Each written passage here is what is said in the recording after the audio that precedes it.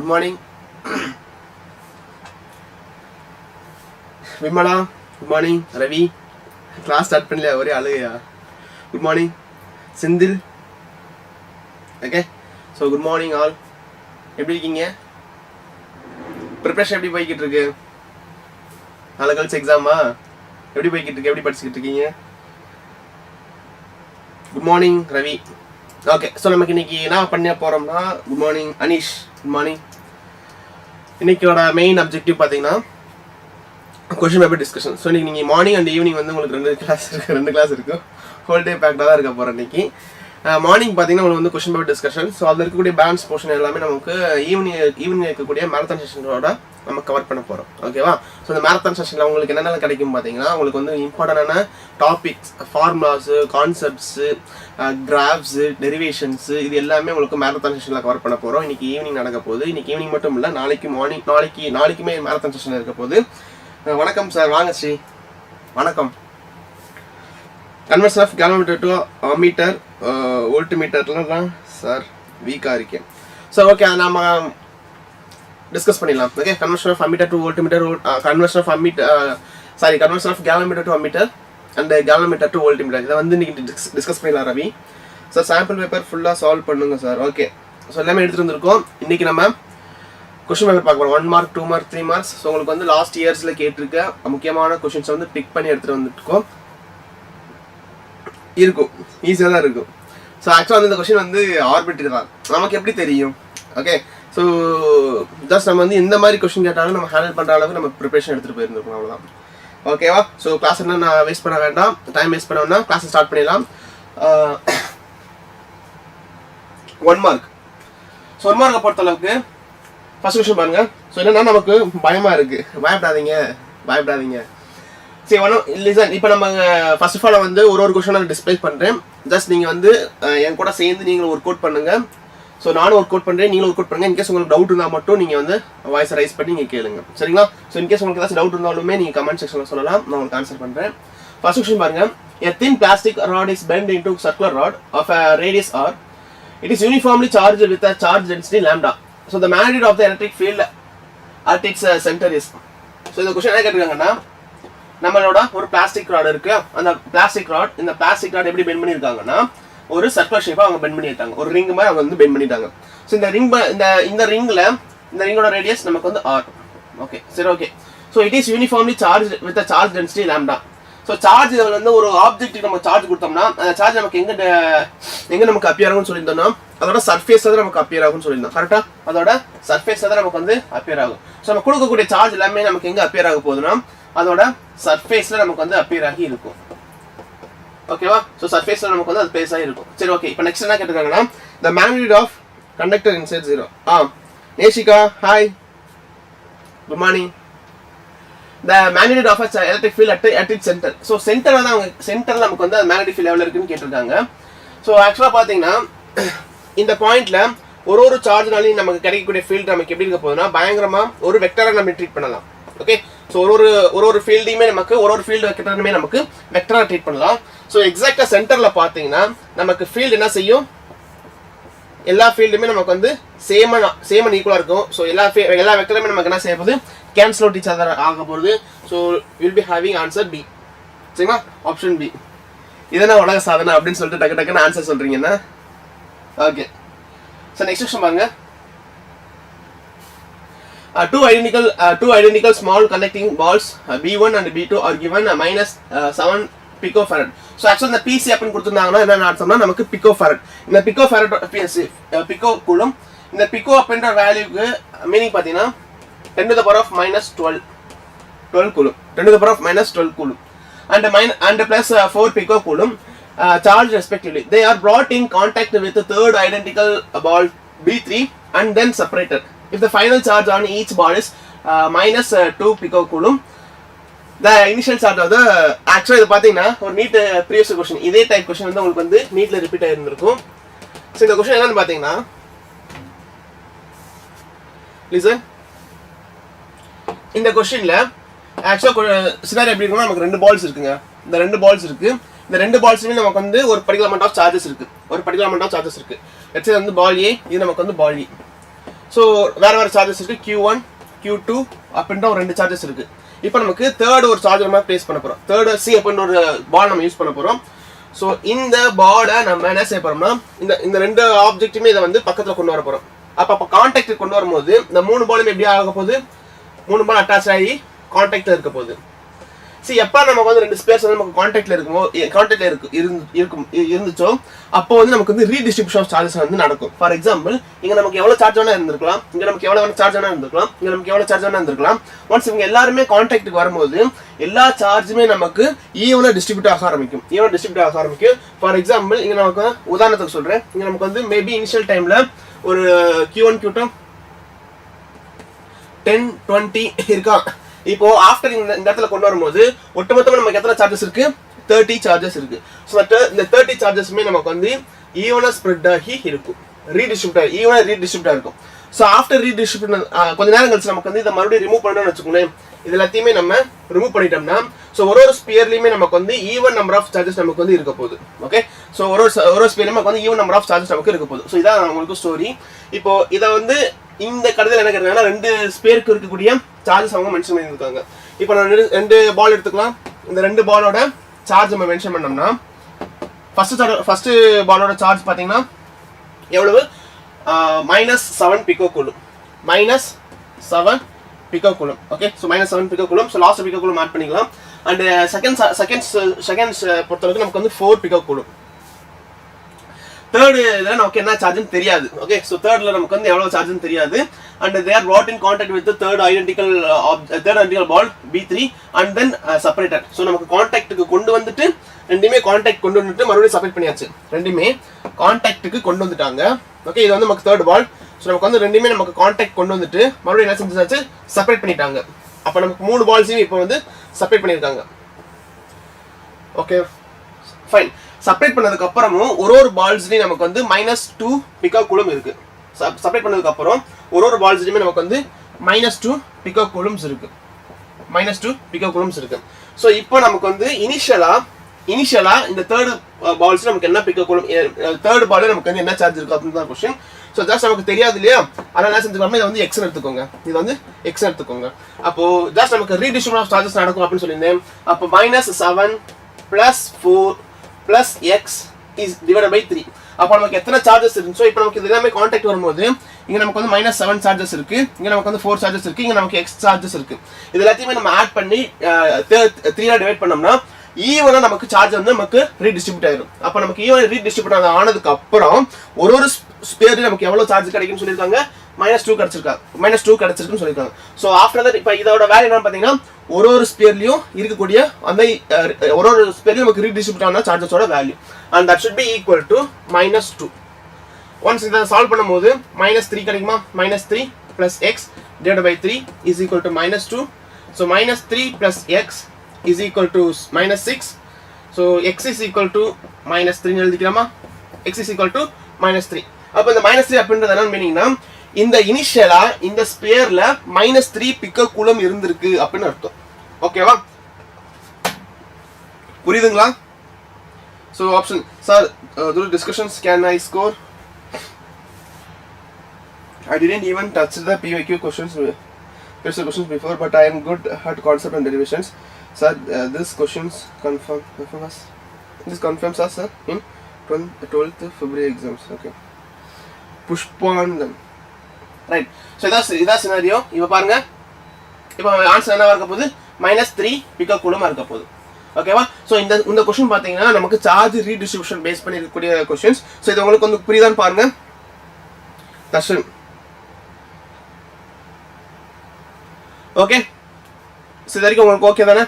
In case உங்களுக்கு doubts இருந்துச்சுன்னா மறுபடியும் சொல்லுங்க, நான் மறுபடியும் இதை எடுக்கலாம். ஓகேவா? நெக்ஸ்ட் கொஸ்டின் பாருங்க.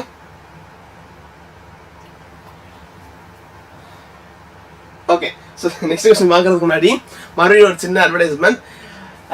கமிங் 27th அன்னைக்கு மார்ச் 27th அன்னைக்கு நம்மளோட இன்ஸ்டியூஷன்ல இருந்து நமக்கு ஒரு கிளாஸ் கோர்ஸ் நம்ம லான்ச் பண்ண போறோம் ஃபார் நீட் ரிப்பீட்டர்ஸ் அண்ட் 2026ல நமக்கு நீட் எழுதக்கூடிய விருப்பப்படுற பசங்களுக்கு செல்ஃப் ஸ்டடி எடுத்துக்கிட்டு இருக்க பசங்களுக்கு வந்து அவங்களுக்கு வந்து கைடன்ஸ் கொடுக்கறதுக்காக மார்ச் 27th அன்னைக்கு நம்மளோட ஆஃப்லைன் கிளாஸ் கோர்ஸ் வந்து லான்ச் பண்ண போறோம்.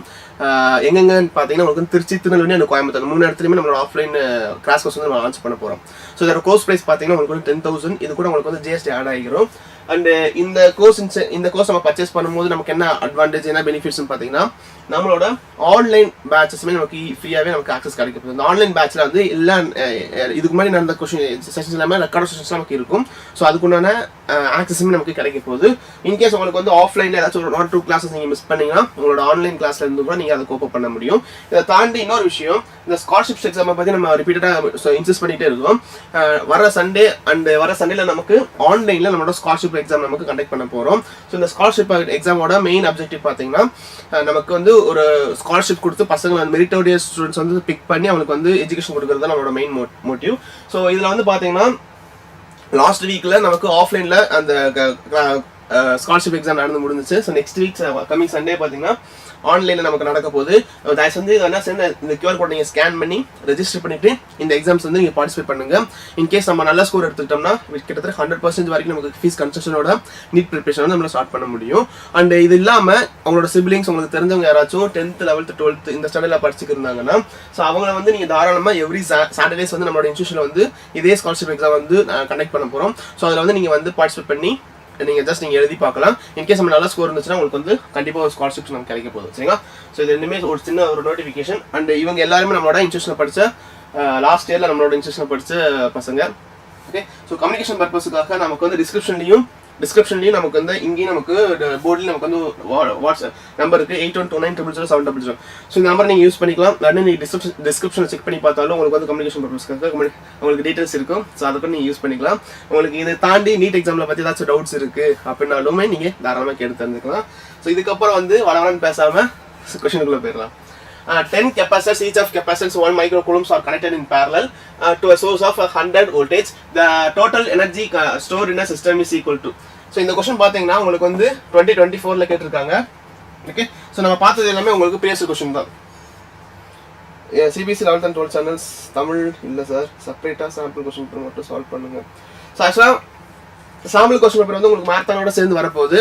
ஸோ அதனால வந்து கொஞ்சம் நம்ம கோப் பண்ணுங்க. ஓகே, ஸோ இது எல்லாமே நமக்கு சேர்ந்தா இருக்க போகுது. ஓகே, செப்பரேட்டாக நம்ம இல்லை. இந்த மேரத்தான் செஷனில் வந்து உங்களுக்கு சாம்பிள் கொஸ்டின் பேப்பரும் வரப்போகுது.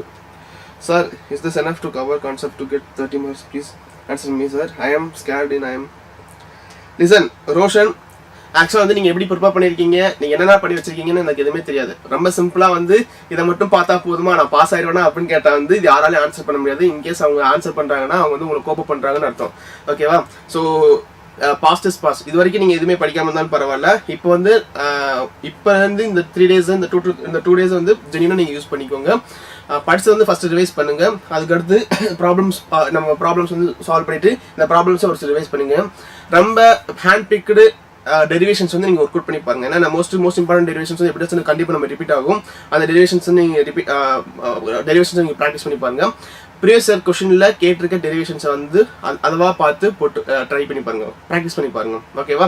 ஸோ நெக்ஸ்ட் பாருங்க, 10 capacitors, each of capacitors 1 microcoulombs are connected in parallel. அப்போ நமக்கு 10 capacitors வந்து நமக்கு வந்து parallel கனெக்ட் பண்ணியிருக்காங்க. 10 capacitors நமக்கு வந்து parallel கனெக்ட் பண்ணியிருக்காங்க. ஸோ இந்த மாதிரி 10 capacitors நமக்கு வந்து parallel கனெக்ட் பண்ணியிருக்காங்க. ஸோ என்ன கற்றுக்கோன்னா இது எல்லாத்தையும் கனெக்ட் பண்ணிட்டு வோல்டேஜ் பார்த்தீங்கன்னா நமக்கு வந்து ஒரு 100 voltageக்கு இதை கொடுத்துருக்கோம். ஓகேவா? So the total energy store in system. So இந்த சிஸ்டத்தில் வந்து ஆல்மோஸ்ட் நமக்கு எவ்வளோ எனர்ஜி நம்ம ஸ்டோர் பண்ணியிருக்கோம். ஆக்சுவலாக இதை நம்ம பார்த்துருக்கோம். ஒரு கெப்பாசிட்டியில் நமக்கு எவ்வளோ எனர்ஜி ஸ்டோர் ஆயிருக்கும் அப்படின்றதுக்கு ஃபார்முலா பாருங்க.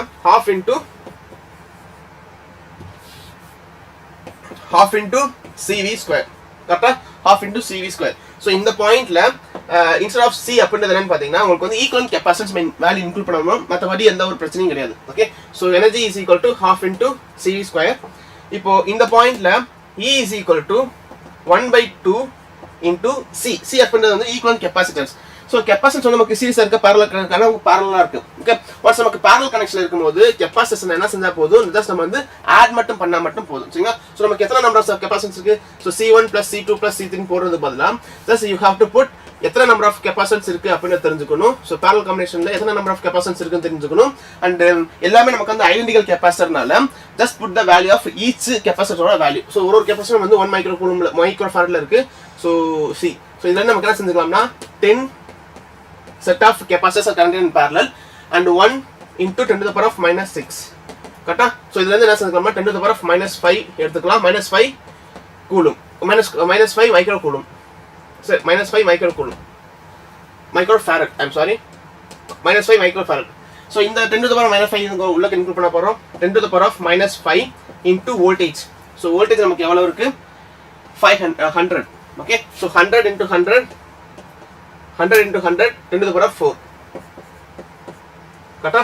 So E will be equal to 1 by 0.5 into 10 to the power of -1. So again நமக்கு E will be equal to நம்ம என்ன எழுதிக்கலாம் 5 into 10 to the power of -2 joule எழுதிக்கங்க. அவ்வளவுதான்.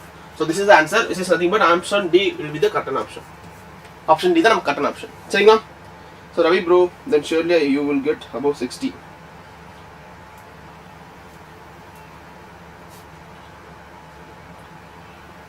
Okay, so next பாருங்க.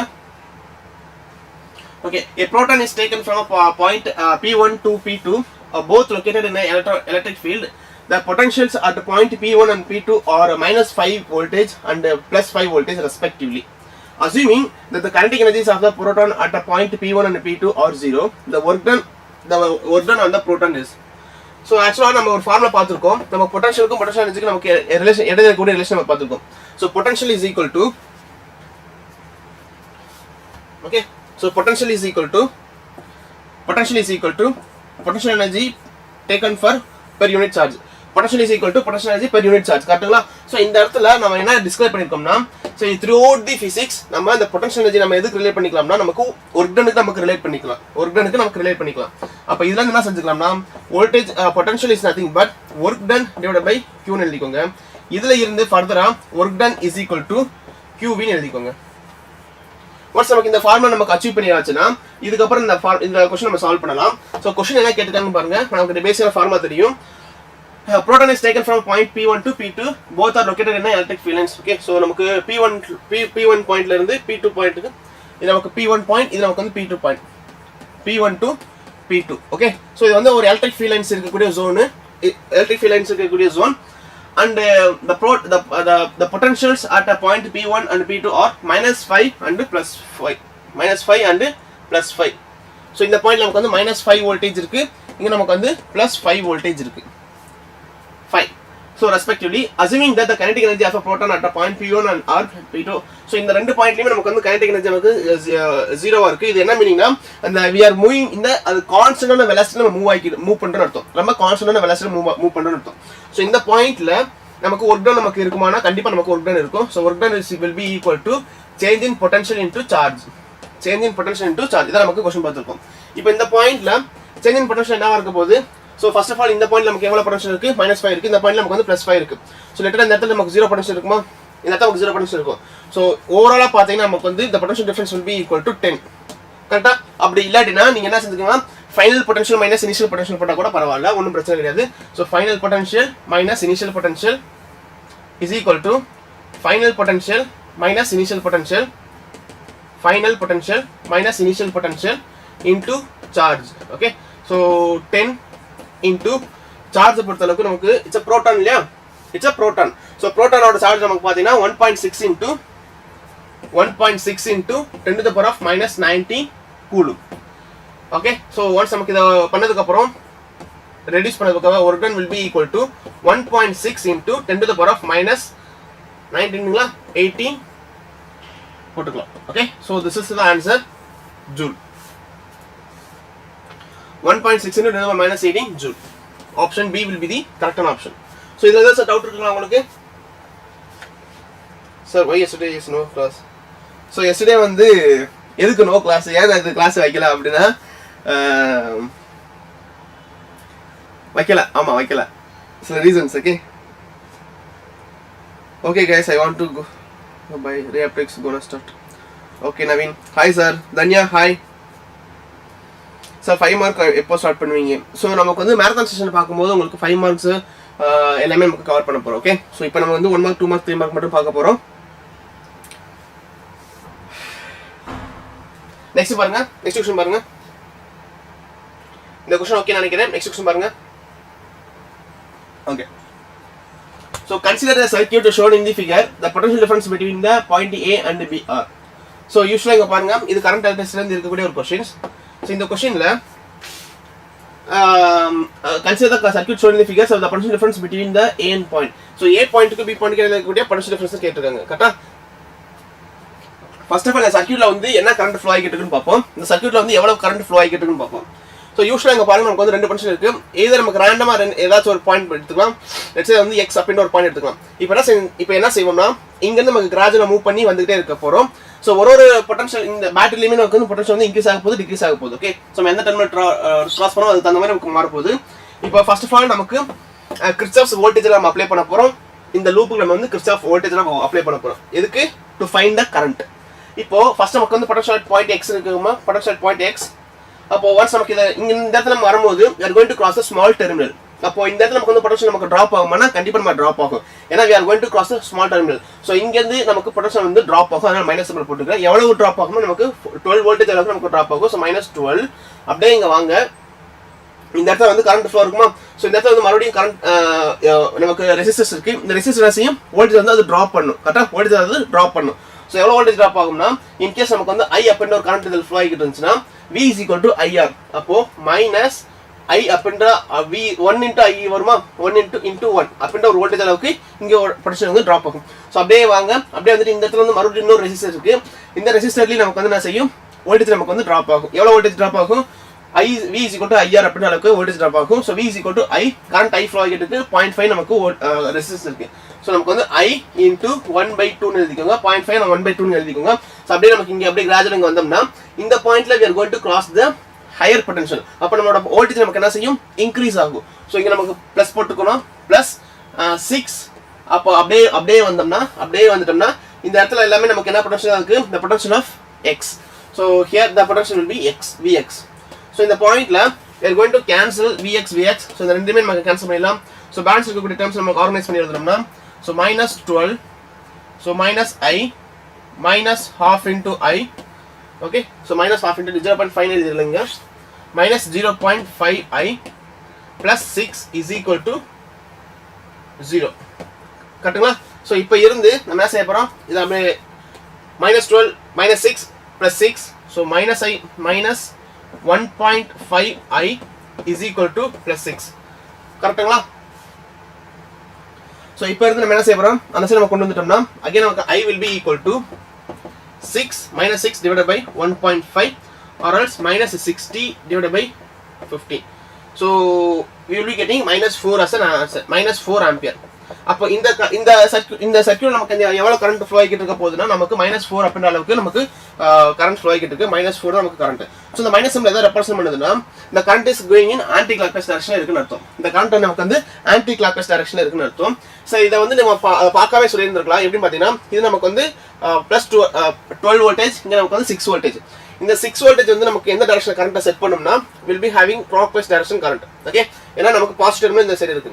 இந்த 12 வோல்டேஜ் பேட்டரி நமக்கு வந்து எந்த டைரக்ஷன்ல கரண்ட்டை செட் பண்ணோம்னா ஆன்டி கிளாக்வைஸ் டைரக்ஷன்ல கரண்ட் வந்து செட் பண்ணும். Okay, anti clockwise direction current set பண்ணும். அப்போ இந்த ரெண்டு வோல்டேஜ்லயுமே, இந்த ரெண்டு பேட்டரியிலுமே யாரு ரொம்ப டாமினேட் பண்ண போறாங்கன்னா இந்த 12 வோல்டேஜ் பேட்டரி தான் நமக்கு வந்து ரொம்ப டாமினேட் பண்ண போகுது. அதனால the current will be having anti clockwise direction. சரிங்களா? அதனால நமக்கு என்ன கரண்ட் கிடைச்சிருக்கு, -4 ஆம்பியர் கரண்ட் நமக்கு கிடைச்சிருக்கு. ஓகே, சோ நமக்கு இப்போ क्वेश्चन வந்து கரண்ட் எவ்வளவு கிடைச்சிருக்குன்னு தேவையில்லை. நமக்கு இந்த பாயிண்ட்ல ரெண்டு டெர்மினலுக்கு இடையில இருக்கக்கூடிய வோல்டேஜ் டிஃபரன்ஸ் தான் நமக்கு தேவை. சோ இந்த வோல்டேஜ் டிஃபரன்ஸ்க்கு மறுபடியும் என்ன செய்ய போறோம், நமக்கு வந்து லூப்ல அப்ளை பண்ண போறோம். சோ யூசுவலா என்ன செய்வோம், இங்க பாருங்க, ஃபர்ஸ்ட் திங் ஒரு பாயிண்டா நம்ம வர போறோம். இங்க இருந்து வாங்க. ஓகே, சோ இங்க இருந்து வாங்க, இங்க இருந்து நம்ம வருவோம். சோ இந்த பாயிண்ட்ல இருந்து வாங்க. சோ இந்த பாயிண்ட் நமக்கு என்ன பொட்டன்ஷியல் இருக்கு, V அப்படின ஒரு பொட்டன்ஷியல் இருக்கு. சோ இந்த பேட்டரி கிட்ட வரும்போது நம்மளோட பொட்டன்ஷியல் வந்து நமக்கு வந்து டிராப் ஆகும். எவ்வளவு டிராப் ஆகும், -12 அப்படின அளவுக்கு நமக்கு டிராப் ஆகும். -12 அளவுக்கு நமக்கு டிராப் ஆகும். சோ இந்த பாயிண்ட்ல வரும்போது நமக்கு கரண்ட் எவ்வளவு ஃப்ளோ ஆகிட்டு இருக்குன்னா -4 அப்படின அளவுக்கு நமக்கு கரண்ட் ஃப்ளோ ஆகிட்டு இருக்கு. நம்மளோட ரெசிஸ்டன்ஸோட வேல்யூ நமக்கு வந்து 1. சோ இந்த பாயிண்ட்ல we'll be having V is equal to IR அப்படின ஒரு ஃபார்முலா யூஸ் பண்ணோம்னா we'll be having voltage drop. Okay, so voltage dropல வந்து கரண்ட் எவ்வளவு ஃப்ளோ ஆகிட்டு இருக்கு, -4 இருக்கா, I into R. Okay, so இந்த அளவுக்கு நம்ம வோல்டேஜ் டிராப் ஆகும். ஸோ அப்படியே வந்தோம்னா இந்த பாயிண்ட்ல நமக்கு என்ன ரீச் ஆகலாம், potential at point B reach ஆகலாம். So here will be the potential of B. கரெக்டா? ஸோ இப்போ என்ன கேட்டிருக்காங்கன்னா ரெண்டு டெர்மினல் கிடைக்கக்கூடிய பொட்டன்ஷியல் டிஃபரன்ஸ் தான் நமக்கு கேட்டிருக்காங்க.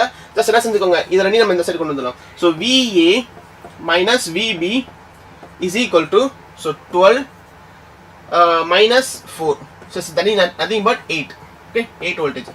So இதான் நமக்கு ஆன்சர் இருக்க போது 8 voltage நமக்கு answer. So option B will be the correct option. So இது வரைக்கும் உங்களுக்கு கிளியரா இருக்குங்களா? பிரகதீஷ் என்னது இது, ஏன் கோவப்படுறீங்க, ஏன் நேற்று கிளாஸுக்கு வரல அப்படின்னு கோவப்படுறீங்களா? ஸோ இன்னைக்கு நாளைக்கு ஃபுல்லாக உங்களுக்கு இருக்க போகுது, அதனால தான். ஓகே, ஸோ இங்கே பாருங்க. ஸோ இது வரைக்கும் உங்களுக்கு ஃபர்ஸ்ட் நமக்கு வந்து கரண்ட்டை பற்றி பார்த்துருந்தோம். சர்க்யூட் எவ்வளோ கரண்ட் ஃப்ளோ ஆகிட்டு இருக்கு, அதுக்கடுத்து அதில் ரெண்டு டெர்மினல் இடையில கூடிய பொட்டன்ஷியல் டிஃபரன்ஸ் நம்ம பார்த்துருக்கோம். சரிங்களா? ஸோ நீங்கள் இந்த சைடு கூட எடுத்துக்கலாம், ஒன்றும் பிரச்சனை இல்லை. நீங்கள் இந்த சைடு எடுத்தாலும் ஸ்ரீ, நீங்கள் இந்த சைடு எடுத்தாலுமே இதே ரிசல்ட் தான் வரப்போகுது. நீங்கள் மேலே எடுத்தாலும் பரவாயில்ல, இல்லை கீழே எடுத்தாலும் பரவாயில்ல, நமக்கு வந்து ரிசல்ட் நமக்கு சேமாக இருக்கிறது, சேம் ரிசல்ட் தான் வரப்போகுது. ஜஸ்ட் கன்சிடர் த கரண்டோட வேல்யூ வந்து -4 வச்சுக்கிட்டு இந்த இடத்துல நமக்கு எவ்வளோ வோல்டேஜ் ட்ராப் ஆகும், இப்போ நமக்கு எவ்வளோ வோல்டேஜ் ட்ராப் ஆகும்னு பாருங்க. நமக்கு -4 into 0.5 அப்படின்ற வோல்டேஜ் நமக்கு வந்து இங்கே ட்ராப் ஆகும். ஓகேவா? ஸோ நீங்கள் போட்டு பார்த்தீங்கன்னா உங்களுக்கு வந்து சேம் ஆன்சர் தான் வரப்போகுது. நெக்ஸ்ட் கொஸ்டின் பார்ப்போம்.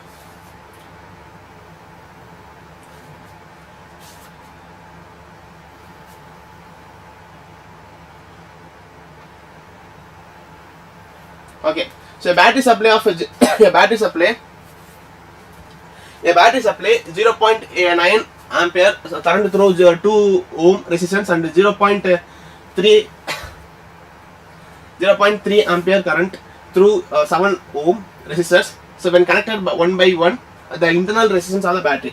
So நம்ம கிட்ட ரெண்டு பேட்டரி இருக்குங்க. ஓகே, ஸோ ரெண்டு சர்க்யூட் இருக்கு. So battery supplies 0. current through okay, so நமக்கு இந்த ரெசிஸ்டன்ஸ் இருக்கு அண்ட் இதோட பேட்டரி அண்ட் இந்த ஒரு இருக்கு ஒரு பேட்டரி. ஓகே, ஸோ இந்த பாயிண்ட்ல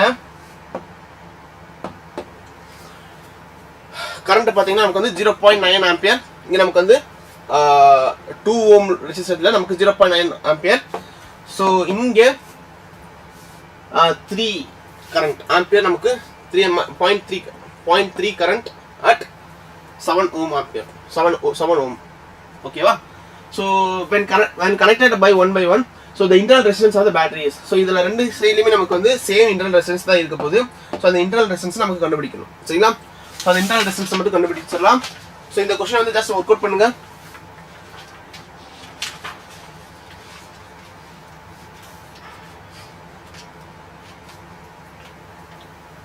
இப்போ இங்க பாருங்க, ஃபர்ஸ்ட் சர்க்யூட் எடுத்துக்கலாம்.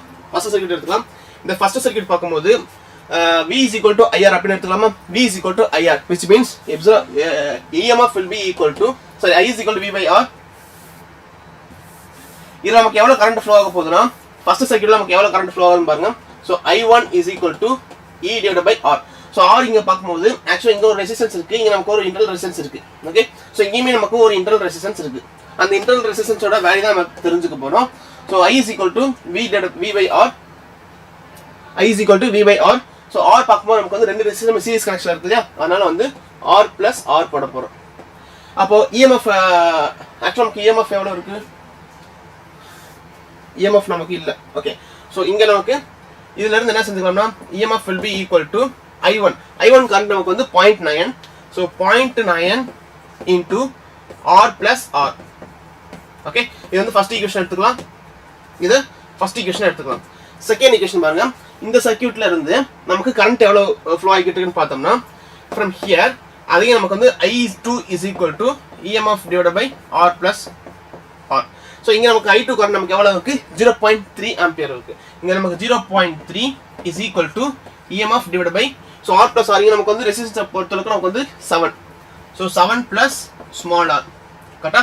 ஸோ இதுல இருந்து நம்ம என்ன செஞ்சுக்கலாம் பார்த்தீங்கன்னா, so EMF will be equal to 0.3 into 7 plus R எழுதலாம். கரெக்டா? இது வந்து ஈக்குவேஷன் 2 எடுத்துக்கோங்க. இது வந்து ஈக்குவேஷன் 2 எடுத்துக்கோங்க. இப்போ நம்ம இந்த ரெண்டு ஈக்குவேஷனையுமே சேம் EMF தான் நம்ம கொடுத்துருக்கோம். Okay, battery supplies of same EMF தான் கொடுத்துருக்கோம். ஸோ இந்த ரெண்டு ஈக்குவேஷனுமே நம்ம சார்ட் அவுட் பண்ணால் மட்டும் போதும். ஸோ இப்போ என்ன செஞ்சுக்க போறோம்னா, ரெண்டுமே நம்ம சார்ட் அவுட் பண்ண போறோம். ஸோ ஃபர்ஸ்ட் ஈக்குவேஷன் என்ன பார்த்தீங்கன்னா, so 0.9 R plus R. So first circuit நமக்கு radius R2. 2 plus R. So 2 plus R will be equal to second circuit 0.37 plus R. 0.37 plus R. So இதுல இருந்து இங்க நமக்கு கேன்சல் பண்ணிட்டோம்னா 3 கேன்சல் பண்ணிடலாம். So balance நமக்கு வந்து 3 2 are 6 plus 3R is equal to 7 plus R. So இங்க இருந்து இத நம்ம இந்த சைடு கொண்டு வந்துடலாம். So 2R அத நமக்கு இந்த சைடு கொண்டு போயிடலாம். அப்ப நமக்கு 2R is equal to 1, R is equal to 1/2 or R is equal to 0.5 ohm. சரிங்களா? அப்ப இன்டர்னல் ரெசிஸ்டன்ஸ் என்னவா இருக்க போகுதுனா 0.5 ohm இருக்க போகுது. ஓகேவா? So that's it. So 0.5 ohm will be the answer. Option D. புரிஞ்சுங்களா? Exactly Ravi. Super da. Bale vale teva. Next. Okay. So the question பாருங்க, a 10 cm long wire lies along a y axis. It carries a current of 1 ampere in a positive y directions. The magnetic field B is equal to so and so கொடுத்திருக்காங்க. Exist in the regions. The force on the wire is. So இந்த wire வந்து நமக்கு என்ன force act ஆகிட்டு இருக்க போகுது அப்படினா questions. So இந்த क्वेश्चन சால்வ் பண்ணதுக்கு listen simple formula.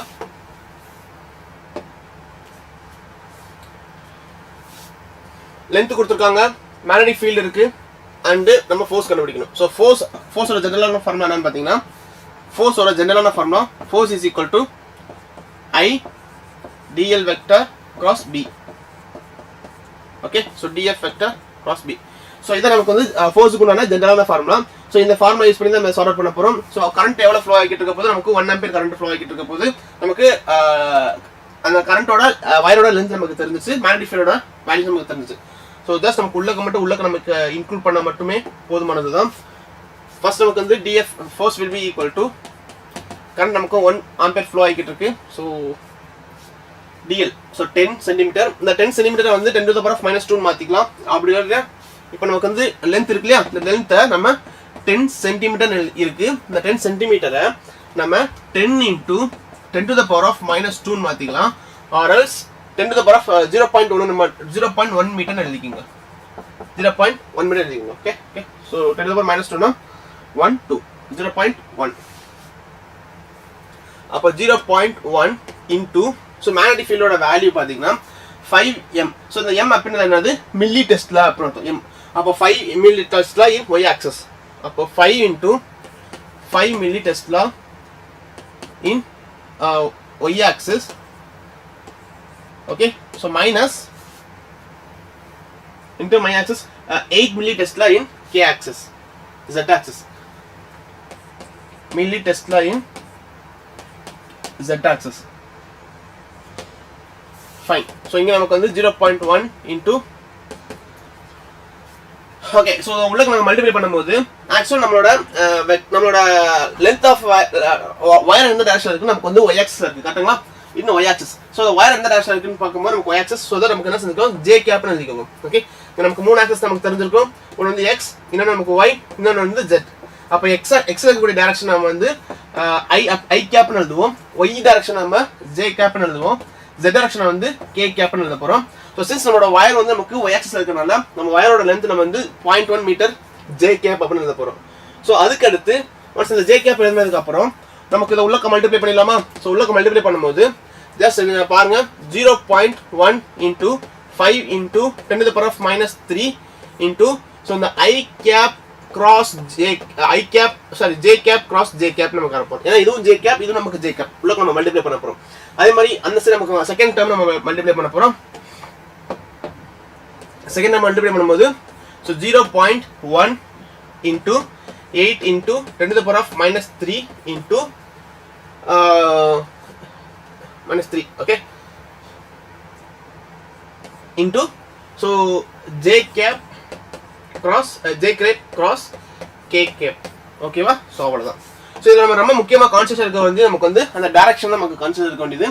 சோ இப்போ நம்ம சால்வ் பண்ண என்ன கிடைக்கும் பாருங்க. சோ 0.1, சோ நமக்கு 10 to the power -2 னு எடுத்துக்கலாம், 10 to the power -1 னு எடுத்துக்கலாம். So 5 into 10 to the power of okay, so இந்த பாயிண்ட்ல சரி j cross j அப்படின்றது நமக்கு என்னன்னு பார்த்தீங்கன்னா j cross j நமக்கு என்ன கிடைக்க போகுது j cross j நமக்கு வந்து 0 வெக்டர் கிடைக்க போகுது ஏன் ஏன்னா நமக்கு இது ரெண்டு கிடையில கூடிய ஆங்கிள் நமக்கு வந்து 0 டிகிரி sin of 0 டிகிரி நமக்கு வந்து மறுபடியும் என்னது 0 ஓகே ஸோ நமக்கு வந்து ரெண்டு கிராஸ் ப்ராடக்ட் இருந்துச்சுன்னா j sin theta எழுதுவோமா ஸோ ஆக்சுவலாக வந்து ரெண்டுமே சேம் டைரக்ஷனில் தான் இருக்குது y டைரக்ஷனில் தான் இருக்குது அதனால theta will be equal to 0 degree so sin 0 degree நம்ம அப்ளை பண்ணும்போது நமக்கு j cross j நமக்கு 0 கிடைக்க போகுது ஸோ அதனால இந்த ஃபர்ஸ்ட் டேர்ம் ஃபுல்லாமே நமக்கு வந்து 0 கிடைச்சிடும் இந்த ஃபர்ஸ்ட் டேர்ம் ஃபுல்லாமே நமக்கு வந்து 0 டென்ஸ் ஆகும் ஸோ பேலன்ஸ் கூட அந்த டேர்ம் மட்டும் பார்த்தா போதும் ஸோ இங்கே நமக்கு பார்த்தீங்கன்னா j கேப் இருக்கு இந்த j கேப்பையும் k கேப்பையும் நம்ம மல்டிப்ளை பண்ணணும் so i cap j cap and k cap anticlockwise டைரக்ஷனுக்கு வாங்க ஆன்டி கிளாக்வைஸ் டைரக்ஷன் வந்தீங்கன்னா i cap so j cap k cap jk இதனை நம்ம கிராஸ் மல்டிப்ளை பண்ணோம்னா நமக்கு என்ன கிடைக்க போகுது நமக்கு i கேப் நமக்கு கிடைக்க போகுது பாசிட்டிவ் i கேப் கிடைக்க போகுது ஓகே ஸோ இப்போ நமக்கு இதை மட்டும் சார்ட் அவுட் பண்ணோம்னா நமக்கு ஆன்சர் என்ன கிடைக்கும் பாருங்க so will be getting the force will be equal to minus so 10 to the power of minus 1 10 to the power of minus 3 10 to the power of minus 4 கரெக்டா so 8 into minus 8 into 10 to the power of minus 4 i cap கரெக்ட்டுங்களா so இதாங்க நமக்கு வந்து நமக்கு கிடைச்சிருக்கக்கூடிய resultant ஃபோர்ஸோட value so 10 to the power of minus 4 இந்த minus 4 listen we can also write as minus 0.8 into 10 to the power of minus 3 i cap னு எழுதலாம் இந்த 10 to the power of minus 3 என்ன எழுதிக்கலாம் மில்லி அப்படி எழுதிக்கலாம் m னு எழுதிக்கலாம் so f vector will be equal to minus 0.8 milli Newton in the direction of x axis எழுதிக்கோங்க okay so that's it so in x axis minus 0.8 so option B will be the correct option ஓகேங்களா புரிஞ்சுங்களா exactly Ravi okay so next question பாருங்க a circular coil of a radius 10 cm is placed in a magnetic field so magnetic field இருக்கு derivations so Vimala உங்களோட derivations வந்து நமக்கு வந்து மேரத்தானில் cover பண்ண போகிறோம் ஸோ டெரிவேஷன்ஸ் எல்லாமே நமக்கு வந்து முக்கியமான டெரிவேஷன்ஸ் எல்லாமே நமக்கு மேரத்தானில் இருக்கும் ஸோ மறந்துடாமல் நீங்கள் வந்து மேரத்தானில் ஜாயின் பண்ணுங்க and Shri S sir derivations இருக்குமா இங்கே நமக்கு டெரிவேஷன்ஸ் இல்லை இன்னைக்கு நமக்கு வந்து கொஸ்டின் தான் சால்வ் பண்ண போகிறோம் மார்னிங் செஷனில் கொஸ்டின் சால்வ் பண்ண போகிறோம் இன்னைக்கு ஈவினிங் செஷனில் டெரிவேஷன்ஸ் இருக்கும் நாளைக்கு இருக்கக்கூடிய மேரத்தான் செஷன்லேயும் நமக்கு வந்து டெரிவேஷன்ஸ் இருக்கும் ஓகேவா ரைட் வாங்க A circular coil of a radius is placed in a magnetic field B such that the outward unit vector normal to the surface of the coil is so the magnetic flux linked with the coil so magnetic flux நமக்கு தெரிஞ்சுக்கணும் magnetic flux ஓட formula என்னது the flux will be equal to so நமக்கு magnetic flux தானே so B vector dot A vector இவ்வளவுதான் ஓகேவா so இதெல்லாம் நமக்கு இந்த ஏரியா நம்ம பார்க்குறது தான் இந்த கொஸ்டினில் இருக்கக்கூடிய பெரிய டாஸ்க் ஸோ ஆக்சுவலாக பார்த்தீங்கன்னா இந்த சர்க்குலர் கோயிலாம் இந்த சர்க்குலர் கோயில் ரேடியஸ் ஏரியா என்னவா இருக்க போதுன்னா first of all the area will be equal to pi r square of the area will be equal to pi r square first அந்த பை இன்க்ளூட் பண்ணிக்கோங்க so pi into r so ஆக்சுவலாக r அப்படின்னு இந்த circular of radius 10 இந்த 10 சென்டிமீட்டரை 10 into 10 to the power of minus 2 எழுதிக்கலாம் so அப்படி இல்லாட்டினா 10 to the power of minus 1 எழுதிக்கோங்க 10 to the power of minus 1 metre எழுதிக்கோங்க ஓகே ஸோ ஆர்எல்ஸ் 0.1 மீட்டர் எழுதிக்கலாம் இதை 0.1 மீட்டர் எழுதிக்கோங்க so 0.1 the whole square okay so 0.1 ஆர்எல்ஸ் நமக்கு 10 to the minus 1 எழுதிக்கலாம் 10 to the power of minus 1 the whole square so pi r square is placed in a magnetic field so magnetic field ஓட value நமக்கு இருக்கு so that's it ஓகேவா so இப்போ நமக்கு area நமக்கு தெரிஞ்சு போச்சு அதுக்கு அடுத்து மேக்னெட்டிக் ஃபீல்ட் இருக்கு அப்ப நம்ம டாட் நம்ம சப்ஸ்டிட்யூட் பண்ணா மட்டும் போதும் so flux will be equal to the flux is equal to magnetic field vector dot area vector so magnetic field ஓட value 1 i cap plus 0.5 j cap 1 i cap plus 0.5 j cap so dot product into area vector பாத்தீங்கன்னா so area vector பாத்தீங்கன்னா நமக்கு வந்து see actually நமக்கு இந்த area இந்த இடத்துல இருக்கா இந்த ஏரியா இருக்கு so again நமக்கு we are going to have unit இதோட யூனிட் இந்த ஏரியா வந்து எந்த டைரக்ஷன்ல இருக்கு அப்படினா இந்த யூனிட் வெக்டர் டைரக்ஷன்ல இருக்கு so 0.6 i cap plus so that's ஒண்ணுமே இல்ல மல்டிப்ளை பண்ணா மட்டும் போதும் okay so maximum இந்த ஏரியா வெக்டர் என்ன இது நமக்கு ஏரியாவோட மேக்னிட்யூட் so இதோட நமக்கு டைரக்ஷன் மென்ஷன் பண்ணக்கூடிய டேர்ம் so ஒரு வெக்டர் என்ன எப்படி ரெப்ரசன்ட் பண்ணுவோம்னா நமக்கு மேக்னிட்யூட் இருக்கும் டைரக்ஷன் நமக்கு இருக்கணும் so நமக்கு இதுல இருந்து a வெக்டர் அப்படின்றது வந்து how இது எப்படி எழுதலாம்னா vector is equal to so pi into 10 to the power of minus 2 into so இந்த வேல்யூ உள்ள இன்க்ளூட் பண்ணிடலாம். So 0.6 I cap plus 0.8 J cap இவ்வளோதான். ஓகேவா? ஸோ இப்போ இந்த வேல்யூ நம்ம உள்ளக்க இன்க்ளூட் பண்ண போகிறோம். So 10 to the power of 5 10 into pi into 10 to the power of minus 2, okay, into 0.6 I cap 0.6 I cap plus 0.8 J cap 0.8 J cap அவ்வளோ. So நமக்கு சின்ஸ் இந்த டாட் ப்ராடக்ட் தானே, அப்போ நமக்கு வந்து கரஸ்பாண்டிங் யூனிட் வெக்டர்ஸை மட்டும் நம்ம மல்டிப்ளை பண்ணணும். ஸோ 1 into this இதை நமக்கு மல்டிப்ளை பண்ணணும். ஸோ மல்டிப்ளை பண்ணோம்னா நமக்கு வந்து pi into 10 to the power of minus 2 into 0.6. Okay, so and another thing நமக்கு இதில் இருந்து மல்டிப்ளை பண்ண போகிறோம். ஸோ ப்ளஸ் ஸோ இதில் இருந்து நம்ம மல்டிப்ளை பண்ண போகிறோம். மல்டிப்ளை பண்ணோம்னா 0.5 into 0.8 into pi into 10 to the power of minus 2. சரிங்களா? ஸோ இது எல்லாத்தையும் மறுபடியும் சால்வ் பண்ண போகிறோம். ஸோ காமன் டேர்ம்ஸ் மட்டும் வெளியில் எடுத்துடலாம். pi 10 to the power of common வெளியே எடுத்துடலாம். So pi into 10 to the power of minus 2 common வெளியே எடுத்தோம்னா 0.6 ப்ளஸ் ஸோ 5 8 40 நமக்கு 2 டெசிமல் இருக்குது. அப்போ 0.4 கிடைக்கணும். 0.4 அப்போ இங்கேருந்து நமக்கு பார்த்தீங்கன்னா 3.14 into 10 to the power of minus 2 into 0.6 plus 0.4 it's a 1. okay, 1.0 கிடைக்கும். So 1 எடுத்துக்கோம்.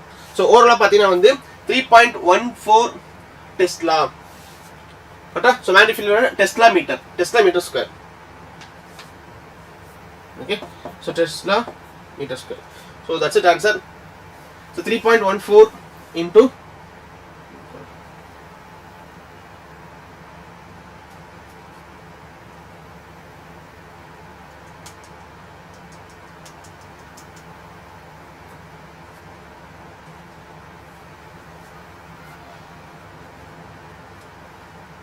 okay.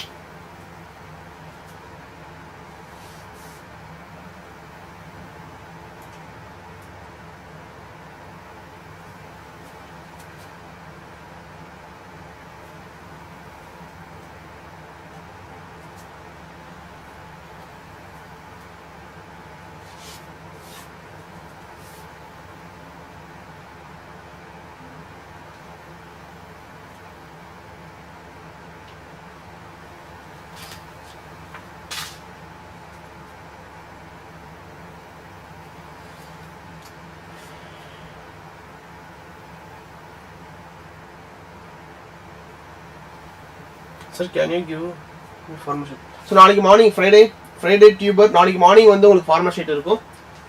So manifest okay. So ஒரு நிமிஷம்.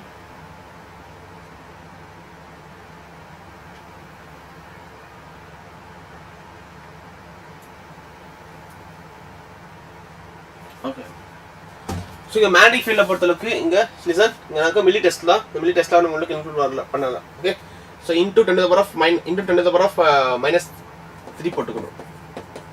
into 10 to the power of minus 3. So இதை மல்டிப்ளை பண்ணும்போது into 10 to the power of minus 3. Okay, so இந்த calculation மட்டும் போட்டு பாருங்க. So magnetic ஃபீல்டுக்கு வந்து நம்ம என்ன மிஸ் பண்ணியிருக்கோம்னா இந்த மில்லி டெஸ்ட்லாம் மட்டும் மிஸ் பண்ணியிருக்கோம். ஸோ ஜஸ்ட் அதை மட்டும் நீங்கள் இன்க்ளூட் பண்ணி நீங்கள் கால்குலேஷன் போட்டு பார்த்தீங்கன்னா you will be getting 31.4 into micro weber. ஓகேவா? ஸோ இந்த கால்குலேஷன் மட்டும் போட்டு பாருங்க. நெக்ஸ்ட் கொஸ்டின் பார்த்தோம்னா, so listen, a galvanometer of a resistance 100 ohm is converted into ammeter of a range 0 to 1 ampere using a resistance of 0.1 ohm. The ammeter will show full scale deflections for a current of about. So actually வந்து நீங்க ரவி உங்களுக்காக நீங்க galvanometer to ammeter conversion என்ன எப்படி இருக்குன்னு பாருங்க. galvanometer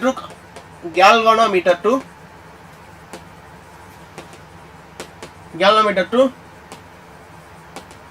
ammeter conversion. So ஆக்சுவலாக இங்கே பாருங்க நமக்கு கேல்வனோமீட்டர் இருக்குது. இந்த கேல்வனோமீட்டர் வந்து நமக்கு வந்து ரொம்ப ஃபீபிள் கரண்ட்டை தான் அதை மெஷர் பண்ண முடியும். கேல்வனோமீட்டரில் நமக்கு ரொம்ப ஃபீபிள் கரண்ட்டை தான் நம்ம மெஷர் பண்ண முடியும்.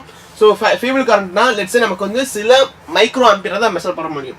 ஸோ இந்த மைக்ரோ ஆம்பியர் இருக்கு இல்லையா, இந்த மைக்ரோ ஆம்பியர் கரண்ட் இருக்கு இல்லையா, இப்போ ஃபர்ஸ்ட் ஆஃப் ஆல் இந்த கேல்வனோமீட்டரில் நமக்கு இன்கேஸ் நமக்கு எப்படி இருக்கோம்னா இந்த இடத்துல நமக்கு டிஃப்ளெக்ஷன் இருக்கும், அதாவது ரீடிங்ஸ் இருக்கும், 0s 5s and 10s இருக்கும். ஸோ இங்கே நமக்கு வந்து 5s and 10s இருக்கும்.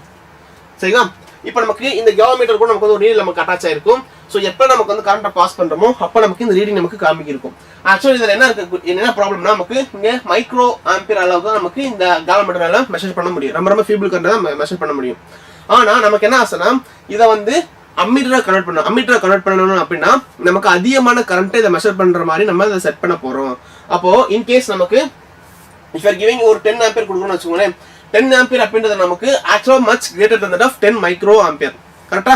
10 மைக்ரோ ஆம்பியர் ரொம்ப ரொம்ப அதிகமான ஒரு கரண்ட் நமக்கு 10 ஆம்பியர். அப்போ இந்த கரண்ட்டை நான் வந்து என்ன செய்யணும், இந்த கேலோமீட்டர் வந்து மெஷர் பண்ண வைக்கணும். அப்போ சின்ன ஒரு விஷயம் மட்டும் பண்ண போறோம். just we are going to rub அந்த லேபிள் இருக்கக்கூடிய அந்த லேபிள் இருக்கு, அந்த மேல வந்து மைக்ரோ கூலம் இருக்கு, அதை மட்டும் ரப் பண்ணிட்டு நம்ம ஆம்பியர் அப்படின்னு போட போறோம். ஆம்பியர் போட்டுட்டு பட் இந்த ஆம்பியர் போட்டா ஓகே வெளியில நமக்கு வந்துச்சு. பட் உள்ளக்கு வந்து நமக்கு இன்கேஸ் இந்த 10 ஆம்பியர் கொடுத்தோம்னா இந்த கேலோமீட்டர் வந்து நமக்கு வந்து ஒரு ஃபால்ட் ஆயிடும். அப்போ இந்த பாயிண்ட்ல we are going to divert the current. அப்போ இந்த ஹை கரண்ட் இருக்கு இல்லையா, இந்த ஹை கரண்ட்டை நம்ம டைவர்ட் பண்ண போறோம். ஏன் பிரிச்சு எடுக்க போறோம், ஏன்னா இவ்வளவு கரண்ட் இதனால சாப்பிட முடியாது, அதனால மெஷர் பண்ண முடியாது. அப்ப இங்க இருந்து ஒரு சின்ன ஒரு போர்ஷன் மட்டும் எடுத்துட்டு என்ன செய்ய போறோம், இதை கனெக்ட் பண்ணிட்டு இந்த மாதிரி நம்ம கனெக்ட் பண்ண போறோம், ஷார்ட் பண்ண போறோம். இப்போ கரண்ட் இதுல ஃப்ளோ ஆகும். current always chooses the path with the lowest resistance. Low resistance எந்த பாத்ல இருக்கோ அந்த ரெசிஸ்டன்ஸ் நமக்கு கரண்ட் வந்து அந்த பாத் சூஸ் பண்ணும். அப்ப கரண்ட் எல்லா கரண்ட்டும் இதுல ஃப்ளோ ஆகும், இதுல ஃப்ளோ ஆகும். அப்ப கேலோமீட்டர்ல வந்து உங்களுக்கு ஜீரோ டிஃப்ளெக்ஷன் காமிக்கும். அப்ப இது வந்து கரெக்டான்னு கேட்டீங்கன்னா இது தப்பு. அப்ப நான் என்ன செய்யணும்னா எனக்கு கரண்ட் ஃப்ளோ பண்ண வைக்கணும், பட் எனக்கு மேக்ஸிமம் ஒரு 10 மைக்ரோ ஆம்பியர் வரைக்கும் கரண்ட் வந்து ஃப்ளோ பண்ண வைக்கணும். அப்படின்ற பட்சத்துல என்ன செஞ்சிடலாம்னா we are going to choose some ஒரு ரெசிஸ்டன்ஸ் வந்து நம்ம சூஸ் பண்ண போறோம். நமக்கு சூஸ் பண்ண போறோம். ஸோ இந்த ரெசிஸ்டன்ஸ்ல நமக்கு இந்த ரெசிஸ்டன்ஸ் என்ன செய்யணும்னா கால்வனோமீட்டர்ல வந்து 10 ஆம்பியர் கரண்ட்டை மட்டும் ஃப்ளோ பண்ண வச்சுட்டு பேலன்ஸ் இருக்கக்கூடிய கரண்ட்டெல்லாம் யார் வாங்கிக்க போறோம், இந்த ரெசிஸ்டன்ஸ் நமக்கு வாங்கிக்கிட்ட போறோம். அப்போ பேலன்ஸ் இன்கேஸ் இந்த கால்வனோமீட்டர்ல எவ்வளவு கரண்ட் ஃப்ளோ ஆக முடியும், மேக்ஸிமம் 10 மைக்ரோ ஆம்பியர் வரைக்கும் நமக்கு கரண்ட் வந்து ஃப்ளோ ஆகும். ஸோ அப்போ நமக்கு 10 மைக்ரோ ஆம்பியர் வரைக்கும் நமக்கு வந்து இதில் கரண்ட் வந்து ஃப்ளோ ஆக போகுது. ஸோ பேலன்ஸ் இருக்கக்கூடிய கரண்ட்ல இதில் ஃப்ளோ ஆகும். நம்ம பிரிச்சு விட்டுருக்கோம்னா அந்த பாத்துல நமக்கு அந்த ரெசிஸ்டர் வழியா நமக்கு ஃப்ளோ ஆக போகுது. இப்போ இந்த பாயிண்ட்ல இந்த ரெசிஸ்டரோட வேல்யூ என்ன, we are going to choose some resistance ஓட value so that the balance current is இதனால நமக்கு ஃப்ளோ ஆக போகுது. ஸோ பேலன்ஸ் கரண்ட் எவ்வளவு இருக்க போகுது, so 10 ampere minus 10 micro ampere எழுதலாமா, 10 ampere minus 10 micro ampere. So இதான் நமக்கு வந்து பேலன்ஸ் கரண்ட். இப்போ கொஸ்டின் என்ன கேட்டிருப்பாங்கன்னா நம்ம எப்படி நமக்கு இந்த ரெசிஸ்டன்ஸ் நம்ம எப்படி சூஸ் பண்ணணும் அப்படின்னு கேட்டிருப்பாங்க. ஸோ ஆர் அப்படின்னா நமக்கு ரெசிஸ்டன்ஸ் அப்படின்றது by Ohm's law R is equal to V by I. கரெக்டா, R is equal to V by I. So இங்கே நமக்கு இந்த இடத்துல நமக்கு எவ்வளோ வோல்டேஜ் ட்ராப் ஆகும்னு கேட்டால் தாராளமாக சொல்லலாம் இந்த voltage drop across galvanometer will be the same as that of resistance. ஆனால் இது பேரல் கனெக்ஷன் நமக்கு வோல்டேஜ் நமக்கு சேமாக தான் ட்ராப் ஆக போகுது. அப்போ இந்த பாயிண்ட்ல R will be equal to voltage drop across galvanometer எழுதிக்கலாம். ஸோ கேலோமீட்டர் நமக்கு எவ்வளோ வோல்டேஜ் ட்ராப் ஆக போகுதுன்னா V is equal to IR. அப்போ கேலோமீட்டர்ல வந்து எவ்வளோ கரண்ட் ஃப்ளோ ஆகுதோ அண்ட் கேலோமீட்டரோட ரெசிஸ்டன்ஸ் எவ்வளோ இருக்கும் டிவைடட் பை பேலன்ஸ் இருக்கக்கூடிய. ஸோ இது வந்து current flowing through the resistance. இந்த ரெசிஸ்டன்ஸ் எவ்வளோ கரண்ட் ஃப்ளோ ஆகிட்டு இருக்க போது நம்ம கொடுக்குற கரண்ட் அண்டு கரண்ட் ஆஃப் கேலோமீட்டர் இந்த ரெண்டு கரண்ட்டையும் நம்ம மைனஸ் பண்ற பேலன்ஸ் கரண்ட் தான் நமக்கு இதில் போக போகுது. அப்போ I மைனஸ் IG. சரிங்களா, ஸோ இதுதான் என்னது நமக்கு ஒரு கேலோமீட்டர் அம்மீட்டர் கன்வெர்ட் பண்றதுக்கு உண்டான ஒரு procedure and that is the formula for that. Okay, so Ravi உங்களுக்கு ஓகேவா இருக்கா? ஒரு நிமிஷம் பாருங்க.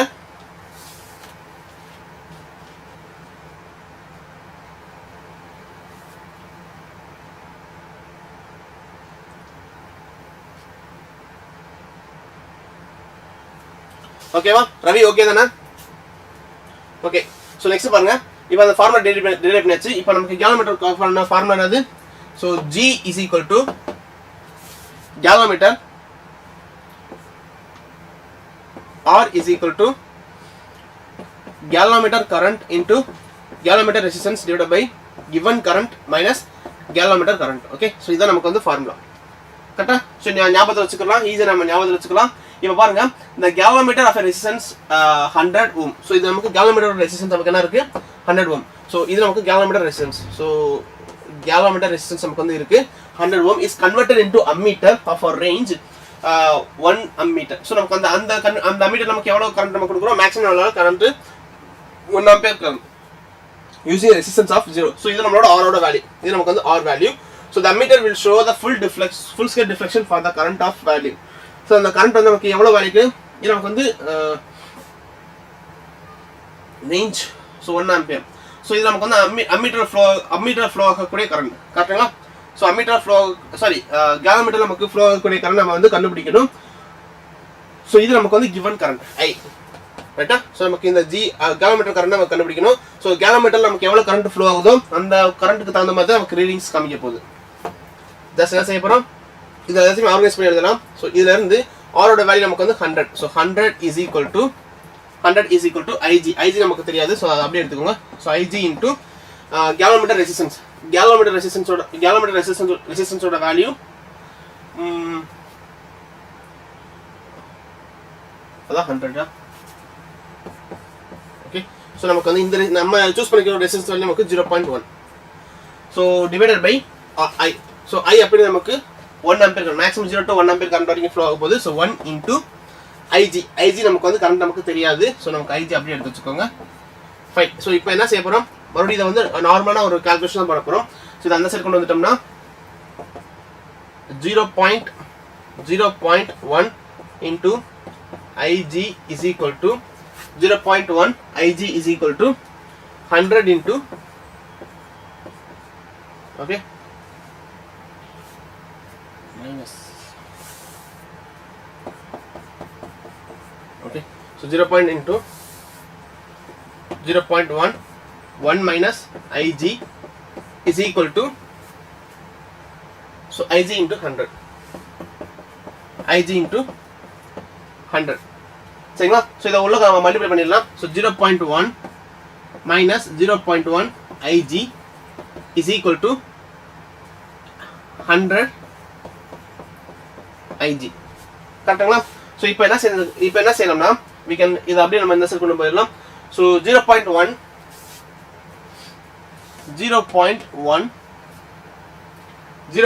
is equal to 100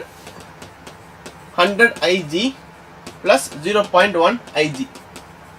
இங்கிருந்து Ig காமன் வெளியில் எடுத்துட்டோம்னா 100 plus 0.1. ஸோ அகைன் நமக்கு வந்து ஐஜியோட வேல்யூ நமக்கு தெரிஞ்சுக்கணும். ஸோ 0.1 டிவைடட் பை ஆர்எல்ஸ் நமக்கு வந்து IG divided by IG is equal to 0.1 divided by 100.1. So 100.1 நம்ம அப்ராக்சிமேட்டாக ஜஸ்ட் என்ன செஞ்சுக்கலாம், நமக்கு 100 நம்ம ட்ரீட் பண்ணிக்கலாம். அதனால் இந்த galvanometer current will be equal to 0.1 into 10 to the power of -2.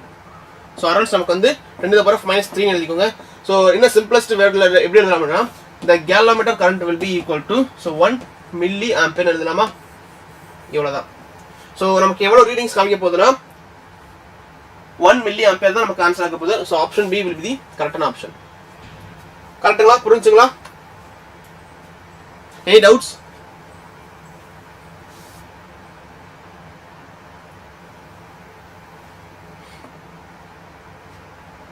Shreyas 1B exactly. Okay, so 1 milliampere. So moving coil galvanometer na, so actually நமக்கு வந்து நம்ம காயில்ஸ் நம்ம யூஸ் பண்ணி அதெல்லாம் நமக்கு அதாவது டீட்டெயிலாக பார்த்துருந்தோம். நம்ம ஃபர்ஸ்ட் நம்ம சாப்டர்லேயே நம்ம பார்த்துருக்கும் போது நமக்கு ஒரு காயிலில் நம்ம கரண்ட் ஃப்ளோ ஆகும்போது அந்த காயில் நமக்கு மூவ் ஆக போகுது கரெக்டாக. ஸோ ஒன்ஸ் அது எப்படி மூவ் ஆகும்னா, ஒன்ஸ் நமக்கு ஒரு சர்க்குலர் காயிலையோ இல்லை ரேண்டமான ஒரு லூப்லையோ நம்ம கரண்ட் ஃப்ளோ ஆகும்போது அந்த லூப் வந்து ஒரு மேக்னெட்டாக கன்வெர்ட் ஆக போகுது. ஸோ நமக்கு ரெண்டு சைட்லையுமே ஒரு மேக்னெட் வைக்கும்போது அதுக்கு தகுந்த மாதிரி டிஃப்ளெக்ஷன் இருக்க போகுது. ஸோ அதோட நீடில் அதோட பார்த்து நம்ம என்ன செய்ய போகிறோம், ஒரு நீடில் ஃபிக்ஸ் பண்ணி வைக்க போகிறோம். ஸோ ஒன்ஸ் நமக்கு அந்த டிஃப்ளெக்ஷன் காமிக்கும் போது we are going to have some readings. சரிங்களா. ஸோ இந்த மாதிரி இதுதான் நமக்கு வந்து மூவிங் காயிலோட பேசிக்கான ஐடியா. ஸோ இதை வச்சு நம்ம கரண்ட் அதில் எவ்வளோ கரண்ட் ஃப்ளோ ஆகுது அப்படின்றத நம்ம மெஷர் பண்ண முடியும். ஃபைன். ஸோ வோல்ட்மீட்டருக்கு என்ன formula, soft iron core kept. ஆமாம், சாஃப்ட் அயர்ன் கோர் வச்சுருவோம். சரி சார், கிளியர். ஸோ ஸ்ரீ இப்போ நமக்கு வந்து இதே நமக்கு வோல்ட்மீட்டர் என்ன செய்யணும் பாருங்க. வோல்ட்மீட்டருக்கு என்ன செய்யணும் பாருங்க.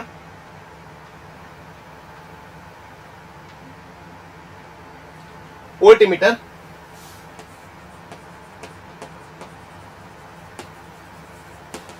galvanometer to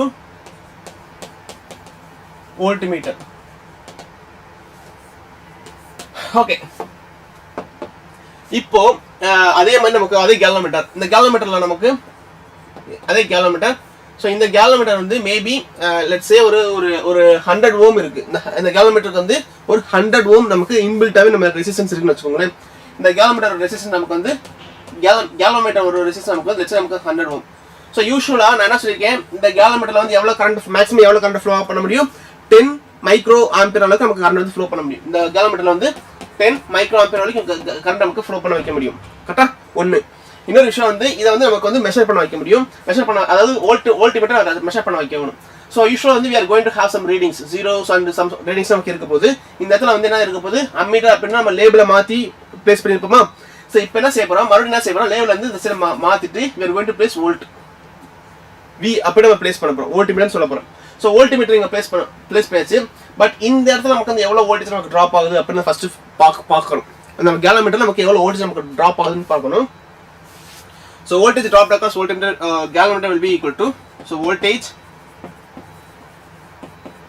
drop at galvanometer will be equal to IR. P is equal to IR. So இதில் வந்து எவ்வளோ கரண்ட் ஃப்ளோ ஆக போகுது, அப்புறம் நமக்கு இது எல்லாத்தையும் கேலோமீட்டருக்கு கன்சிடர் பண்ணுங்க. ஸோ கேலோமீட்டர் கன்சிடர் பண்ணோம்னா current 10 into 10 to the power of minus 6, 10 micro ampere தான் 10 to the minus 6 into, so resistance எவ்வளோ இருக்குன்னு சொல்லியிருந்தேன், 100 சொல்லியிருந்தேன். அப்போ இதை வந்து சால்வ் பண்ணும்போது 10 to the power of minus 3 இருக்கா, அப்போது literally we will be having milli voltage. அப்போது இப்போ மில்லி வோல்டேஜ் இதுக்கு என்ன மீனிங்னா, இந்த கேலோமீட்டரில் எவ்வளோ வோல்டேஜ் நமக்கு ட்ராப் ஆக போகுதுன்னா 1 மில்லி வோல்டேஜ் தான் நம்ம ட்ராப் ஆக போகுது. கரெக்டாக? அப்போ இது எவ்வளவு பயங்கரமான ஒரு வோல்டேஜ் பார்த்தீங்கன்னா ரொம்ப கம்மியான voltage. Okay, so but we have to measure voltmeter. Okay, we have to measure voltage. But நம்ம எவ்வளோ வோல்டேஜ் நமக்கு ட்ராப் ஆக போகுது, 1 மில்லி வோல்டேஜ் தான் நமக்கு ட்ராப் ஆக போகுது.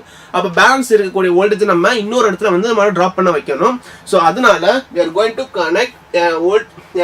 going to connect a resistance in series. So மறுபடியும் ட்ராப் பண்ணுறேன். இது நம்மளோட கேலோமீட்டர். ஸோ இந்த கேலோமீட்டர் வந்து நமக்கு எவ்வளோ ட்ராப் ஆக போகுது, 1 மில்லி வோல்டேஜ் நமக்கு வோல்டேஜ் ட்ராப் ஆக போகுது. பட் நம்ம கொடுக்கக்கூடிய வோல்டேஜ் எவ்வளோ இருக்க போகுது, we are going to have 10 voltage நம்ம கொடுக்க போகிறோம். 10 வோல்டேஜ் இங்கே கொடுக்குறோம். அதில் 1 மில்லி வோல்டேஜ் மட்டும் தான் இங்கே ட்ராப் ஆக போகுது. ஸோ பேலன்ஸ் இருக்க வோல்டேஜ் நம்ம என்ன செய்ய போகிறோம்னா இன்னொரு இடத்துல நமக்கு இதை ட்ராப் பண்ண வைக்கணும். ஸோ அதனால இந்த கேலோமீட்டருக்கு சீரீஸை நம்ம ஒரு ரெசிஸ்டன்ஸ் மட்டும் கனெக்ட் பண்ண போகிறோம். ஸோ அதை கனெக்ட் பண்ணிட்டு அது எல்லாத்தையுமே என்ன செய்ய போகிறோம், ஷீல்டு பண்ண போகிறோம். ஓகே, ஸோ இதுதான் என்னன்னு பார்த்தீங்கன்னா நமக்கு வந்து வோல்ட்மீட்டர். இது நான் என்னது வோல்ட்மீட்டர். இப்போ வெளியில இருந்து பார்க்கறதுக்கு என்ன செய்யும், இந்த ரீடிங்ஸ் காமிக்கிறது எல்லாமே உங்களுக்கு வந்து வோல்ட்மீட்டருக்கு காமிக்கும். பட் உள்ளக்க நமக்கு ஆக்சுவலா நம்மளோட ரெசிஸ்டன்ஸ்ல எவ்வளவு வோல்டேஜ் ட்ராப் ஆகும், நம்மளோட கேலோமீட்டர் 1 மில்லி வோல்டேஜ் ட்ராப் ஆகும். ஸோ பேலன்ஸ் இருக்கக்கூடிய வோல்டேஜ் எங்க ட்ராப் ஆகும்னா 10 வோல்டேஜ் மைனஸ் 10 மில்லி வோல்டேஜ் எங்க ட்ராப் ஆகும்னா நம்ம சூஸ் பண்ணிருக்கக்கூடிய இந்த ரெசிஸ்டர்ல ட்ராப் ஆகும். ஓகே, ஸோ இப்போ அதனால தான் சொல்லுவாங்க while choosing இந்த ரெசிஸ்டர் சூஸ் பண்ணும்போது ஒரு ஹை ரெசிஸ்டன்ஸை சூஸ் பண்ணணும், அம்மீட்டரை கனெக்ட் பண்ணும்போது ஒரு லோ ரெசிஸ்டரை சூஸ் பண்ணணும் அப்படின்னு சொல்லுவாங்க. ஓகே, ஸோ இந்த ரெசிஸ்டர் வந்து ஹை வேல்யூ ரெசிஸ்டன்ஸ். ஏன் ஹை வேல்யூ ரெசிஸ்டன்ஸ், ஏன்னா அதிகமான வோல்டேஜ் நம்ம இங்கே தான் ட்ராப் பண்ண வைக்க போறோம். அதனால ஹை வேல்யூ ரெசிஸ்டன்ஸை வந்து நம்ம சீரிஸை கனெக்ட் பண்ணணும். கரெக்ட்டுங்களா, சீரிஸை கனெக்ட் பண்ணணும். ஸோ இப்போ இந்த கேஸ்ல வந்து நீங்களே சொல்லுங்க, இப்போ அந்த ரெசிஸ்டன்ஸோட வேல்யூ சொல்லலாமா, இந்த ஆர் அப்படின்னு ஒரு வேல்யூ. இப்போ இந்த ரெசிஸ்டன்ஸ்க்கு நமக்கு எப்படி ஃபார்மா சொல்லுவோம், R is equal to மறுபடியும் ஓம்ஸ்னா R is equal to V by I. R is equal to V by I. So இந்த பாயிண்ட்ல இந்த இடத்துல இந்த ரெசிஸ்டன்ஸ் நமக்கு எவ்வளவு வோல்டேஜ் ட்ராப் ஆகுது அப்படின்னு தெரிஞ்சுக்கணும். ஸோ எவ்வளவு வோல்டேஜ் ட்ராப் ஆகும்னா V is equal to IR எழுதிக்கோங்க. V is equal to IR. Okay, so V is equal to IR. So sorry, இந்த இடத்துல நமக்கு எவ்வளவு வோல்டேஜ் ட்ராப் ஆகும் தெரிஞ்சு நம்ம எவ்வளவு வோல்டேஜ் கொடுக்குறோமோ அதுல இருந்து கேலோமீட்டர்ல எவ்வளவு வோல்டேஜ் ட்ராப் ஆகுமோ அதை மைனஸ் பண்ணிட்டோம்னா பேலன்ஸ் இருக்கக்கூடிய வோல்டேஜ் எங்க ட்ராப் ஆக போகுது, நம்மளோட ரெசிஸ்டர் ட்ராப் ஆக போகுது. அப்போ இந்த while choosing இந்த ரெசிஸ்டன்ஸ் எப்படி சூஸ் பண்ணலாம்னா the given voltage minus voltage dropped across the galvanometer divided by current flowing through the circuit. இது வந்து சீரிஸ் கனெக்ஷன் தானே, அதனால கேலோமீட்டர்ல வந்து நமக்கு என்ன கரண்ட் ஃப்ளோ ஆகுதோ அதே கரண்ட் தான் நமக்கு வந்து இந்த ரெசிஸ்டர் வழியா நமக்கு ஃப்ளோ ஆக போகுது. ஓகே, ஏன்னா இது சீரிஸ் கனெக்ஷன் கரெக்டாக நமக்கு டிவைட் ஆகாது. டிவைட் பை கரண்ட் பொறுத்தளவுக்கு கேலோமீட்டர் கரண்ட். ஓகேவா, ஸோ இவ்வளோ விஷயம். ஸோ இது வோல்ட்மீட்டர் அம்மீட்டர் நமக்கு கேலோமீட்டர் நமக்கு வோல்ட்மீட்டர் கன்வெர்ட் பண்ணணும்னா இதான் நமக்கு இந்த ஃபார்முலா நம்ம யூஸ் பண்ண போகிறோம்.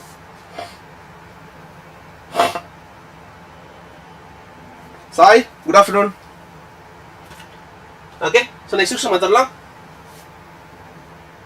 Okay, so a wire of length 4.4 meter is bent around in a shape of circular loop. It carries a current of 1 ampere. The magnetic moment of a loop will be. Okay.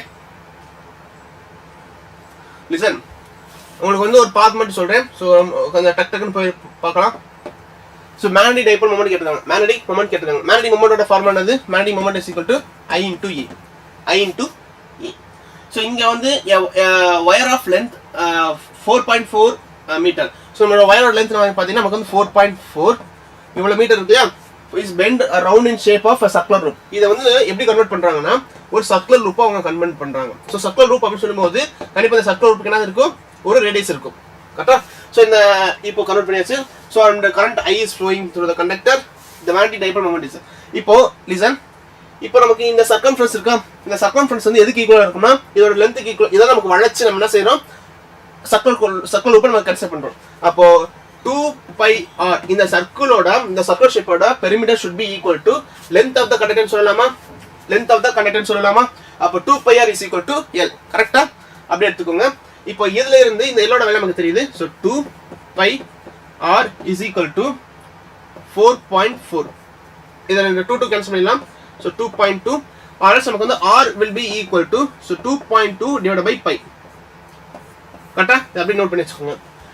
இப்போ இந்த r ஓட value நமக்கு தெரிஞ்சு போச்சு. 2.2 ஓம் தெரிஞ்சு. இப்போ நமக்கு area எழுதிக்கலாமா? So m will be equal to current எவ்வளவு ஃப்ளோ ஆகிட்டு இருக்க போகுதுன்னா 1 ஆம்பியர் கரண்ட் ஃப்ளோ ஆக போகுது. ஸோ 1 into ஏரியா, இந்த ஏரியா ஆஃப் த லூப் இந்த சர்க்கிள் லூப் தானே. ஸோ அதனால pi r ஸ்கொயர் எழுதிக்கலாம். So pi r square. So m is equal to pi into r ஸ்கொயரோட வேல்யூ என்னது? 2.2 divided by pi into 2.2 divided by pi. So pi ஸ்கொயருக்கு நமக்கு Rafah நமக்கு 10 to the power of okay. So இது எல்லாத்தையுமே நம்ம consolidate பண்ணி பார்த்தோம்னா you will be getting answer 1.54 ampere நமக்கு கிடைக்கும். 1.54 ஆம்பியர் கிடைக்கும். இதுக்கப்புறம் வந்து இந்த கால்குலேஷன் பண்ணி நீங்க போட்டு பாருங்க. 1 pi கேன்சல் பண்ணிடுங்க. ஸோ அதுக்கடுத்து நமக்கு இந்த 2.2 into 2.2 நம்ம மல்டிப்ளை பண்ணிட்டு டிவிஷன் இருக்கக்கூடிய 3.14 நம்ம டிவைட் பண்ணிட்டோம்னா நம்ம will be getting 1.54 ampere per meter square. Okay. So high value resistance. Next question பார்த்தலாம். A current carrying loop of a magnetic moment M is suspended. Okay, is suspended in a vertical plane in a external magnetic field B such that its plane is normal to B. The work done in rotating this loop by 45 degree. So about an axis perpendicular to the magnetic field is closest to. So question பார்த்தீங்கன்னா நமக்கு வந்து potential என்ன கேட்டிருக்காங்க? இந்த work done கேட்டிருக்காங்களா? Physics என்ன சொல்லியிருக்கேன்? Throughout physics நீங்கள் எங்கே ஒர்க் டன் கேட்டிருக்கீங்களோ, எங்கெல்லாம் ஒரு ஒர்க் டன் பார்க்குறீங்களோ அங்கே என்ன ஃபார்முலா யூஸ் பண்ணிக்கலாம்? பொட்டன்ஷியல் எனர்ஜியோட ஃபார்முலா பார்த்துருக்கலாம். அப்போ இங்கே ஒரு யூனிஃபார்ம் மேக்னெட்டிக் ஃபீல்டில் நம்ம ஒரு டைபோலை பிளேஸ் பண்ணும்போது ஸோ இன்கேஸ் அது ஆங்கிள் தீட்டா அப்படின்ற ஒரு ரொட்டேஷன் எடுத்துச்சுன்னா ஒரு டார்க் எடுத்துக்கலாம். இந்த ரெண்டு பொசிஷனுக்கு இடையில வந்து நமக்கு வந்து பொட்டன்ஷியல் டிஃபரன்ஸ் நம்ம பார்க்க முடிஞ்சிருச்சு. எப்படின்னா பார்த்தீங்கன்னா the potential difference will be equal to minus mb cos theta 1 plus cos theta 2 plus cos theta 2. So இதுதான் நமக்கு என்ன சொல்லியிருந்தோம்? பொட்டன்ஷியல் எனர்ஜிக்கு உண்டான ஜெனரலான ஃபார்முலா. ஸோ ஃபர்ஸ்ட் ஃபார்முலா பார்த்தீங்கன்னா 0 டிகிரிலேருந்து அவங்க எடுத்துருக்காங்க. கரெக்டாக? ஸோ ஃபர்ஸ்ட் பார்த்தீங்கன்னா the plane is kept normal to the plane. The work done in rotating this plane by 70 degree about an axis perpendicular to the magnetic field is closest to. அப்போ initial கேஸ்ல நமக்கு வந்து angle நமக்கு வந்து 0 டிகிரில இருக்கு. இப்போ நம்ம பார்த்தீங்கன்னா வந்து 45 டிகிரி அவங்க மூவ் பண்ணிருக்காங்க. ஸோ இப்போ என்ன கிடைக்க போகுது? So u will be equal to minus mb. Okay. So cos theta cos 0 degree minus action of minus cos 45 degree. சரிங்களா? minus mb cos 0 டிகிரியும் sin 90 degree நமக்கு வந்து same value. So 1 minus so cos 45 degree sin 45 degree நமக்கு same value 0 1/2 1/√2. Okay. So 1/√2 so இங்கே நம்ம பார்த்தீங்கன்னா minus MP கரெக்டா? So 1 minus இந்த 1/√2க்கு நமக்கு ஒரு வேல்யூ இருக்கு. 1/√2க்கு நமக்கு வேல்யூ இருக்கு. நமக்கு ஆல்டர்னேட்டிங் கரண்ட் படிக்கும்போது நம்ம படிச்சிருப்போம். என்ன வேல்யூனா 0.707 தெரியல, ஞாபகம் வச்சுக்கோங்க. ஸோ 1.0.7 நீங்க எழுதி மைனஸ் பண்ணோம்னா ரஃப்லி வில் பி கெட்டிங் 0.3 கிட்ட நமக்கு வந்து வேல்யூஸ் நமக்கு கிடைக்கும். ஓகே. மைனஸ் 0.3 MB அப்படின்ற வேல்யூ கிடைக்கும். So option minus 0.3 minus 0. Option A will be the correct option.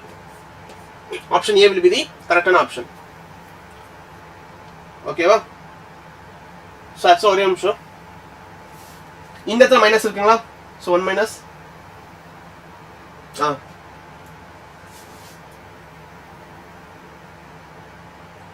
okay. Next question பாருங்க.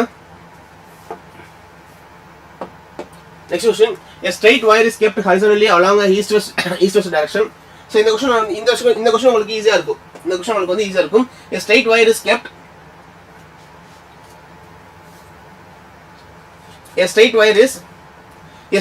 kept horizontally along a east-west direction if a steady current flows in a wire from east to west. So நமக்கு வந்து direction first mention பண்ணிடலாம். West east, north south. Okay, so north south, the magnetic field at a point above the wire will be. So usually நமக்கு வந்து a wire is kept along a horizontal line if the east to west directions. So east to west direction நமக்கு wire வச்சாச்சு. The current from east to west. Okay, current is flowing from east to west. If the steady current is flows from east to west, the magnetic field at a point above the wire will be. இந்த வயருக்கு நமக்கு மேல இதோட magnetic field எப்படி இருக்கு அப்படினு தெரிஞ்சுக்கணும். So usually just consider இதான் நமக்கு ஒரு current carrying conductor. இந்த current carrying conductor வந்து from left to right நமக்கு current flow ஆகிட்டு இருக்க போது இந்த கண்டக்டருக்கு மேல நமக்கு எந்த டைரக்ஷன்ல current flow ஆகிட்டு இருக்கு அப்படினு தெரிஞ்சுக்கணும். just right hand thumb rule மட்டும் நம்ம யூஸ் பண்ண போறோம். So just align the thumb finger in the direction of current direction. இந்த கரண்டோட இந்த கண்டக்டர் வந்து just நீங்க ஹோல்ட் பண்ணுங்க. ஹோல்ட் பண்ணும்போது நம்ம கையை வந்து நமக்கு எப்படி நம்ம ஸ்க்ரோல் பண்றோமோ அந்த டைரக்ஷன் வந்து மேக்னெட்டிக் ஃபீல்ட் நமக்கு ரொட்டேட் ஆகிட்டே இருக்குன்னு அர்த்தம். சோ இந்த பாயிண்ட்ல நமக்கு ரொட்டேட் ஆகிட்டு இருக்கு. இப்போ இந்த கண்டக்டருக்கு மேல பாத்தீங்கன்னா the magnetic field is into the plane. இந்த கண்டக்டருக்கு கீழ பாத்தீங்கன்னா the magnetic field is out of the plane. இத நீங்க பிளேன் எடுத்துக்கோங்க. இந்த பிளேன்ல இருந்து நீங்க நம்ம மேல பார்த்தோம்னா magnetic field வந்து இன்வர்டா இருக்கும், பிளேனுக்கு இன்வர்டா இருக்கும்.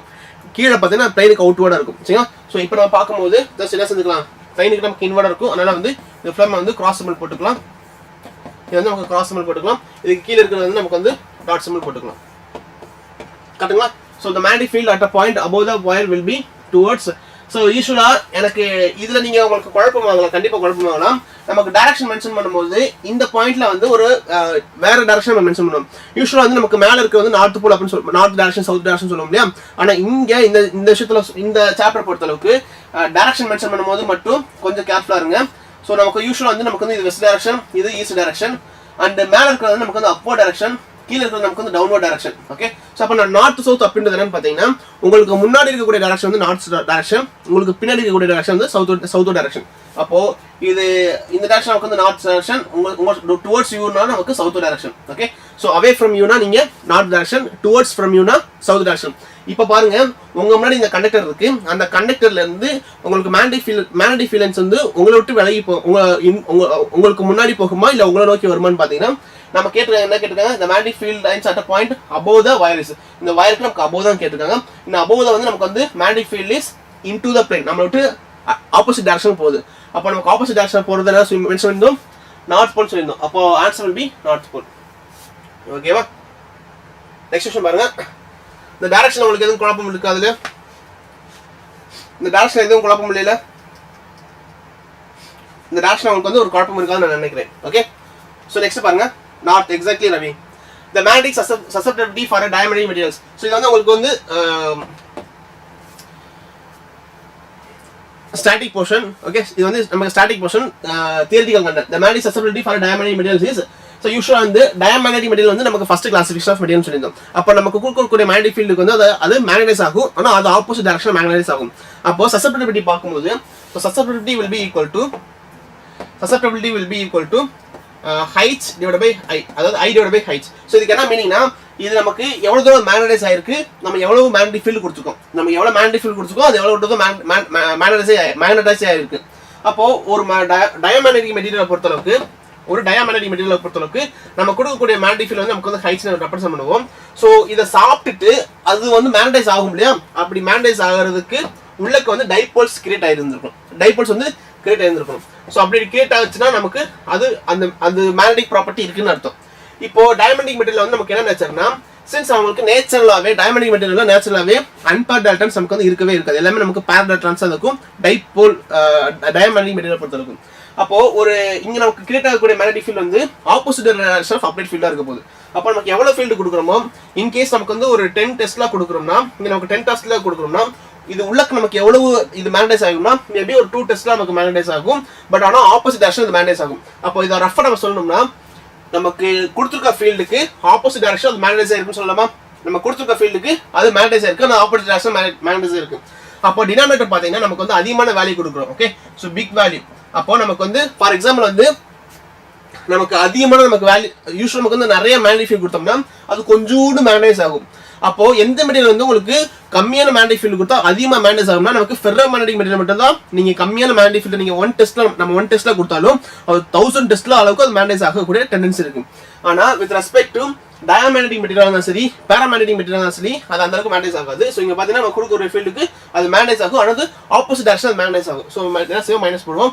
சோ இதனால கீழ டினாமினேட்டர்ல பிக் நம்பர் இருக்கு, நியூமரேட்டர்ல வந்து ஸ்மால் நம்பர் இருக்கு. சோ அதனால small number divided by big number மறுபடியும் நமக்கு ஸ்மால் நம்பர் தான் கிடைக்க போகுது. So negative small number. So diamagnetic material பொறுத்த அளவுக்கு negative small and negative. Option A will be the correct option. Next question பாருங்க. A current in a coil of a 15 millihenry increases uniformly from 0 to 4 ampere. Okay, the induced EMF in the coils. So induced EMF formula E is equal to minus di divided by dt minus L di divided by dt. கரெக்ட்டுங்களா? So the current in the coil is அப்ப current நம்ம கொடுத்துருக்காங்க. So 15 milliampere increases uniformly from 0 to 4 ampere. So நமக்கு 0 to 4 ampere increase ஆயிருக்கு. Okay, 0 to 4 ampere, right? So in 4 seconds, so the EMF induced in the coil will be, so the EMF induced in the coil will be, so இப்போ நமக்கு பாக்கும்போது the current is increased uniformly increased. அப்ப இப்போ நம்ம பாக்கும்போது நமக்கு maximum எவ்வளவு இருக்கு? 4 ampere இருக்கு. so நமக்கு வந்து minus 15 into 10 to the power of minus 3 into 4 divided by எவ்வளவு duration எடுத்துருக்கோம்? 0.04 duration. so 0.04 seconds. So the மறுபடியும் சால்வ் பண்ணோம்னா the induced EMF will be equal to minus 15 into so 1 2 3. so இதுல வந்து நமக்கு 3 sorry இது செகண்ட்ஸ் தானே, 10 to the power of minus 3 into 1 divided by 0.01. so 10 minus 2 மேல போடும்போது plus 2 வரும். so இது minus 1 அப்போ minus 1.5 கரெக்ட்டா? so minus 1.5 again 0.004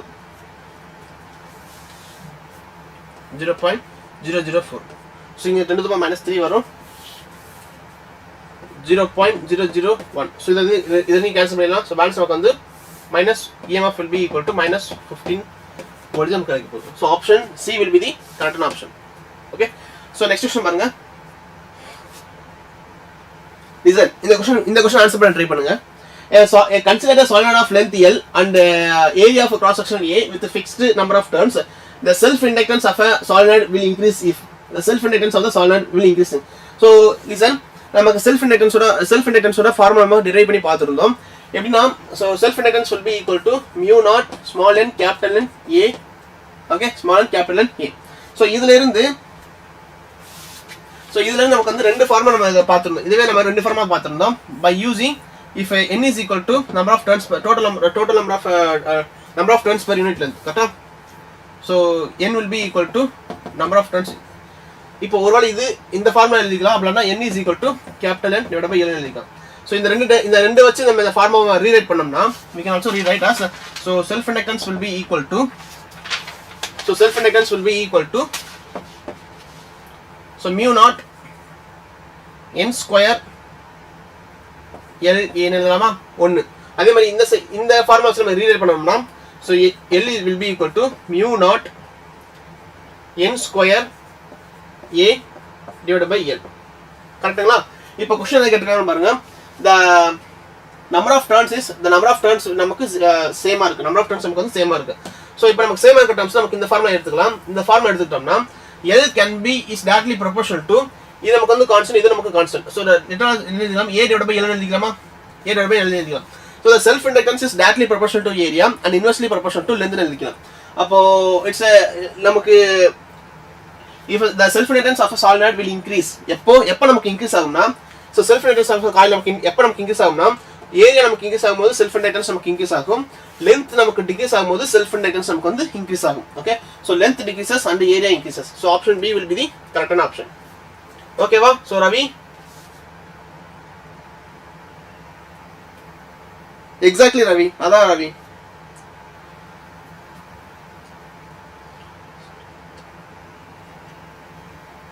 Okay, Ritesh, hi. Okay, so next question பார்த்தறலாம். Okay, so two coils are placed near each other. Two coils are placed near each other. So when a current in one coil is changed at a rate of 5 amperes per second, so the EMF of 2 millivoltage is induced in the others. The mutual inductance of the two coils. So mutual inductance நமக்கு வந்து கேட்டிருக்காங்க. So mutual inductance நமக்கு ஜெனரலான formula இருக்கு. என்ன formula? Induced EMF is equal to as similar as of mutual inductance into rate of change of current. அவ்வளவுதான். So நமக்கு வந்து mutual inductance தேவைப்படுது.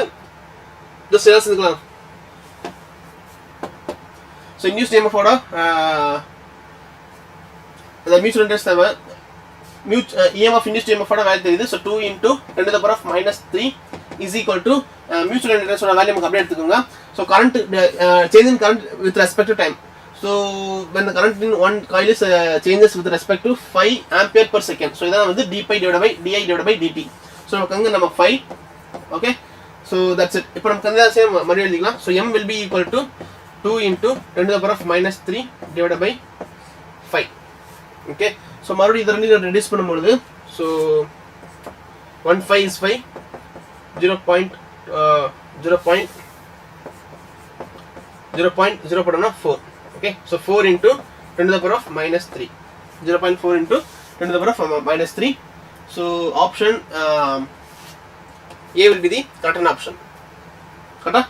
Simple formula, simple equations.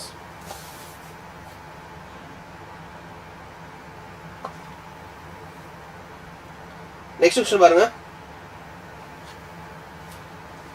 A resistor and an ideal inductor. A resistor and an ideal inductor are connected in series to a 100 into root 2 voltage, 50 hertz as a source. So when a voltmeter is connected across the resistance or an inductor, it shows the same readings. The readings of a voltmeter is, so நம்ம கிட்ட என்ன இருக்குன்னா ரெசிஸ்டரும் ஒரு inductor மட்டும் connect பண்ணிருக்காங்க. ரெசிஸ்டரும் ஒரு inductor is connected in series. A resistance and an inductor is connected in series. So இது நமக்கு இந்த வோல்டேஜ் நமக்கு ஒரு பர்టిక్యులர் வோல்டேஜ் நமக்கு கொடுத்திருக்காங்க. எவ்வளவு வோல்டேஜ்னா 100 root 2 voltage. 100 root 2 voltage. So the hertz நமக்கு 50 hertz. So when a voltmeter is connected across a resistance or a inductors, it shows the same readings. The readings of the voltmeter is. So the voltmeter reading கேட்டிருக்காங்க அப்படினாலே first நமக்கு என்ன ஞாபகத்துல இருக்குன்னா வோல்ட்மீட்டர்லயோ இல்ல அம்மீட்டர்லயோ நமக்கு வந்து ரீடிங்ஸ் கேட்டிருக்காங்கன்னா அவங்க என்ன வேல்யூ கேக்குறாங்கன்னா RMS வேல்யூ கேக்குறாங்கன்னு அர்த்தம். அப்போ வோல்ட்மீட்டர்ல ரீடிங் கேட்டாங்கன்னா they are asking about RMS value. Okay, so they are asking about the RMS value. So இந்த சினாரியோல பாருங்க, இங்க பாருங்க, இப்போ இந்த குறுக்கு கூடிய வோல்டேஜ் நமக்கு எங்கங்க டிராப் ஆகும்னா இந்த ரெசிஸ்டர்ல டிராப் ஆகும், அடுத்து நமக்கு இந்த இண்டக்டர்ல நமக்கு டிராப் ஆகும். அப்போ இதுல இருந்து என்ன செஞ்சுக்கலாம்னா we can write so voltage drop across the total voltage is equal to voltage drop across resistor plus voltage drop across inductor. Voltage drop across resistors plus voltage drop across inductor. So actually இது என்ன சொல்லிருக்காங்கன்னா resistors and inductors are connected in series on both. Okay, so when a voltmeter is connected across the resistance of or inductors, it shows the same reading. Okay, அப்போ ரெண்டு சைடுமே நமக்கு வந்து same voltage drop தான் இருக்கு. ரெண்டு பாயிண்ட்லயுமே நமக்கு same voltage drop தான் இருக்க போகுது. ரெண்டு சைடுமே நமக்கு வந்து சேம் voltage drop தான் இருக்க போகுது. சோ அதனால instead of writing தனித்தனி எழுதுறதுக்கு பதிலா so 2 into VR square ன்னு எழுத போறோம். Okay, so VT is equal to VR square. Right, இப்போ நமக்கு ரெண்டு சைடு ஸ்கொயர் ரூட் எடுத்துறலாம். அப்ப நமக்கு total voltage is equal to square root of voltage across resistance. அப்போ இதுல இருந்து என்ன செஞ்சுக்கலாம்னா we want the voltage across resistance னா reading of a voltmeter. அப்ப நமக்கு voltmeter எவ்வளவு reading? அப்ப VR is equal to total voltage divided by root 2. So total voltage எவ்வளவுங்க? Total voltage நமக்கு வந்து 100 into root 2. 100 into root 2 divided by root 2. Okay, so root 2 cancel பண்ணதுக்கு அப்புறம் balance நமக்கு என்ன கிடைக்கும் பாத்தீங்கன்னா so reading across resistance will be equal to 100 voltage, and this is nothing but RMS value, VRMS value. இது ஞாபகம் வச்சுக்கோங்க, 100 voltage. புரியுதுங்களா? Option C 150. எப்படி உங்களுக்கு சி வருது?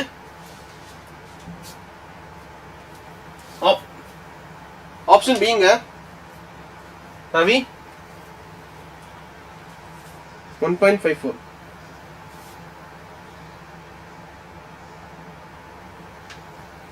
எல்லாரும் படிச்சிட்டீங்களா boys? Okay, so option 100. So next பாருங்க. Okay, listen. Figure shows the variation of inductive reactance XL of the two identical inductors of inductance L1 and L2 with the angular frequency. The value of L1 divided by L2. So inductor self inductance inductive reactance value என்னது? Lx is equal to L omega. கரெக்ட்டா? அப்போ இதுல இருந்து என்ன செஞ்சுக்கலாம்னா L is equal to XL divided by omega ன்னு எழுதலாமா? XL divided by omega. அப்போ இந்த கிராஃப்ல இருந்து இதோட ஸ்லோப் எதை மீன் பண்ணுதுன்னா, இந்த கிராஃப்ல இருந்து இதோட ஸ்லோப் எதை மீன் பண்ணுது? நமக்கு இண்டக்டன்ஸை மீன் பண்ணுது. ஓகே, ஸோ யூஸ்வலாக இதை வந்து எப்படி கூட எழுதலாம்னா tan theta அப்படின்னு கூட நம்ம எழுதலாம். ஓகே, நமக்கு யூஸ்வலாக வந்து அந்த ஸ்லோப் அப்படின்ற நம்ம ஸ்லோப் கண்டுபிடிக்கிற இடத்துல வந்து நமக்கு tan theta நம்ம யூஸ் பண்ற வழக்கம் இருக்கு. ஸோ அதனால இன்ஸ்டெட் ஆஃப் ரைட்டிங் இந்த ரேஷியோ பார்க்கணும், tan theta எழுதிக்கலாம். அப்போ சிம்பிளா நம்ம எழுதிக்கலாம், ரெண்டு இண்டக்டருக்கு இடையில வந்து நமக்கு ரேஷியோ எடுக்க போறோம். ரெண்டு இண்டக்டருக்கு நமக்கு இடையில வந்து நமக்கு ரேஷியோ எடுக்க போறோம். L1 divided by L2 is equal to tan theta 1 divided by tan theta 2. சரிங்களா? ஸோ tan theta 1 அப்படின்றது என்னது? ஃபர்ஸ்ட் இண்டக்டருக்கு இடையில கூடிய ஆங்கிள் டிஃபரன்ஸ் 30 60. அப்போ tan 30 divided by tan 60. So tan 30 ஓட வேல்யூ நமக்கு வந்து 1/√2 0 1/√2 1/√3 1/√3 infinity. Okay, so 0 degree 30 degree 45 degree 0 30 degree, so 1 divided by √2 1 divided by √2 divided by tan 60 degree 30 40 60 √3. அப்போ இதெல்லாம் என்ன செஞ்சுக்கலாம், இத டினாமினேட்டர் கொண்டு வந்துட்டோம்னா 1 divided by 3 கிடைக்குமா? So option D will be the correct answer, 1 divided by 3. So L1 divided by L2 கோன ratio பாத்தீங்கன்னா நமக்கு வந்து 1 divided by 3. Okay, so next question பார்த்தறலாம். Electromagnetic waves with a wavelength of a 10 nanometer. So usually வந்து பாத்தீங்கன்னா இருக்கறதுல கம்மியான wavelength இருக்கக்கூடிய electromagnetic waves நமக்கு gamma ray. Okay, அது எந்த ஆர்டர்ல இருக்கும்னா ஃபெர்மி ஆர்டர்ல இருக்கும். சோ அதோட கொஞ்சம் அதிகமா இருக்கிறது வந்து எக்ஸ்ரே இருக்கும், அதோட கொஞ்சம் அதிகமா வந்து யூவி ரேடியேஷன்ல இருக்கும். சரிங்களா? சோ நான் நேத்து பார்த்தோம் இல்லையா, அன்னைக்கு பார்த்தோம் இல்லையா, ஆர்மி லக்ஸ் காமா. கரெக்ட்டா? சோ இதுல இருந்து இதுல இருக்கல வேவ்லென்த் ரொம்ப கம்மியா இருக்க போகுது. சோ அதுல இருந்து நமக்கு வந்து வேவ்லென்த் நமக்கு வந்து அதிகமாகிட்டே இருக்க போகுது. இது எனர்ஜி நமக்கு இருக்கல அதிகமா இருக்க போகுது. சோ இதுல நமக்கு வந்து குறைஞ்சிட்டே வர போகுது. இந்த சைடு வந்து ஃப்ரம் லெஃப்ட் டு ரைட் நமக்கு வந்து இன்க்ரீஸ் ஆகிட்டே போகும் எனர்ஜி. சோ இங்க நம்ம கான்செப்ட் என்ன பாத்தீங்கன்னா நமக்கு வந்து யூவி ரேடியேஷன்ஸ். சோ ஆக்சுவலா வந்து ஒரு ரேடியேஷனுக்கு இருக்கக்கூடிய அந்த வேவ்லென்த் ஃப்ரீக்வன்சி வந்து நீங்க ரஃபா மட்டும் பார்த்து வச்சுக்கோங்க. ஓகே, சோ நெக்ஸ்ட் क्वेश्चन பார்த்தலாம். Which one of the following has the highest frequency? இதுக்கு நீங்க ஆன்சர் சொல்லலாம் gamma. Okay, so gamma is the highest frequency. Option B is the correct answer. Okay, so plane and convex mirror cannot produce real image under any circumstance. So actually வந்து பாத்தீங்கன்னா இது வரைக்கும் உங்களுக்கு statement கரெக்ட்டா தான் இருக்கு, but at any circumstance இருக்குலையா அது நமக்கு தப்பு. சோ ஒரு கான்வெக்ஸ் மிரரை பொறுத்த அளவுக்கு நமக்கு ரியல் ஆப்ஜெக்ட் இருந்துச்சுன்னா அது விர்ச்சுவல் இமேஜ் கொடுக்கும். ஓகே, சோ நமக்கு விர்ச்சுவல் இமேஜா இருந்துச்சுன்னா அது ரியல் ஆப்ஜெக்ட் கொடுக்க போகுது. ஓகே, சோ ஸ்டேட்மென்ட் 1 நமக்கு வந்து தப்பு. A virtual image cannot serve as a object to produce a real image. ஆக்சுவலா நமக்கு சர்வ் பண்ணும். ஓகே, சோ நமக்கு மிரர்ல கிடைக்கக்கூடிய எல்லாமே நமக்கு வந்து விர்ச்சுவல் இமேஜ் தான். சோ நம்மளோட சவுண்ட்ல நம்ம பாக்கும்போது நம்மளோட விர்ச்சுவல் இமேஜ் தான் அடுத்து இருக்கக்கூடிய மிரருக்கு நமக்கு வந்து ஒரு ஆப்ஜெக்ட் ஆக்ட் ஆகிட்டு இருக்க போகுது. அதனால a virtual image can be served as a object for second. Okay, so நமக்கு ரெண்டுமே நமக்கு தப்பான statement. So both assertion is false and option D. ஓகேவா? Okay, next question பாருங்க. A convex lens when immersed in liquid disappears. A convex lens immersed in liquid disappears. So the refractive index of the materials of a lens and are equal. So actually இது வந்து ஒரு concept நம்ம தெரிஞ்சுக்கோங்க. ஒரு listen, நம்ம கிட்ட ஒரு lens இருக்கு இல்லையா, இந்த லென்ஸ் நமக்கு ஒரு மீடியத்துல நம்ம வந்து இம்மர்ஸ் பண்ணி வச்சிருக்கோம்னா இந்த மீடியத்தோட நம்மளோட லென்ஸோட ரிஃப்ராக்டிவ் இண்டெக்ஸ் வந்து அதிகமாக இருந்து இந்த சரௌண்டிங்ஸோட ரிஃப்ராக்டிவ் இண்டெக்ஸ் வந்து ரொம்ப கம்மியாக இருந்துச்சுன்னா, ஓகே, இது அதிகமாக இருந்துச்சு கம்மியாக இருந்துச்சுன்னா, ஃபார் எக்ஸாம்பிள் இது கிளாஸ் மீடியமா இருக்கு, இது எல்லாமே நமக்கு வந்து ஏர் மீடியமா இருக்கு அப்படின்னா இந்த லென்ஸோட நேச்சர் என்ன இருக்க போது கன்வர்ஜிங் நேச்சரா இருக்க போகுது. லென்ஸோட நேச்சர் வந்து கன்வர்ஜிங் நேச்சரா இருக்க போகுது. ஆனா இதே நம்ம தலைகா பார்த்துன்னு வச்சுக்கோங்களேன், இந்த வெளியில இருக்கக்கூடிய சரௌண்டிங்ஸோட ரிஃப்ராக்டிவ்னஸ் வந்து அதிகமாக இருக்கு, நமக்கு லென்ஸோட ரிஃப்ராக்டிவ்னஸ் வந்து ரொம்ப ரொம்ப கம்மியா இருக்குன்னா இதோட நேச்சர் நமக்கு வந்து அப்படியே மாற போகுது. ஓகே, அது கன்வர்ஜிங் நேச்சர் வந்து டைவர்ஜிங் நேச்சரா வந்துடும், டைவர்ஜிங் நேச்சரா இருக்கும். ஓகே, ஸோ இது வந்து ஒரு விஷயம். அண்ட் இன்னொரு விஷயம் என்னன்னு பார்த்தீங்கன்னா, ஒருவேளை நம்மளோட மீடியமும் நம்மளோட லென்ஸும் நமக்கு சேம் ரிஃப்ராக்டிவ் இண்டெக்ஸ் இருக்குன்னு வச்சுக்கோங்களேன், நம்மளோட மீடியமும் நம்மளோட லென்ஸ் நமக்கு வந்து சேம் ரிஃப்ராக்டிவ் இண்டெக்ஸ்ல இருக்கு, இதுவும் மியூனா, ஸோ நமக்கு வந்து ரிஃப்ராக்ஷன் நமக்கு நடக்குமான்னு பார்த்தீங்கன்னா லைட் எந்த இடத்துலையும் எனக்கு பெண்டே ஆகாது. ஓகே, நமக்கு எந்த இடத்துல நமக்கு மீடியம் ஆடுதோ அப்போதான் நமக்கு வந்து லைட் பெண்ட் ஆகும், நமக்கு ரிஃப்ராக்ஷன் நமக்கு நடக்கும். ஆனால் இந்த பாயிண்ட்ல நமக்கு வந்து ரிஃப்ராக்ஷன் நமக்கு நடக்காது. அதனால லைட் எப்படி ஸ்ட்ரைட்டாக நமக்கு வந்து லைட் வந்து ஸ்ட்ரைட்டாக பாஸ் ஆகும். ஸோ ஸ்ட்ரைட்டாக பாஸ் ஆகும்போது இந்த ஹோல் மீடியமுமே நமக்கு எப்படி ஆக்ட் ஆகிட்டு இருக்க போது ஒரு சிங்கிள் மீடியமா ஒரு யூனிஃபார்ம் மீடியமா நமக்கு ஆக்ட் ஆகிட்டு இருக்க போது. ஸோ கொஸ்டின் பார்த்தீங்கன்னா a convex lens when immersed in liquid disappears. Okay, so the refractive index of the is same as அப்ப நமக்கு ரெண்டுமே நமக்கு வந்து ரைட் ஸ்டேட்மெண்டா இருக்க போகுது. கரெக்ட்டா? அப்புறம் இன்னொரு விஷயம், இந்த ஸ்டேட்மெண்ட் வந்து சப்போர்ட் பண்ற மாதிரி நமக்கு ரீசன் இருக்க போகுது. So both assumption are true and R is the correct explanation of obsession. Okay, so option A will be the correct option. Next question பாருங்க. A Young's double-slit experiment setup is kept in a medium of a refractive index. So medium of refractive index. Okay,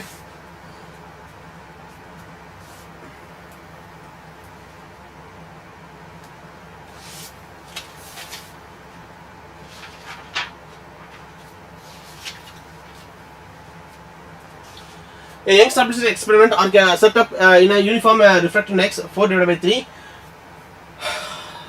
refractive index of medium is equal to 4/3 which maximum in this case will coincide with the sixth maxima obtained if the medium is replaced by air. Okay, so இந்த மீடியத்துல நமக்கு sixth maximum நமக்கு கிடைச்சிருக்கு. Okay, so Young's double-slit experiment, so இந்த மீடியத்துல நமக்கு வந்து ஒரு sixth maximum நமக்கு கிடைச்சிருக்கு. ஸோ இந்த சேம் மேக்ஸிமா வந்து நமக்கு மீடியம் நமக்கு மாறும்போது இந்த மீடியத்தை என்ன செய்யறோம், நமக்கு ஏர் மீடியத்தில் வைக்கும் போது, ஸோ அப்போ இந்த சிக்ஸ்த் மேக்ஸிமான எவ்வளோ டிஸ்டன்ஸ் இருக்கும், இந்த சிக்ஸ்த் மேக்ஸிமா எவ்வளோ டிஸ்பிளேஸ் ஆயிருக்கும், அப்போ சிக்ஸ்த் மேக்ஸிமா எவ்வளோ டிஸ்பிளேஸ் ஆயிருக்கும் அப்படின்னு கொஸ்டின். ஸோ நான் போடுறத மட்டும் பாருங்க.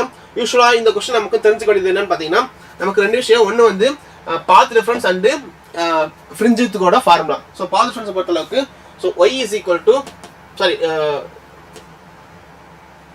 y is equal to n lambda d divided by d. So இது என்னன்னு பார்த்தீங்கன்னா நமக்கு வந்து இது கடையில் இருக்கக்கூடிய டிஸ்டன்ஸ். ஓகே, ஸோ நமக்கு சிக்ஸ்த் பொசிஷன் இருக்கு இல்லையா, சிக்ஸ்த் பொசிஷன் கடையில் இருக்கக்கூடிய டிஸ்டன்ஸ். ஸோ அனதர் திங், நமக்கு ஃப்ரிஞ்ச் வித் இருக்கக்கூடிய formula, fringe with is equal to so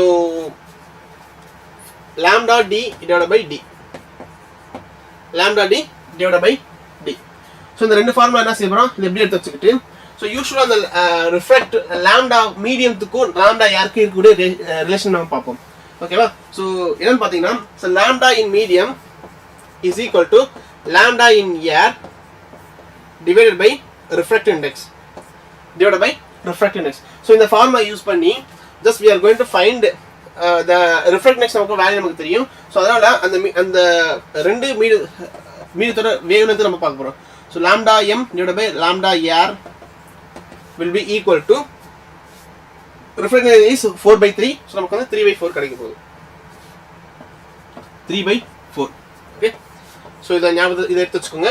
இதை எடுத்து வச்சுக்கிட்டு நெக்ஸ்ட் யூஸ்வலாக என்ன செஞ்சுக்கலாம்னா, we can say the lambda is directly proportional to the lambda is directly proportional to fringe width. So இதுல இருந்து the fringe width can be written as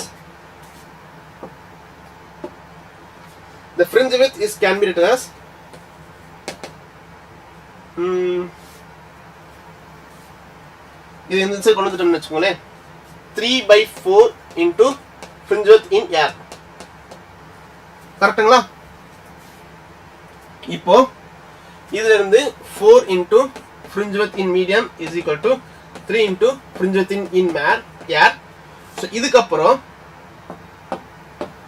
இந்த fringe width medium இருக்கு இல்லையா, ஸோ இதுக்கு பதிலா நம்ம வேல்யூஸ் மட்டும் உள்ள இன்க்ளூட் பண்ண போறோம். Is nothing but sorry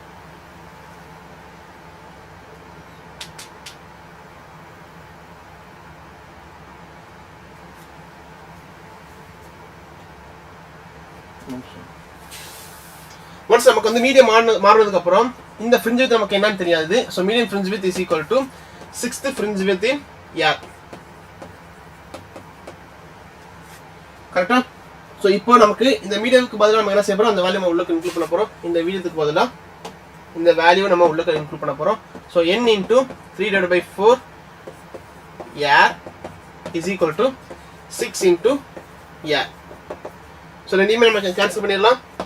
cancel பண்ணிட்டு ஸோ பேலன்ஸ் இருக்கக்கூடிய டேர்ம்ஸ் மட்டும் பார்த்தோம்னா 2 4 to 8.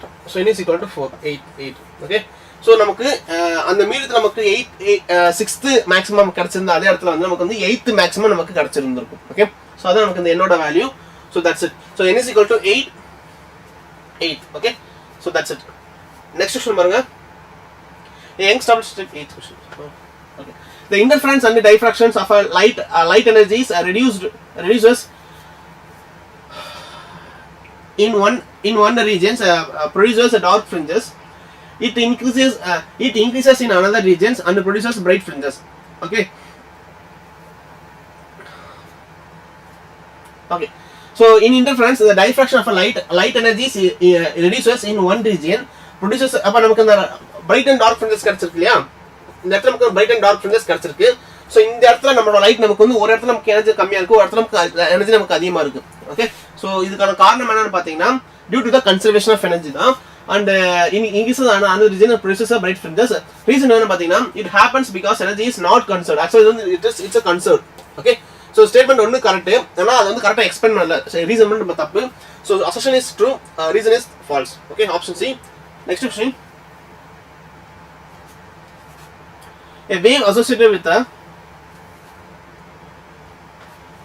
the wave associated with the moving electrons and the moving protons have a same wavelength lambda. It implies that they are having the same என்னவா இருக்குங்க, lambda is equal to height divided by p.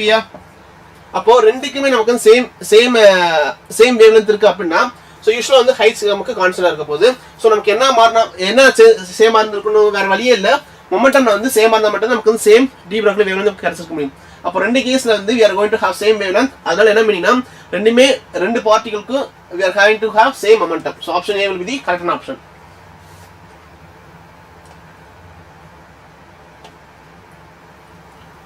Okay, so the energy of an electron in the ground state of a hydrogen atom is minus 13.6 electron volt. The kinetic and the potential energy of an electrons in the first accelerated state அப்படின்றது என்னன்னு பார்த்தீங்கன்னா n is equal to 2ங்க. first accelerated state அப்படின்றது என்னது, இது நமக்கு வந்து ground state. n is equal to 1, n is equal to 2 அப்படினு நமக்கு வந்து first accelerated state. Okay, so n is equal to 1 ல இருந்து அது எக்ஸிட் ஆகி n is equal to 2 க்கு நமக்கு போக போகுது. இதான் வந்து first accelerated state. The kinetic potential of an electrons in the first accelerated state. so நமக்கு hydrogen atom இருக்கு, first accelerated state ஓட kinetic energy நமக்கு potential energy நமக்கு தெரிஞ்சுக்கணும். Okay, so first thing energy total energy is equal to minus 13.6 into z square divided by n square. அப்போ இதுல இருந்து what we can write is, so total energy is equal to minus 13.6 into, so atomic number நமக்கு hydrogen நாலே அதனால 1, so 1 square divided by n. n அப்படின்றது வந்து excited state பார்த்தீங்கன்னா excited state first excited state அப்படின்றது நமக்கு ground state வந்து first excited ஆகுது. so n is equal to 2 தான் நமக்கு வந்து first excited state. so 2 to 4. okay, so நமக்கு என்ன செஞ்சுக்கலாம், the total energy will be equal to minus 13.6 into 1 divided by 4, and that is nothing but total energy is equal to minus 3.4 electron volt. minus 3.4 electron volt. so once நமக்கு இந்த total energy நமக்கு கிடைச்சதுக்கு அப்புறம் we want to know about potential energy, kinetic energy. actually இந்த potential energy க்கும் kinetic energy க்கு நான் ஒரு ரிலேஷன் சொல்லி கொடுத்திருந்தோம். total energy is equal to minus of kinetic energy and that will be equal to half of potential energy. அப்போ first இந்த ரெண்டு relation மட்டும் எடுத்துக்கோங்க.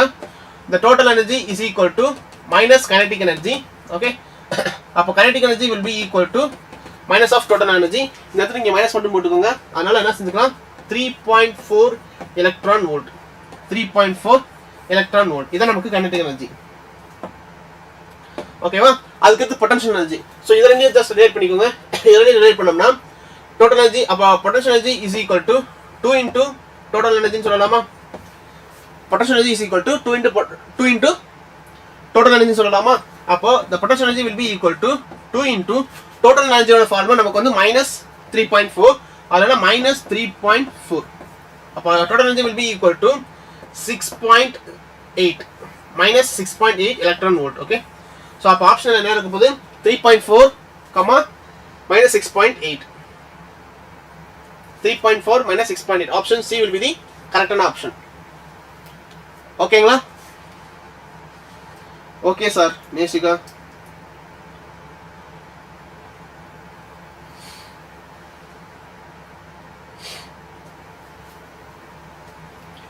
Sir no பிரேக்கா?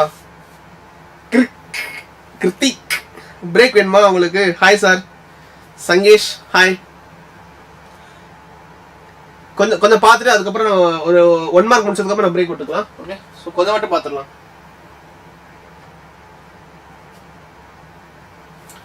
So next question பாருங்க. An alpha particle is moving towards a gold nucleus. The impact parameter is maximum for the scattering angles of 180 degree. So impact parameter பத்தி நம்ம பேசிரோம், நிறைய பேசின டீடைலா பார்த்திருந்தோம். So யூசுவலா impact parameterனா இந்த பாயிண்ட்ல இதான் நம்மளோட நியூக்ளியஸ் இருக்க போகுது. இன் கேஸ் இந்த பட்டு இப்படி டிஃப்ளெக்ட் ஆகுது இல்லையா, பட்டு டிஃப்ளெக்ட் ஆகுது இல்லையா, அப்போ இதுக்கு ரெண்டு கடையில கூட டிஸ்டன்ஸ் தான் அது இம்பாக்ட் பாராமீட்டர்னு சொல்லியிருந்தோம். ஓகே, இன் கேஸ் உங்களுக்கு ரொம்ப தள்ளி அது மூவ் ஆன் ஆயிடுச்சுன்னா அதுக்கு இம்பாக்ட் பாராமீட்டர் என்ன செய்யாது, இருக்கவே இருக்காது. கரெக்டா? அது வந்து டிஸ்டன்ஸ் ரொம்ப அதிகமா இருக்கும். அப்ப இம்பாக்ட் பாராமீட்டர் வந்து ரொம்ப கம்மியா, அதாவது ரொம்ப அதிகமா இருக்கும். இன் கேஸ் நமக்கு டிஃப்ளெக்ட் ஆகாம போச்சுன்னா இம்பாக்ட் பாராமீட்டர் வந்து நமக்கு ரொம்ப அதிகமா இருக்கும். அப்ப எந்த பார்ட்டிகல் ரொம்ப கம்மியா இருக்கும்னா impact parameter head and collision வரும்போது நமக்கு இம்பாக்ட் பாராமீட்டர் நமக்கு இருக்கவே இருக்காது. B will be equal to 0 for 180 degree. ஏன்னா நமக்கு டிவியேஷன் பாத்தீங்கன்னா நமக்கு வந்து 180 டிகிரில டிவைட் ஆகிருக்கு. அப்ப ஸ்டேட்மெண்ட் பாருங்க, அதுக்கு கான்ட்ரோவர்சியஸா இருக்கும் பாருங்க. An alpha particle is moving towards a gold nucleus. The impact parameter is maximum. The impact parameter is maximum for the scattering of the impact parameter is a minimum. Okay, so statement 1 நமக்கு வந்து தப்பு. Statement 2 பாருங்க. The impact parameter in an alpha particle scattering experiments does not depend upon atomic number of the target materials. Actually வந்து நமக்கு depend பண்ணி தான் இருக்கும். Okay, so அது வந்து அந்த ஏன் நமக்கு டிபெண்ட் பண்ணி இருக்குன்னா நமக்கு ஆல்பா பார்ட்டிகல் வந்து இன் கேஸ் ஓகே ஏன் டிபெண்ட் பண்ணிருக்கலாம், இன் கேஸ் நமக்கு நம்மளோட பார்ட்டிகல் நமக்கு ஹை அட்டாமிக் நம்பர் இருந்துச்சுன்னு வச்சுக்கோங்களேன், அட்டாமிக் நமக்கு வந்து ரொம்ப ஹையா இருந்துச்சுன்னா பயங்கரமான உங்களுக்கு ரிப்பல்ஷன் நமக்கு கிடைக்கும். ஓகே, சோ நமக்கு ரொம்ப தூரத்துல இருந்தாலும் மறுபடியும் அது டிவைட் ஆகி போகும். அப்போ இந்த நம்மளோட நியூக்ளியஸ்ல இருக்கக்கூடிய பாசிட்டிவ் சார்ஜஸ் பொறுத்துமே நமக்கு அந்த இம்பாக்ட் பாராமீட்டர் இருக்கு. ஆனா क्वेश्चन ஸ்டேட்மென்ட் என்ன கொடுத்துருக்காங்க, இது இஸ் இண்டிபெண்டன்ட் ஆஃப் கொடுத்துருக்காங்களா, நாட் டிபெண்டன்ட் கொடுத்துருக்காங்களா? சோ இந்த ஸ்டேட்மென்ட் நமக்கு வந்து தப்பான statement. both the statements are false. Okay, option D will be the correct option. Next question பாருங்க. A potential energy between the nucleons inside the nucleus is minimum at a distance. So இது வந்து நமக்கு factual content பார்த்திருந்தோம். ஒரு graph நம்ம பார்த்திருந்தோம் இல்லையா, அதாவது நமக்கு ஒரே ஒரு பாயிண்ட்ல மட்டும் என்ன செய்யுது, நமக்கு we will be having zero potential energy, அதாவது zero energy நமக்கு இருக்கு, zero இருக்குன்னு சொல்லியிருந்தோம். அதாவது zero force of attraction and repulsion. So in case நமக்கு எக்ஸாக்ட்டா நமக்கு வந்து 0.8 ஃபெர்மி மீட்டர்ல நமக்கு எந்த ஒரு force of attraction repulsion இருக்காது அந்த ரெண்டு நியூக்ளியன்ஸ் கிடையில. ஒருவேளை இதோட நமக்கு ரொம்ப பக்கத்துல இருந்துச்சுன்னா ஒரு கூலுமிக் force of repulsion இருக்கும், இதோட கொஞ்சம் அதிகமா இருந்துச்சுன்னா நமக்கு வந்து அட்ராக்ஷன் இருக்குன்னு சொல்லியிருந்தோம். ஓகே, இந்த ரீசன்ல ஃபுல்லாமே நமக்கு வந்து ஒரு ரிப்பல்ஷன் இருக்கும், இந்த ரீஜன் ஃபுல்லாமே நமக்கு வந்து அட்ராக்ஷன் இருக்கும், இது ஃபுல்லாமே நமக்கு வந்து அட்ராக்ஷன் இருக்கும். ஸோ இந்த ஜோன்ல மட்டும் தான் என்னது 0.8 ஃபெர்மி மீட்டர்ல மட்டும் தான் நமக்கு என்னது, நமக்கு எந்த ஒரு அட்ராக்ஷனும் ரிப்பல்ஷனும் இருக்கவே இருக்காது, ஜீரோ ஃபோர்ஸ் இருக்கும். ஓகே, ஸோ நெக்ஸ்ட் கொஸ்டின் பாருங்க. when PN junction diode is subjected to reverse bias. Okay, so இதை வந்து நீங்க ரெண்டு டைம் நீங்க நம்ம ரெண்டு டைம் இதை எக்ஸ்பிளைன் பண்ணியிருந்தோம். PN junction பத்தி நமக்கு ரெண்டு டைம் எக்ஸ்பிளைன் பண்ணியிருந்தோம். ஸோ PN junction அப்படின்றது என்னது, ஒன் சைட் ஃபுல்லாமே நமக்கு வந்து ஹோல்ஸ் இருக்க போகுது, இது நமக்கு P சைட், இது நமக்கு வந்து N சைட். P சைடில் நமக்கு என்ன இருக்கும், ஹோல்ஸ் நமக்கு வந்து நிறையா இருக்கும், N சைட்ஸ்ல வந்து நமக்கு எலக்ட்ரான்ஸ் நமக்கு வந்து அதிகமாக இருக்கும். ஸோ இதை வந்து நமக்கு ரிவர்ஸ் பைசிங்ல கொடுக்கும். ரிவர்ஸ் பைசிங்னா இந்த பாசிட்டிவ் தூக்கி நெகட்டிவ் டெர்மினல்லையும், நெகட்டிவ் நமக்கு இந்த நெகட்டிவ் சைடை தூக்கி நமக்கு பாசிட்டிவ் டெர்மினல்லையும் கொடுக்குறது தான் அது ரிவர்ஸ் பைசிங் சொல்லியிருந்தோம். கரெக்டா? ஸோ இப்போ கொடுக்கும்போது நமக்கு என்ன நடக்கும் பார்த்தீங்கன்னா, ஸோ யூஸ்வலா நமக்கு P சைடு நமக்கு நம்பர் ஆஃப் ஹோல்ஸ் நமக்கு வந்து அதிகமாக இருக்கும். இந்த ஹோல்ஸ் அப்படின்றத நம்ம எப்படி ட்ரீட் பண்ண சொல்லியிருந்தோம்னா, நமக்கு பாசிட்டிவ் நீங்க ட்ரீட் பண்ணிக்கோங்க அப்படின்னு சொல்லியிருந்தோம். அப்போ இந்த பாசிட்டிவ் சார்ஜ் ஃபுல்லாமே நமக்கு வந்து இந்த நெகட்டிவ் சார்ஜ் வந்து அட்ராக்ட் பண்ண ஆரம்பிக்கும். இந்த நெகட்டிவ் சார்ஜ் ஃபுல்லாமே இந்த பாசிட்டிவ் சார்ஜ் வந்து அட்ராக்ட் பண்ண ஆரம்பிக்கும் போது ஸோ இந்த இருக்கக்கூடிய அந்த டிப்ளீஷன் லேயர் வந்து நமக்கு என்ன செய்யும், கொஞ்சம் கொஞ்சமாக எக்ஸ்பேண்ட் ஆகிக்கிட்டே போகும். ஏன்னா இந்த சார்ஜ் விலகி போகுது இல்லையா, இந்த சார்ஜ் நமக்கு விலகி போகுது, அதனால இந்த லேயர் வந்து நமக்கு கொஞ்சம் கொஞ்சமாக எக்ஸ்பேண்ட் ஆகிக்கிட்டே வரும். ஓகே, எக்ஸ்பேண்ட் ஆச்சுன்னா என்ன இருக்கும், அந்த வித் நமக்கு எக்ஸ்பேண்ட் ஆச்சுன்னா இந்த பொட்டன்ஷியல் பேரியர் நமக்கு வந்து இன்க்ரீஸ் ஆக ஆரம்பிக்கும். பொட்டன்ஷியல் பேரியர் நமக்கு இன்க்ரீஸ் ஆக ஆரம்பிக்கும். So the PN junction diode is subjected to reverse biasing. Barrier height decreases and depletion layer within it. So depletion layer வந்து sinks ரெண்டு தான் அடிச்சு விட்டுருங்க. ஸோ இது ரெண்டு ஆப்ஷன் இருக்காது. ஓகே, ரெண்டு ஆப்ஷன் உங்களுக்கு இருக்காது, ஏதர் ஆப்ஷன் ஏ இல்லாட்டி ஆப்ஷன் பி தான் இருக்க போகுது. ஸோ டிப்ளீஷன் லேயர் நமக்கு வைடன்ஸ் ஆகும். ஓகே, வைடன்ஸ் ஆகும். So the barrier height decrease ஆகாது. Barrier height decreases and depletion layer increases. The barrier height increases and depletion அந்த டிப்ளீஷன் நமக்கு வந்து increases and widens. So option B will be the correct option. Okay வா, உங்களுக்கு height நமக்கு increase ஆகிட்டே இருக்கும், height உங்களுக்கு இன்க்ரீஸ் ஆகிட்டே போகுது, அது வைடன்ஸ் ஆகிட்டே போகும். ஓகே, நெக்ஸ்ட் பாருங்க. G is doped with arsenic due to doping. ஸோ உங்களுக்கு என்ன நடக்கும் பார்த்தீங்கன்னா, ஆர்சனிக் அப்படின்றது என்ன dopant, it's a pentavalent impurities. Arsenic அப்படின்றது நமக்கு என்னது, pentavalent impurities.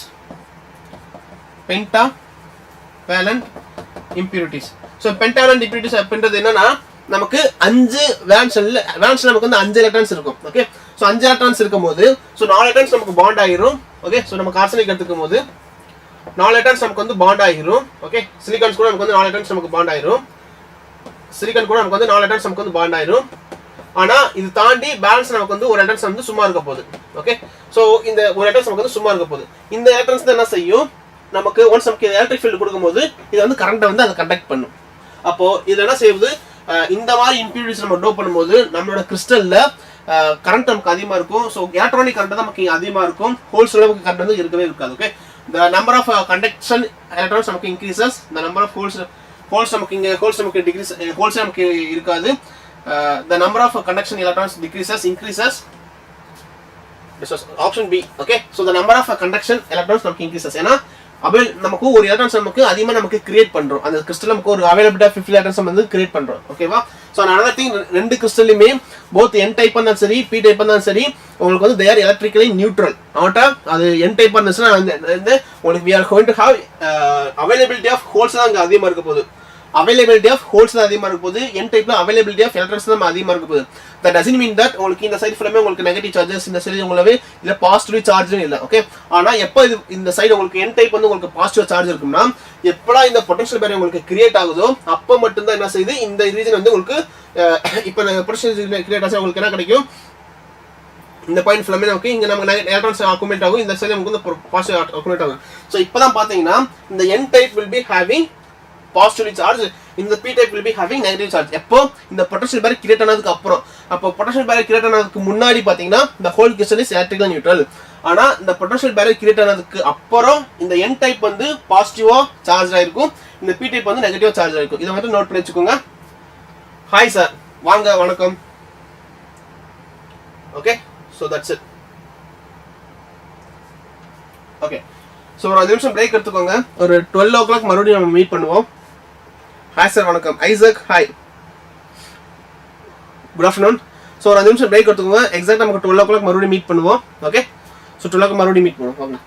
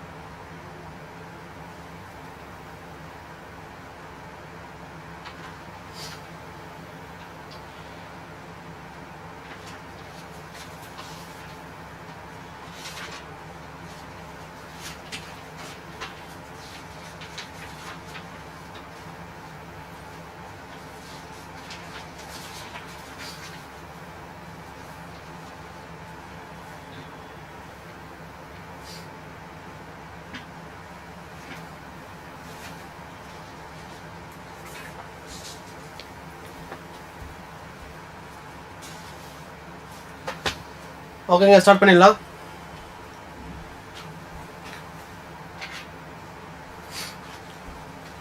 ஓகே, ஸ்டார்ட் பண்ணிடலாமா? ஸ்டார்ட் பண்ணலாம். ஓகே, ஸ்டார்ட் பண்ணலாங்களா? வந்துட்டீங்களா? ஓகே,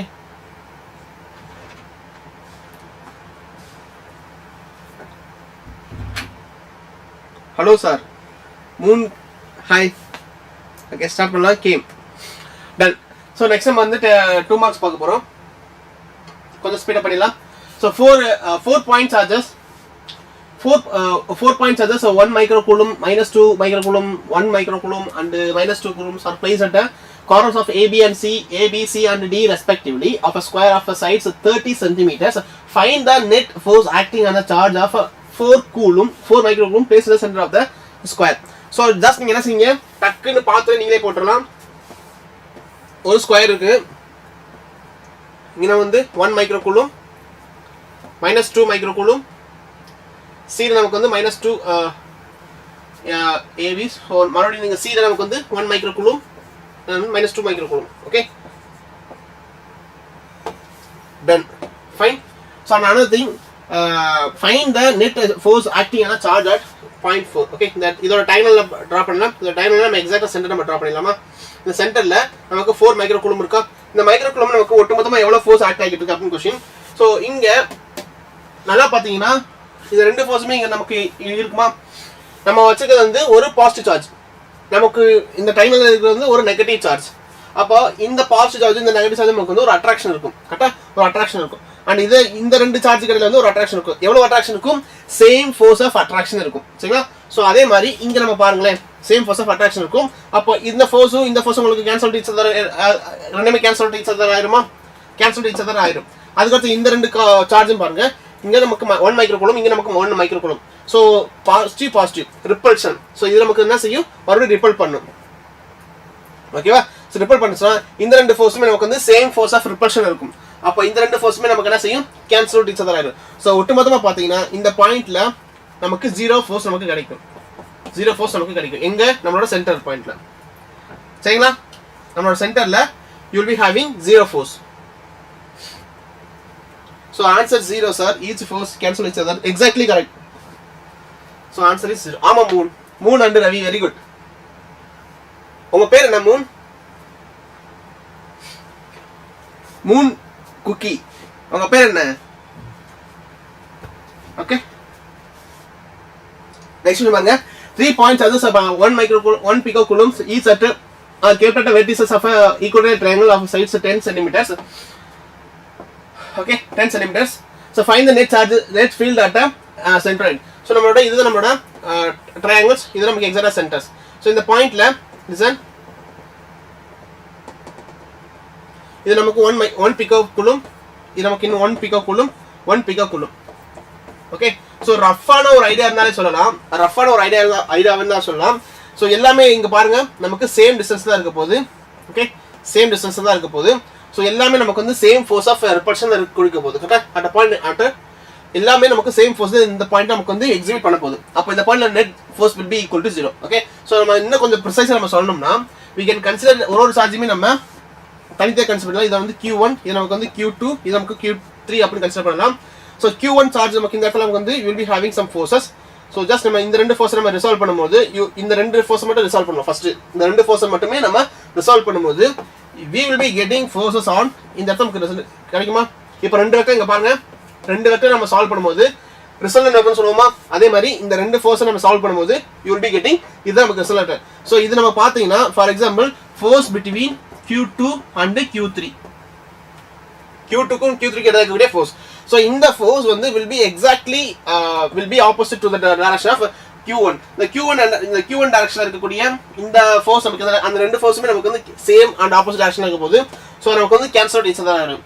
ஸோ இந்த பாயிண்ட் நம்ம யூஸ் பண்ணக்கூடிய ஒரு ஃபார்முலா என்னன்னு பார்த்தீங்கன்னா, ஸோ இன்கேஸ் நமக்கு வந்து 2 ஃபோர்ஸ் நமக்கு சேம் ஃபோர்ஸா இருந்துச்சுன்னா ஜஸ்ட் கன்சிடர் 2 ஃபோர்ஸுமே நமக்கு சேம் ஃபோர்ஸா இருந்துச்சுன்னா இதை நோட் பண்ணி வச்சுக்கோங்க.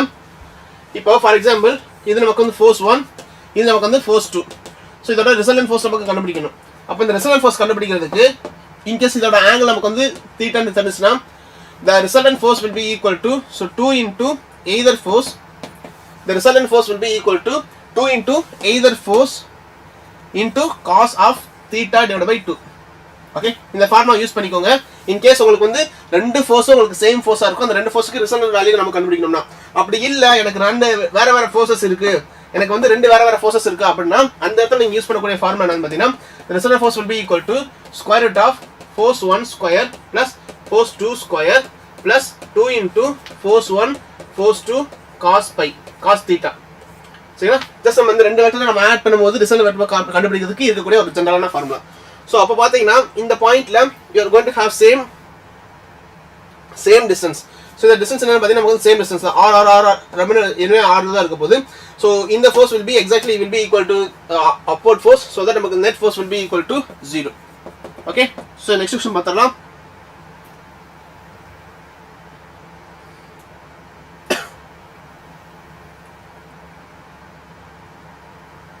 Okay, so find the temperature at which the resistance of the wire made of silver will be twice its resistance at 20 degrees Celsius. Take 20 degrees Celsius as the reference temperatures, and the temperature coefficient of resistance of silver at 20 degrees Celsius is equal to 4. அவங்க value கொடுத்துருவாங்க. So listen, இப்போ நமக்கு வந்து 20 degree Celsius தான் reference எடுத்துக்க சொல்லியிருக்காங்க. ஆக்சுவலாக first வந்து 20 டிகிரி செல்சியஸ் டிகிரி செல்சியஸ் கொடுத்துருக்காங்க. நம்மளோட டெம்பரேச்சர் கோஎஃபிஷியன்ட் எதில் கொடுத்துருக்காங்க, நமக்கு கெல்வின்ல கொடுத்துருக்காங்க. அப்போ அந்த டிகிரி செல்சியஸ் நம்ம வந்து கன்வெர்ட் பண்ணணும், கெல்வின்ல நம்ம கன்வெர்ட் பண்ணணும். So 20 degree Celsius will be converted as, so plus 273 நம்ம போட்டோம்னா it will be considered as 293 Kelvin. 293 Kelvin, கரெக்ட்டுங்களா? ஓகே, ஸோ இதை அப்படியே எடுத்து வச்சுக்கோங்க. இப்போ நம்ம என்ன ஃபார்முலா யூஸ் பண்ண போறோம், R is equal to R naught 1 plus alpha del T. R is equal to R naught 1 plus alpha del T. So இந்த செக்மெண்ட்ல R naught இருக்கு இல்லையா, இந்த just R naught, இது நமக்கு R naught ஓட இனிஷியல் வேல்யூ நமக்கு இருக்கு. Find the temperature at which நமக்கு டெம்பரேச்சர் தெரிஞ்சுக்கணும். ஸோ தட் இப்போ நம்மளோட டெம்பரேச்சர் என்ன ஆகிக்குன்னா, இப்போ now the temperature is twice the நமக்கு இன்க்ரீஸ் ஆயிருக்கு. இனிஷியலா இருக்கக்கூடியது நமக்கு ரெண்டு டைம்ஸ் நமக்கு இன்க்ரீஸ் ஆயிருக்கு. எந்த டெம்பரேச்சர்ல, with some temperature. Listen, R is equal to R naught 1 plus alpha T minus T naught னு எழுதிக்கோங்க. ஸோ இந்த T naught அப்படின்றது வந்து ரெஃபரன்ஸ் டெம்பரேச்சர், இந்த R naught அப்படின்றது வந்து அந்த ரெஃபரன்ஸ் டெம்பரேச்சர்ல அந்த மெட்டீரியலோட ரெசிஸ்டன்ஸ். இப்போ நம்ம என்ன செஞ்சிருக்கோம்னா, we are going to have shift இன்னொரு டெம்பரேச்சர் நம்ம ஷிஃப்ட் ஆக போறோம். அந்த பாயிண்ட்ல அந்த ரெசிஸ்டன்ஸ் என்னவா இருக்க போகுதுன்னா twice இருக்க போகுது. Okay, so resistance of the wires made silver switch with twice of its resistance at 20 degrees Celsius. 20 degrees ல எவ்வளவு ரெசிஸ்டன்ஸ் இருக்கும் அதோட twice நம்ம மேக் பண்ண போறோம். so this resistance is becoming 2 R naught. கரெக்ட்டா? இந்த வந்து நமக்கு it's making to 2 R naught is equal to R naught 1 plus alpha T minus T naught. கரெக்ட்டா? so the T minus T naught அப்படினது T naught அப்படினது reference temperature. எவ்வளவு reference temperature? 20 degree Celsius. அத கெல்வின்ல மாத்தணும் வந்து 293 னு எழுதலாமா? ஓகே, அத நம்ம நெக்ஸ்ட் ஸ்டெப்ல எழுதலாம். ஸோ இப்போ பார்த்தீங்கன்னா நமக்கு சிமிலர் டர்ம்ஸ் ஆஃப் ஃபுல்லாக கேன்சல் பண்ணிடலாமா? சிமிலர் டர்ம்ஸ் ஆஃப் ஃபுல்லாக நம்ம வந்து கேன்சல் பண்ணிடலாம். ஸோ பேலன்ஸ் இருக்கக்கூடிய டர்ம்ஸ் நம்ம ஆர்கனைஸ் பண்ணி எழுதணும்னா, the 2 into 2 is equal to, okay, so 2 is equal to 1 plus alpha ஆல்ஃபாவோட value நம்ம சப்ஸ்டிட் பண்ணிடலாம். ஆல்ஃபாவோட வேல்யூ வந்து 4 into 10 to the power of minus 3. 4 into 10 to the power of minus 3 alpha del T. T minus T naught. T minus T naught. அப்போ T அப்படின்றது என்னன்னு பார்த்தீங்கன்னா நமக்கு தெரியாது, அந்த டெம்பரேச்சர் நம்ம கண்டுபிடிக்கணும். So T minus T naught அப்படின்றது நம்ம அந்த 20 டிகிரி செல்சியஸ் சொல்லியிருந்தோம் இல்லையா, அந்த 293 கெல்வின். 293 கெல்வின். ஓகே, ஸோ இதை நம்ம சார்ட் அவுட் பண்ணும்பொழுது, ஸோ 2 is equal to 1 உள்ளக மல்டிப்ளை பண்ணிடலாம். 1 plus 4 into 10 to the power of minus 3 T. Okay, so மறுபடியும் மல்டிப்ளை பண்ணும்போது மைனஸ்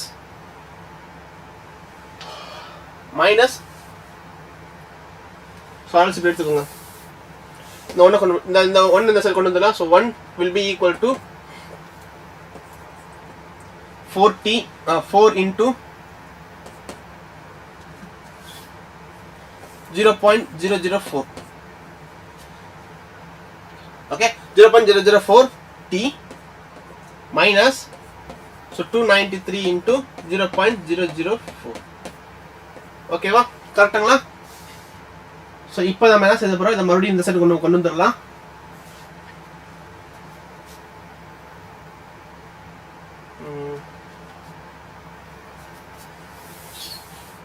பட் இந்த சைடு கொண்டு வந்துடலாம். Okay, so 1 is equal to 4 into 10 to the power of minus 3 t minus 293. Okay, so இதை என்ன செய்ய போகிறோம்னா இதை நம்ம இந்த சைடு கொண்டு வந்துடலாம். கொண்டு வந்துட்டோம்னா 1 divided by 4 into 10 to the power of minus 3 is equal to t minus 293 எழுதிக்கோங்க. இந்த 10 to the power of minus 3 வந்து மேலே கொண்டு போயிட்டோம்னா நமக்கு 1000 மாறிடும். So 1000 divided by 4 is equal to t minus 293. So இங்கேருந்து நம்ம 1000 டிவைட் பண்ணும்போது நமக்கு வந்து 250 கிடைக்குமா? அப்போ 250 is equal to t minus 293. So t will be equal to 250 plus 293.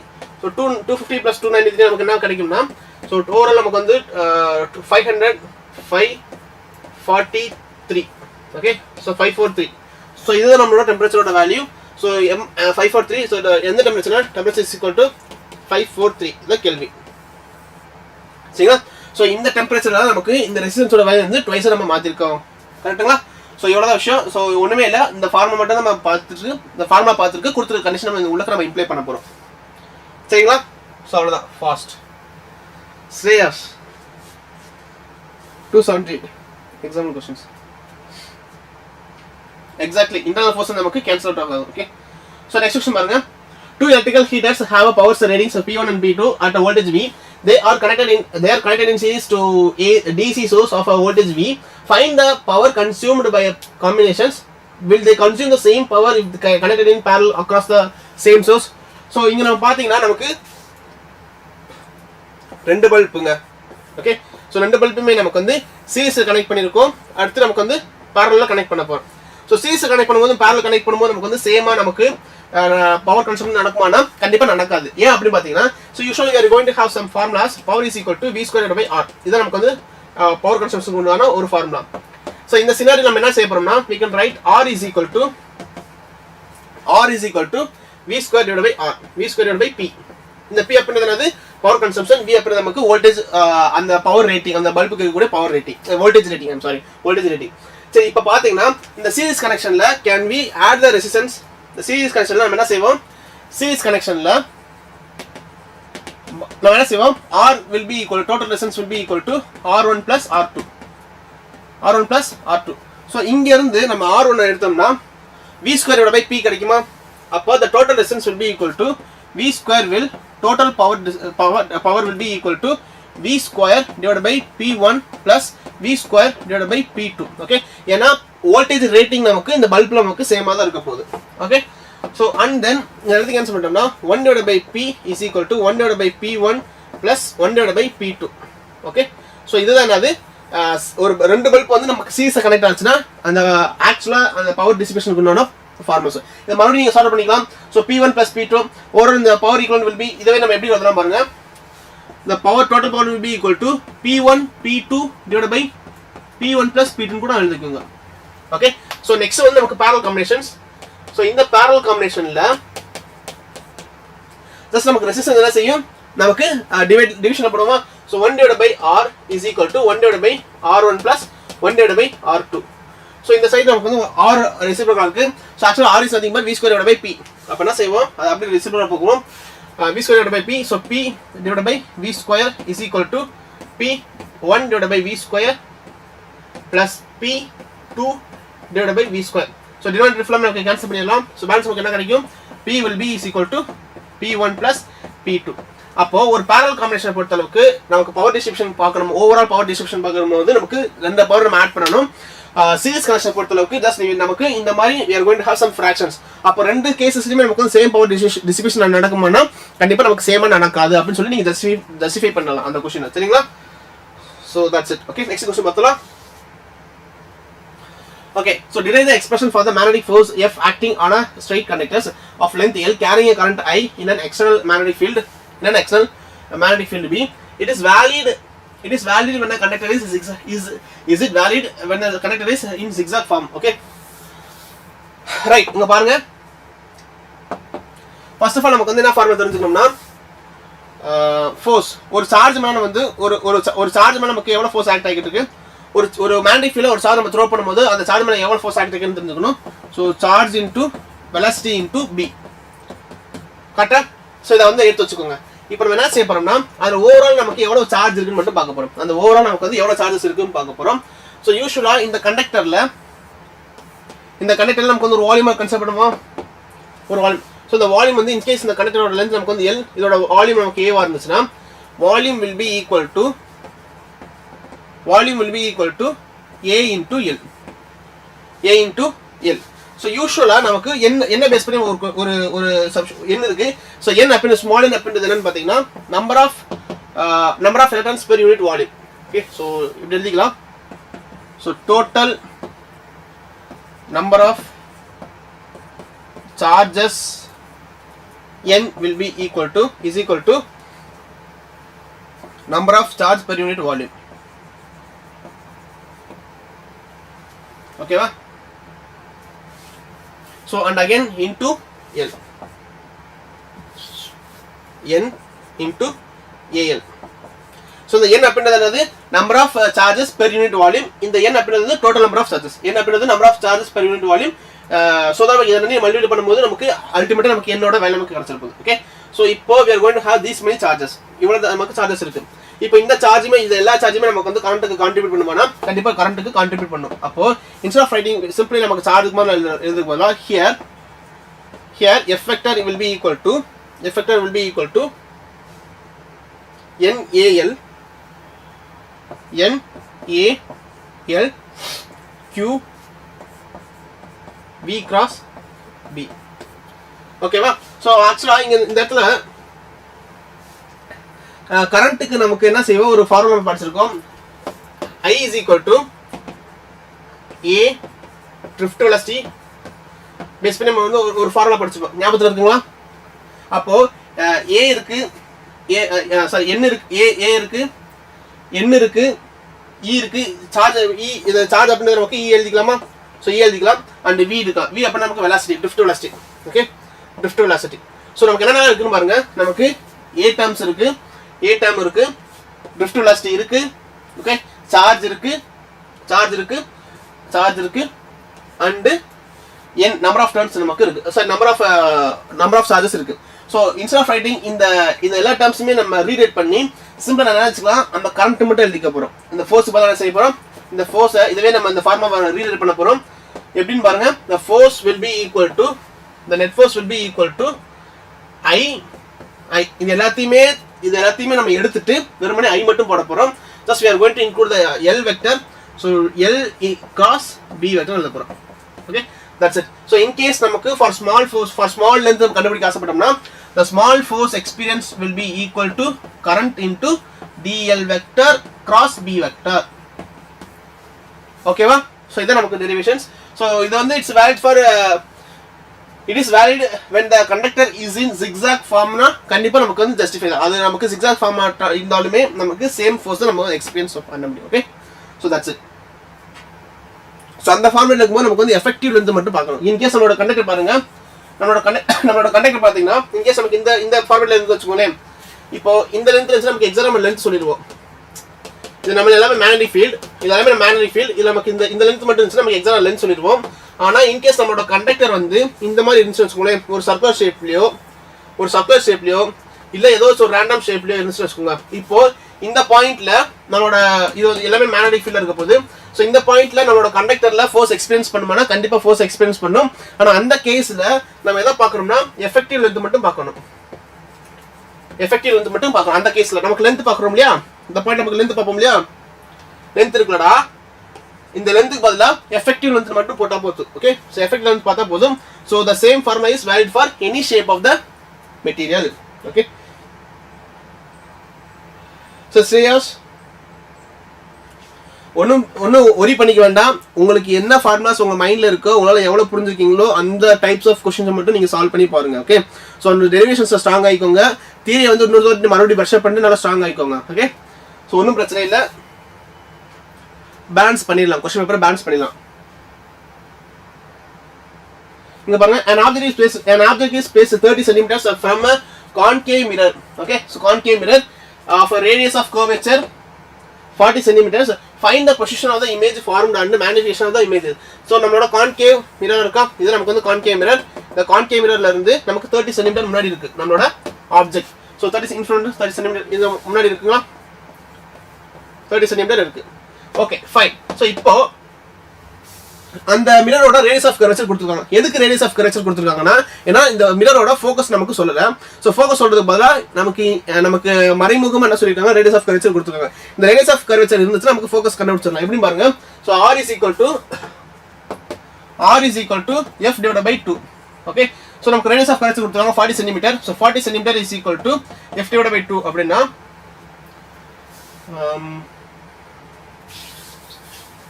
focus is equal to radius divided by 2. okay, so I'm sorry, இங்க பாருங்க, இது வந்து ரேடியஸ், இது நமக்கு வந்து இந்த ஸ்பெரிக்கல் மிரர் இருக்கு இல்லையா, இதோட ஃபோக்கஸ் பாயிண்ட் வந்து இது இங்க இருக்கும், இதோட ரேடியஸ் வந்து இங்க இருக்கும். so radius will be exactly half the position of our focus will be in the exactly half the position of the radius of curvature. so F will be equal to R divided by 2.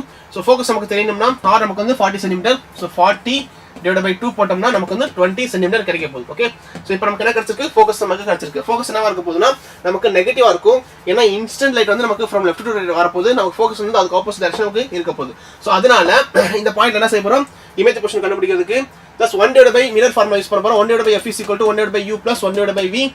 அப்ப 1 divided by F அப்படின்றது 1 divided by -20. Okay, so 1 divided by -20 is equal to 1 divided by U.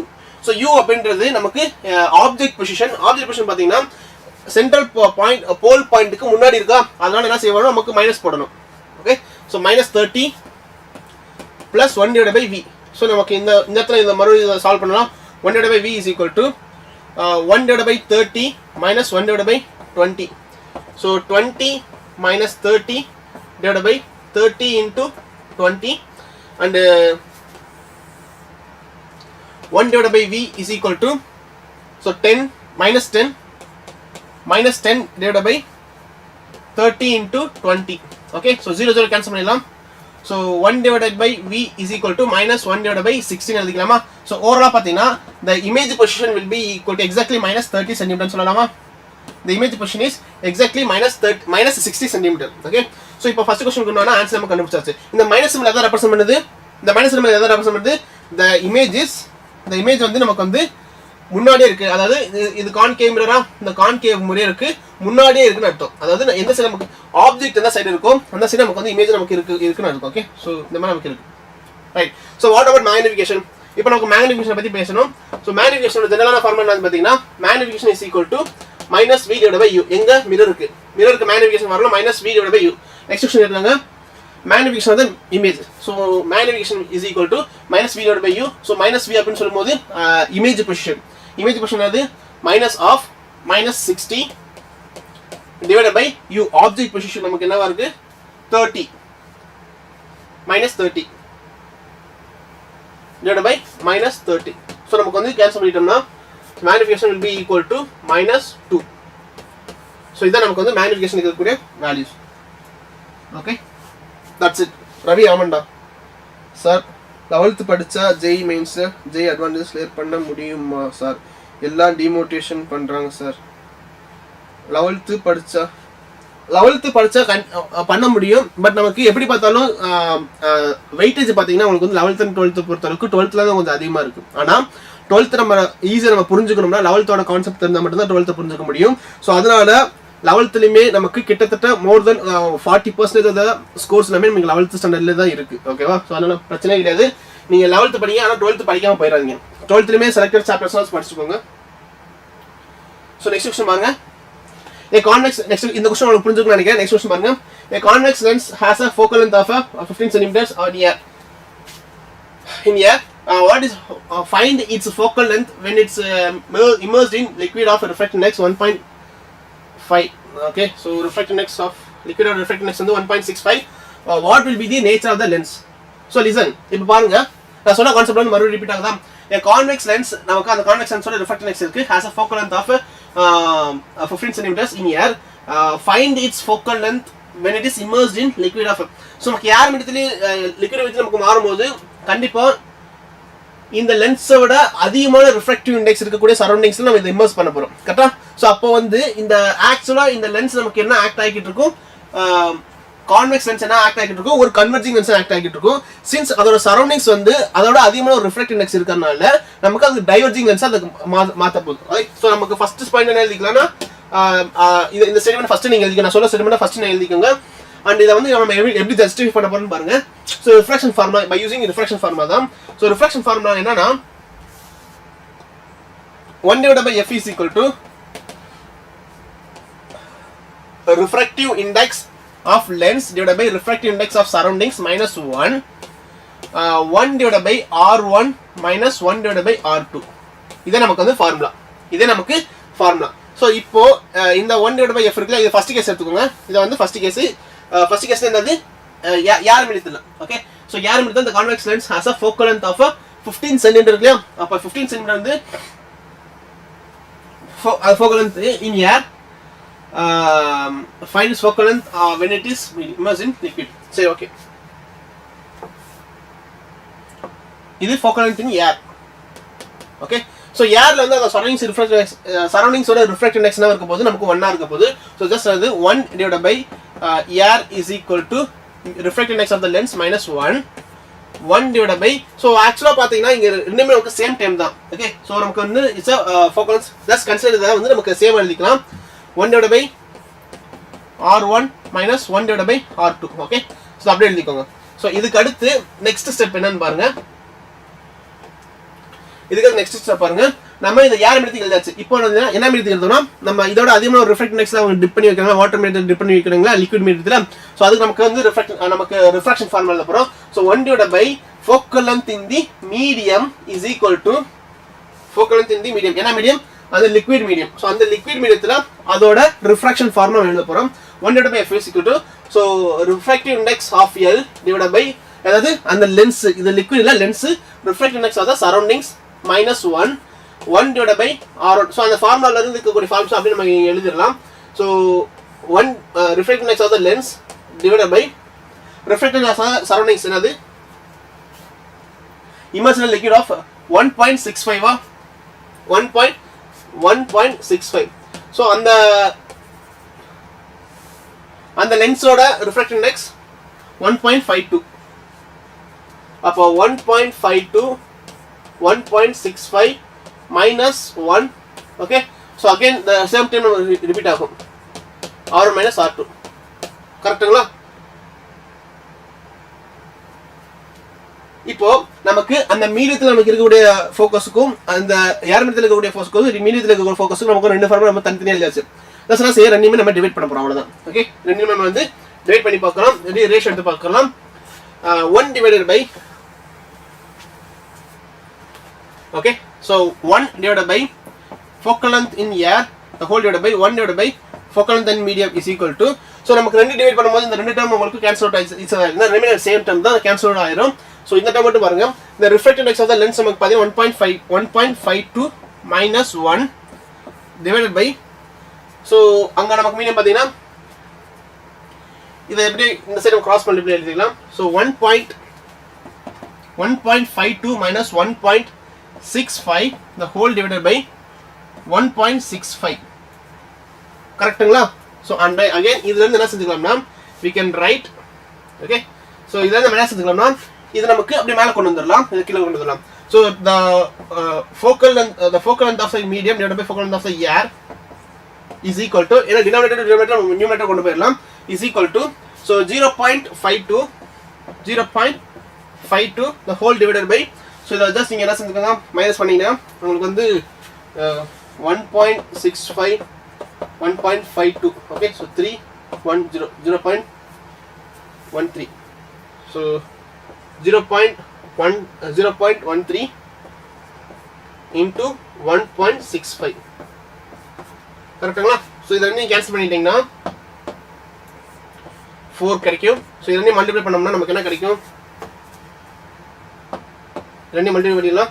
so 1.65 into 4, so 5 4s are 20, 6 5s are 24, 25 26 26 4 4 5 6. okay, so 6.6. so கிட்டத்தட்ட பாத்தீங்கன்னா ரெண்டு கடையில கூட ரேஷியோல இருக்க போகுது. So in the focal length in the medium will be equal to 6.6 into focal length in the air. Okay va? But ana focal length in the air தான் நமக்கு மறுபடியும் கொடுத்திருக்காங்க. என்ன கொடுத்திருக்காங்க? क्वेश्चनே கொடுத்திருக்காங்க.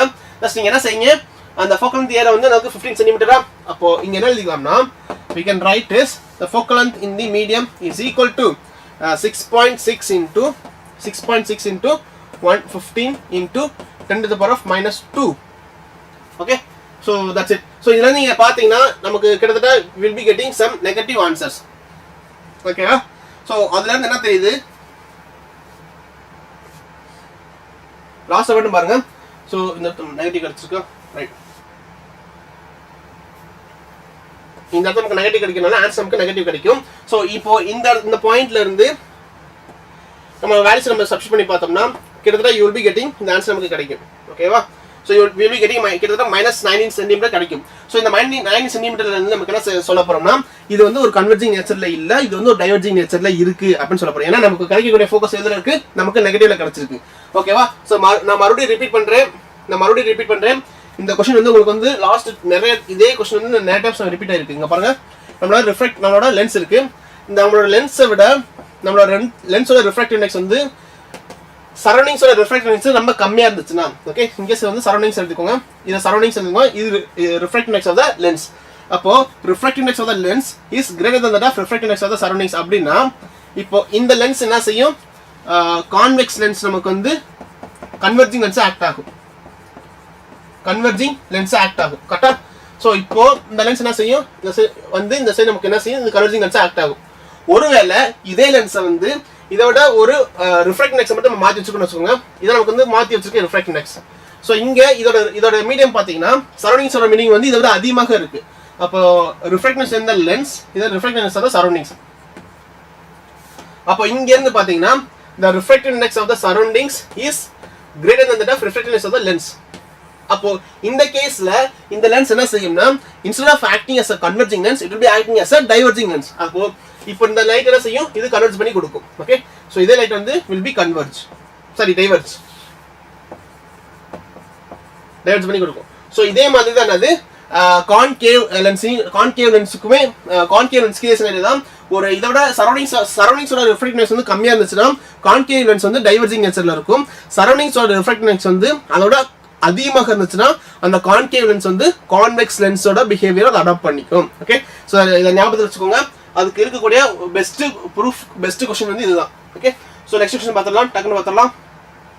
Two waves each amplitude A and frequency omega semi emanating from the two coherent sources of light superpose at a point. If the phase difference between the two waves is pi, obtain the expression for the resultant intensity. So usually வந்து நமக்கு ரெண்டு wave எடுத்துக்கோங்க. Okay, so ரெண்டு wave எடுத்துக்கோங்க. Both the refracting index equal means lens disappears, both will become one medium. Exactly Ravi. Okay, உங்களுக்கு ரெண்டு medium உங்களுக்கு சேமா இருந்துச்சுன்னா உங்களுக்கு வந்து அந்த மீடியமே உங்களுக்கு டிஸப்பியர் ஆயிடும். சோ நெக்ஸ்ட் இங்க பாருங்க, நமக்கு ரெண்டு லைட் எடுத்துக்கலாம். ஒன்னு வந்து x is equal to a sin omega t and x இது y is equal to a sin omega t plus pi. So நான் எதுக்கு இந்த ரெண்டு இடத்துல இந்த சேம் ஆம்ப்ளிட்யூட் எடுத்துர்க்கேன்னா அவங்க கொடுத்த two waves each have same amplitude a and frequency angle frequency. அதனால நான் ரெண்டு வேவ் கன்சிடர் பண்ணும்போது instead of writing a1 a2 எடுக்கும்போது நமக்கு ரெண்டுமே நமக்கு சேம் ஆம்ப்ளிட்யூட் எடுத்துர்க்கேன். and ரெண்டு வேவுக்குமே it having some phase difference. அதனால வந்து என்ன செஞ்சிருக்கோம்? இந்த இடத்துல நம்ம பை மட்டும் போட்டுருக்கோம். இப்போ ஜஸ்ட் நம்ம என்ன செஞ்சிருக்கோம்? யூசுவலா வந்து இத வந்து ஆம்ப்ளிட்யூட் வந்து நமக்கு ரிசல்ட் பார்ப்போம். ஆம்ப்ளிட்யூட் மட்டும் ரிசல்ட் பார்த்தா இது ரெண்டுமே என்ன செஞ்சுக்கோங்க? ஒரு வெக்டர் நீங்க ட்ரீட் பண்ணிக்கோங்க. அப்போ இது வந்து நமக்கு மேக்னிட்யூட், அந்த வெக்டரோட மேக்னிட்யூட். இந்த ஒமேகா பிளஸ் இருக்கு இல்லையா, இது வந்து அதோட டைரக்ஷன் மென்ஷன் பண்ணக்கூடியது. அப்போ நமக்கு இப்போ ரெண்டு வெக்டர் இருக்கு. ஒன்று வந்து இதான் நமக்கு ரெண்டு vector with phase pi difference. Okay, so நமக்கு வந்து ஏ அப்போ நமக்கு சேம் வெக்டர் இருக்கு இல்லையா. இப்போ இந்த ரெண்டு வெக்டரை வந்து நமக்கு கன்சாலிடேட் பண்ணி எழுதலாம். So we are going to have same magnitude same vector. இப்போ நமக்கு இதை சால்வ் பண்ணும்போது ரிசல்டன்ட் வெக்டர் நமக்கு எப்படி கண்டுபிடிச்சிருக்கோம்? நான் ஆல்ரெடி ஒரு மெத்தட் சொல்லி தந்திருந்தேன்னா, ஒரு ஃபார்முலா சொல்லி தந்தேன். The resultant will be equal to 2 force cos theta by 2 ன்னு சொல்லியிருந்தோம். கரெக்டா? அப்போ இதை வந்து இங்க இம்ப்ளை பண்ணலாம். The resultant amplitude will be equal to 2 into either amplitude into cos pi divided by 2. Cos pi divided by 2. Okay, so cos pi divided by 2 அப்படின ஒரு cos pi divided by 2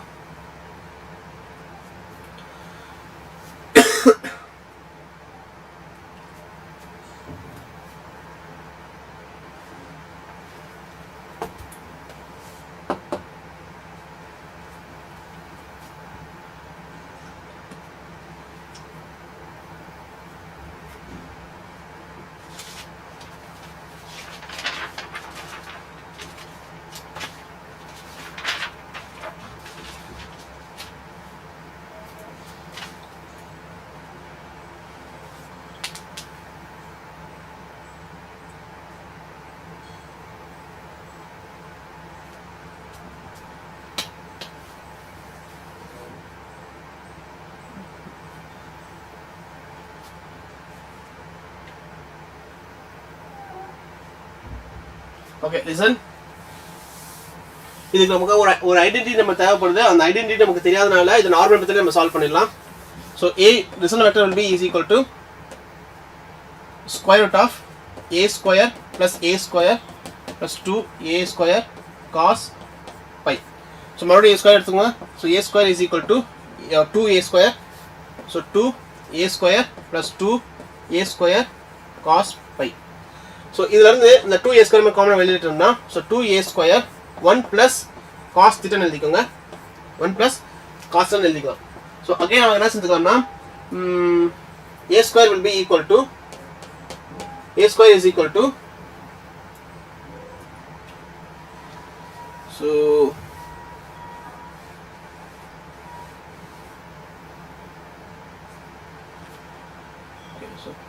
a square is equal to so இன்னொரு விஷயம் என்ன தெரிஞ்சுனா intensity இருக்கு இல்லையா intensity is directly proportional to amplitude square. So நமக்கு instant நமக்கு amplitude square க்கு பதிலா நம்ம வெறுமனே intensity மட்டும் எழுதலாம். So intensity is equal to resultant intensity is equal to ஒரு நமக்கு இந்த இந்த இந்த இந்த வேவோட intensity என்ன இருக்க போகுது I0 இருக்க போகுது. இந்த வேவோட intensity நமக்கு வந்து I0 இருக்க போகுது. நமக்கு இத amplitude வச்சு தான் நம்ம பேசிக்கிட்டோம். So இப்போ இந்த இதுவே நம்ம எப்படி மாத்தலாம் பாத்தீங்கன்னா you can read it as so 2 into I0 okay so 1 plus cos pi ன்னு எழுதிக்கோங்க. ஓகே சோ அதவே நான் வந்து இந்த ஆம்ப்ளிட்யூட் வந்து நமக்கு இன்டென்சிட்டி நம்ம மாத்தி எழுதியாச்சு. இப்போ இங்க பாத்தீங்கன்னா 1 plus alpha 1 plus cos pi க்கு நமக்கு ஒரு ஜெனரலான ஃபார்முலா இருக்கு. சோ 1 plus cos pi க்கு okay so 2 cos square pi divided by 2. Okay so இது நம்மளோட ஒரு ஐடென்டிட்டி நமக்கு ட்ரிகோனோமெட்ரிக் இருக்க கூட ஒரு ஐடென்டிட்டி ஞாபகம் வச்சுக்கோங்க. So I will be equal to so 4I0 cos square pi divided by 2. Okay so இதான் அது நம்மளோட ரிசல்டன்ட் இன்டென்சிட்டியோட வேல்யூ. ஓகேவா சோ ரிசல்டன்ட் இன்டென்சிட்டியோட ரெண்டு வேவ்ஸ் இருக்குனா அந்த ரெண்டு வேவ்ஸோட ரிசல்டன்ட் இன்டென்சிட்டியோட வேல்யூ வந்து 4I0 cos square pi divided by 2. Study is life. A question do அப்படினா hi Ritish hi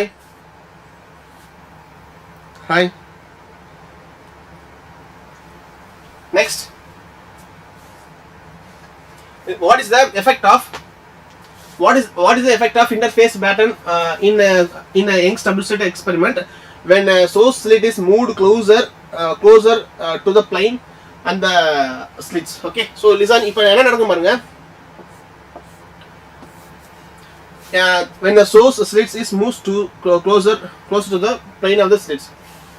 இப்போ இத நம்ம அட்ஜஸ்ட் பண்ணும்போது ஜஸ்ட் இது என்ன நடக்கும் பாத்தீங்கன்னா இந்த ஸ்லிட்ஸ் இந்த நம்மளோட ஃப்ரிஞ்ச் பட்டன் இருக்கு இல்லையா இந்த ஃப்ரிஞ்ச் பட்டன் வந்து ஒண்ணுக்கு ரொம்ப கம்ப்ரஸ் ஆகி ஒண்ணு மேல ஒண்ணு அத ஓவர்லாப் ஆக ஆரம்பிக்கும். ஓகே நம்மளோட ஃப்ரிஞ்சஸ் வந்து பிரைட் ஒரு பிரைட்டுமே இன்னொரு பிரைட் மேல ஓவர்லாப் ஆக ஆரம்பிக்கும்.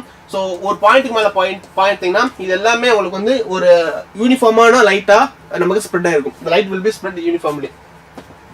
The light will be spread okay so uniformly. So அதனால நமக்கு இந்த பாயிண்ட் நமக்கு வந்து ஃப்ரிஞ்ச் பட்டன் வந்து நமக்கு கிடைக்காம போகும். ஓகே எங்க ஃபர்ஸ்ட் கேஸ்ல. செகண்ட் கேஸ்ல பாருங்க the separation between the two slits is increased. இப்போ separation between the two slits is increased. So two slits நமக்கு separation நமக்கு increase ஆச்சுனா so band fringe width is equal to lambda d divided by d. Okay அப்ப நமக்கு distance increase ஆச்சுனா fringe pattern வந்து நமக்கு corresponding நமக்கு இந்த டிக்ரீஸ் ஆகிட்டே இருக்க போகுது. ஓகேவா so that's it. So next question பார்த்தோம்னா a proton and alpha particles are accelerated through a different potentials v1 and v2 respectively so that they have the same de Broglie wavelength. So v1 is equal to v2 என்னன்னு கேட்டிருக்காங்க. So இங்க பாத்தீங்கன்னா lambda is equal to h divided by so square root of 2mqv கரெக்ட்டா.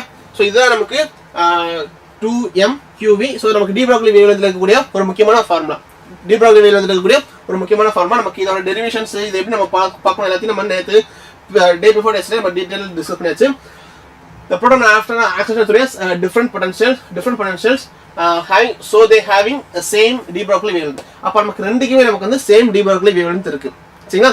So இப்போ என்ன செய்யுது நமக்கு de Broglie wavelength இருக்கு சேம், நமக்கு ஹைட்ஸ் சேம். சோ இதவே நமக்கு ஜஸ்ட் ஜெனரலைஸ் பண்ணி இந்த ஃபார்முலா கொஞ்சம் ஜெனரலைஸ் பண்ணி எழுதலாம். So can we write so two constant and ரெண்டுக்கும் மாஸ் மட்டும் வேற வேற. சோ ரெண்டுமே சேம் பொட்டன்ஷியல் v1 எல்லாமே நமக்கு வேற. ஓகே. சோ நமக்கு இந்த 2 மட்டும் நமக்கு constant. So can we write square root of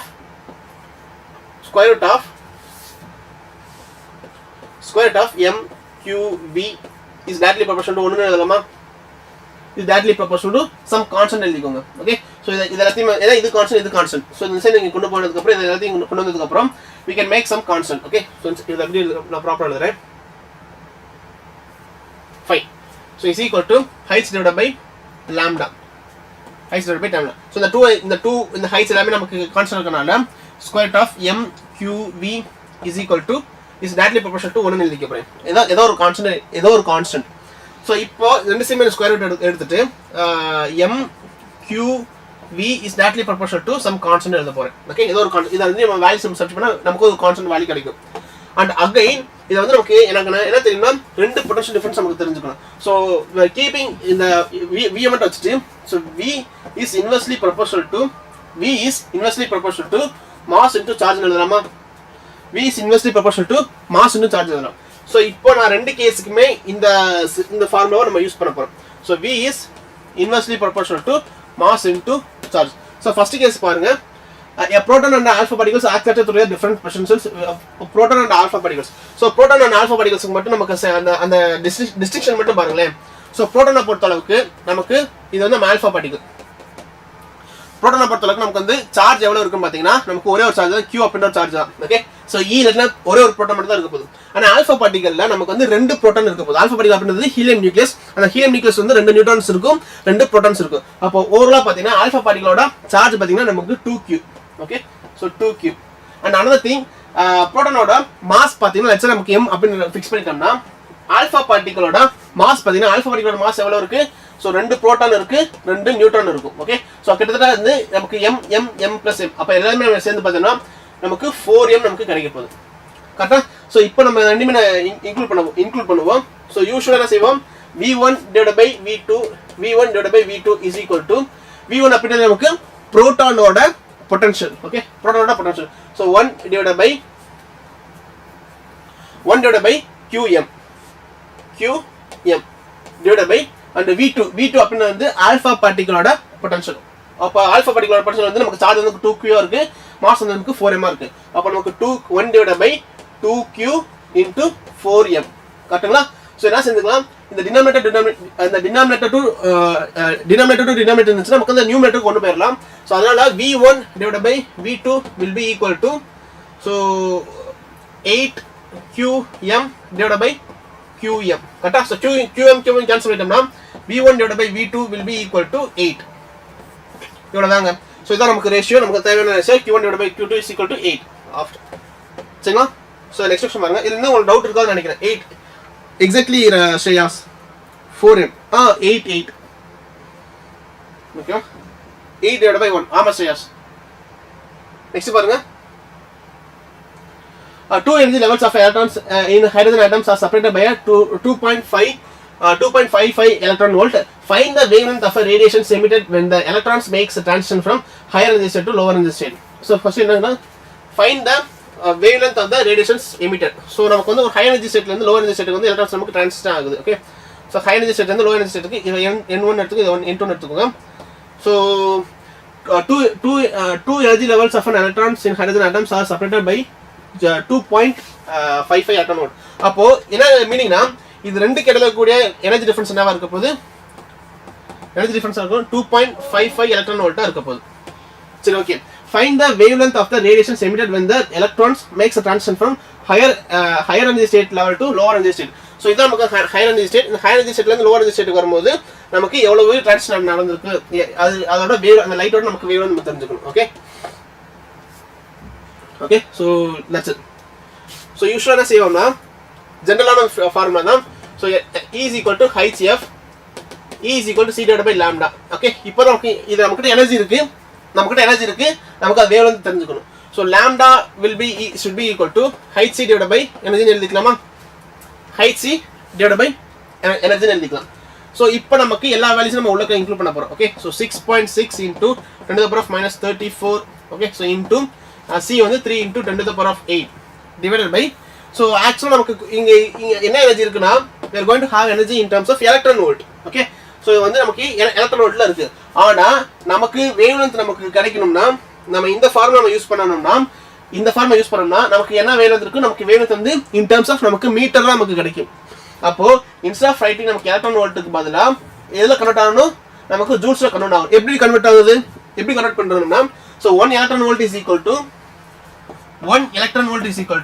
1.6 into 10 to the power of minus 19 joule okay so அப்ப நமக்கு எவ்வளவு எலக்ட்ரான் வோல்ட் இருக்கு 2.55 எலக்ட்ரான் வோல்ட் இருக்கு அப்ப just இத வந்து into அப்ப நமக்கு total energy will be equal to so 2.55 into 1.6 into 10 to the power of minus 19 joule மட்டும் போட்டா போதுமா okay so that's it அவ்வளவுதான் அப்ப நமக்கு எனர்ஜிக்கு பதிலா என்ன எழுதிக்கலாம்னா you can substitute so 2.55 into 1.6 into 10 to the power of minus 19 joules மட்டும் எழுதிட்டா போதும் okay so இப்போ நமக்கு இது எல்லாத்தையுமே நம்ம கன்சாலிடேட் பண்ணி உங்களுக்கு ஆன்சர் பாத்தீங்கன்னா you will be getting some answers like so 4 8 7 உங்களுக்கு ஆன்சர் இது எல்லாத்தையும் நீங்க சப்ஸ்டிட்யூட் பண்ணி பாருங்க ஆன்சர் டிரைவ் ஆன்சர் வந்து நோட் பண்ணி பாருங்க ஜஸ்ட் நீங்க செக் பண்ணி பாருங்க உங்களுக்கு வந்து 2 4 8 7.5 நானோமீட்டர் கிட்ட வரும் சோ அந்த இந்த ரீஜன் பாத்தீங்கன்னா the region is lying in the எந்த செகண்ட் क्वेश्चन பாத்தீங்கன்னா எந்த சீரிஸ்ல இருக்குன்னு கேட்பாங்க it's a Balmer series so அதனால சொல்றேன் நீங்க அந்த கரஸ்பாண்டிங் சீரிஸ் வந்து ரஃபா பாத்துட்டு போங்க அது எந்த ரீஜனுக்குள்ள அது அக்கமடேட் ஆயிருக்கு அப்படினு சொல்லிட்டு ஓகே சோ லைமன் சீரிஸ்னா உங்களுக்கு எந்த சீரிஸ்க்குள்ள இருக்கு பால்மர் சீரிஸ் எந்த சீரிஸ்க்குள்ள இருக்கு அப்படினு வந்து நீங்க ரஃபா பாத்துட்டா போதும் ஓகேவா அது ஃபேன் இல்லங்க அது ஏசி அமத்திரோமா அமத்தியாச்சு okay sir please root value எடுக்க சொல்லுங்க ரூட் வேல்யூ வந்து உங்களால எக்ஸாக்ட்டா எடுக்க முடியாது just go for approximate okay so in case உங்களுக்கு ரூட் 10 அப்படினாங்கன்னா 3 பாயிண்ட் சம்திங் நீங்க போட்டு சால்வ் பண்ணுங்க ஓகே ரைட் அதே மாதிரி நெக்ஸ்ட் क्वेश्चन பார்த்தலாம் a carbon telescope a carbon isotopes so இதுமே நம்ம ரஃபா மட்டும் பார்க்க போறேன் ஜஸ்ட் நீங்க வொர்க் அவுட் பண்ணி பாருங்க carbon isotopes நமக்கு isotopes இருக்கு okay has a nuclear mass of so and so mass இருக்கு இது வந்து நமக்கு nuclear mass so calculate the binding energy of its nucleus so binding energy அப்படின்றது நமக்கு அந்த எல்லா நியூக்ளியஸ் நமக்கு என்ன ஒரு எனர்ஜி அதுக்கு பைண்ட் ஆயிருக்கு அப்படின்றது நமக்கு binding energy so அப்ப இட்ஸ் மீனிங் இதுக்கு என்ன மீனிங்னா நம்ம அந்த நியூக்ளியஸ் வந்து சுக்குநூறா நம்ம உடைக்கணும்னா நம்ம எவ்வளவு எனர்ஜி நம்ம கொடுக்கணும் அப்படின்றத பைண்டிங் எனர்ஜி கரெக்ட்டுங்களா அப்போ இதுக்கு என்ன செஞ்சுக்கலாம்னா first we have to find the mass defect binding energy is equal to mass defect into 931 million electron volt கரெக்ட்டுங்களா சோ இப்போ நமக்கு mass defect நமக்கு தெரிஞ்சுக்கணும் இப்போ நமக்கு வந்து mass defect நமக்கு தெரிஞ்சுக்கணும் இப்போ mass defect நம்ம எப்படி தெரியுதுன்னா சோ யூசுவலா வந்து ஃபார்முலா பார்த்திருக்கோம்ல mass defect is equal to ஒரு பெரிய பிராக்கெட் ஓபன் பண்ணிக்கோங்க mass of proton into proton number plus mass of neutron into neutron number minus okay so இதுல இருந்து நம்மளோட mass of nucleus வந்து நீங்க மைனஸ் பண்ணீங்கன்னா நியூக்ளியஸ் வந்தீங்கன்னா நமக்கு ரிசல்ட் கிடைச்சிடும் சோ இப்போ நீங்க என்ன பண்றீங்கன்னா இந்த mass of proton நமக்கு இருக்கா இது வந்து mass of protons நமக்கு வேல்யூ இருக்கு கரெக்ட்டா சோ நமக்கு proton number இருக்கா என்ன carbon is a proton number என்ன நம்பர் carbon 2 இத நமக்கு 6 அப்படினா நமக்கு proton number z is equal to 6 இத நமக்கு வந்து proton number carbon நமக்கு proton number அப்ப நமக்கு proton mass of proton நமக்கு வேல்யூஸ் இருக்கு proton numberக்கு நமக்கு வேல்யூஸ் இருக்கு plus mass of neutron நமக்கு வந்து வேல்யூஸ் நமக்கு கொடுத்திருக்காங்க என்ன அப்படினா நமக்கு வந்து number of neutrons எப்படி கண்டுபிடிக்கிறது number of neutrons is equal to mass number minus atomic number mass number minus atomic number. அப்போ mass number minus atomic number கொடுத்தோம்னா நமக்கு வந்து 6 நமக்கு கிடைக்கும். So put instead of writing நமக்கு இந்த இடத்துல 6 வேல்யூ கொடுத்துருங்க. அந்த அதுக்கடுத்து நமக்கு மாஸ் ஆஃப் நியூக்ளியஸ் வந்து அஸ் ஹோலா வந்து வேல்யூ கொடுத்துருவாங்க. இப்போ எல்லாத்தையுமே நீங்க ஆட் பண்ணி மைனஸ் பண்ணி பார்த்தோம்னா நமக்கு ஒரு வேல்யூ வந்து கிடைக்கும். ஸோ அந்த வேல்யூ தான் என்னது மாஸ் டிஃபெக்ட். அந்த வேல்யூ தான் என்னது மாஸ் டிஃபெக்ட். இப்போ என்ன மீனிங்னா இந்த மாஸ் தான் உங்களுக்கு எனர்ஜியை கன்வெர்ட் ஆகி அந்த நியூக்ளியன்ஸ் வந்து அது ஹோல்ட் பண்ணி வச்சிருக்கு. அப்போ அந்த எலக்ட்ரான்ஸ் அந்த நியூக்ளியன்ஸ் நமக்கு உடச்சு எடுக்கணும்னா இந்த இதுக்கு ஈக்குவலண்டான அந்த பைண்டிங் எனர்ஜியை நம்ம ஈக்குவலான பைண்டிங் எனர்ஜிக்கு ஈக்குவலான ஒரு எனர்ஜி நம்ம எக்ஸ்ட்ரா கொடுத்தோம்னா நம்ம அதை உடைக்க முடியும். ஓகே, ஸோ அதை எப்படி கண்டுபிடிக்கிறதுனா by using this formula. Okay, so அப்போ நமக்கு பைண்டிங் எனர்ஜி நமக்கு மாஸ் டிஃபெக்ட் கண்டுபிடிச்சாச்சு. அதுக்கப்புறம் 931 கூட நீங்க மல்டிப்ளை பண்ணீங்கன்னா மாஸ் டிஃபெக்டோட நீங்க 931 மல்டிப்ளை பண்ணீங்கன்னா இது எவ்வளவு எனர்ஜி அந்த பைண்ட் ஆயிருக்கு அப்படின்னு தெரிஞ்ச போகுது. ஓகே, ஸோ அதான் நமக்கு ஆன்சரும் கூட. இது வந்து ஒரு ஹோம்வொர்க் எடுத்து நீங்க ஒர்க் அவுட் பண்ணி பாருங்க. Next question, how does the energy gap of intrinsic semiconductors effectively changes when doped with trivalent impurities and pentavalent impurities? So trivalent impurities பொறுத்த அளவுக்கு see இது வந்து trivalent impurities.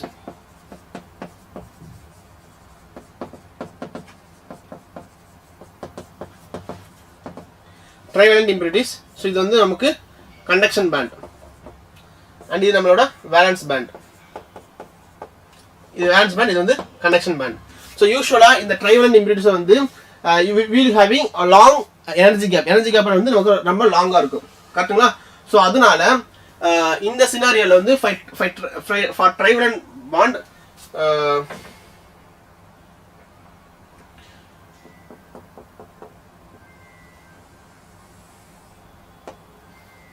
okay, so sorry.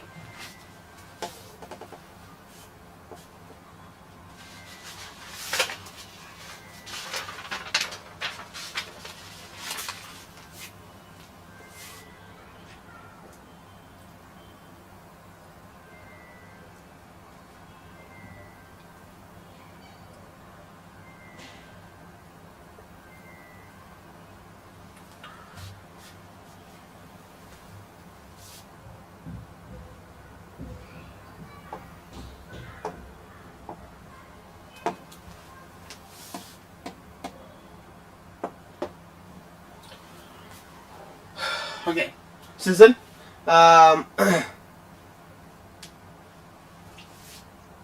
Listen. இப்போ நமக்கு வந்து trivalent impurities and pentavalent impurities.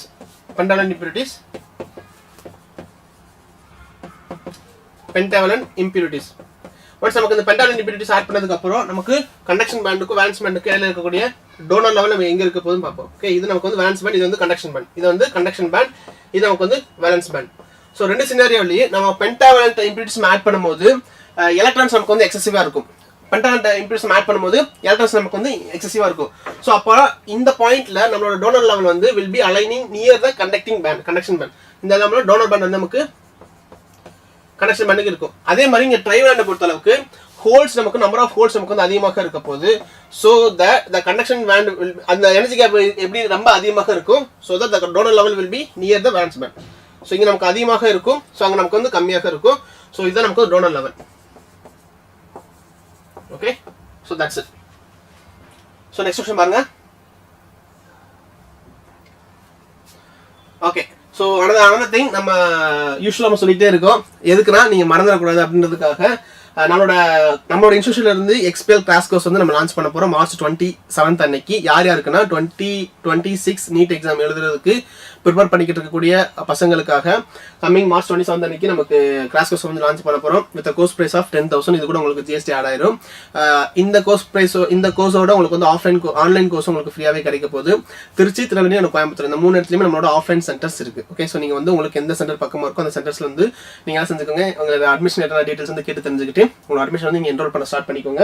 And another thing, scholarship exams வந்து நம்ம இப்போ கனெக்ட் பண்ண போறோம். ஸோ அந்த ஸ்காலர்ஷிப் எக்ஸாம் பார்த்தீங்கன்னா நமக்கு எவ்ரி வீக் நமக்கு எவ்ரி சாட்டர்டே வந்து நமக்கு எழுதலாம். யார் எழுதலாம்னா 10th பசங்க, 11th பசங்க, 12th பசங்க யாரும் வந்து எவ்ரி சாட்டர்டே வந்து எழுதலாம். அண்ட் 12th படிக்கிற பசங்களுக்கும் நீட் ரிப்பீட் பண்ற பசங்களுக்கும் ஸ்பெசிஃபிக்கா நெக்ஸ்ட் வீக்ல நெக்ஸ்ட் கம்மிங் சண்டேல நமக்கு ஆன்லைன்ல எக்ஸாம்ஸ் வந்து கண்டக்ட் பண்ண போறோம். ஸ்காலர்ஷிப் எக்ஸாம் கண்டக்ட் பண்ண போறோம். அதுக்கான டிஸ்கிரிப்ஷன் லிங்க் வந்து உங்களுக்கு கீழே அதுக்கான லிங்க் வந்து உங்களுக்கு டிஸ்கிரிப்ஷன்ல இருக்கும். நீங்க அதை யூஸ் பண்ணி அதை ரெஜிஸ்டர் பண்ணிட்டு நீங்க கண்டிப்பா அட்டெண்ட் பண்ணி பாருங்க.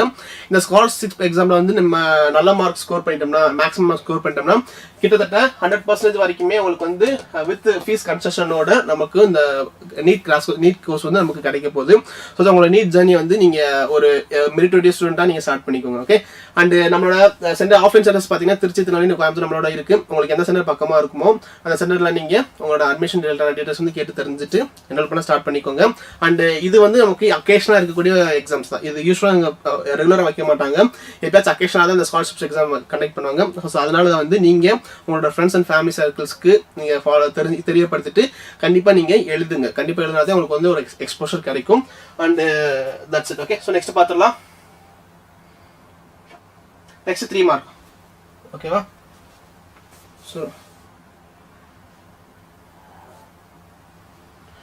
So only one day I afraid my confidence level was decreasing because of numericals.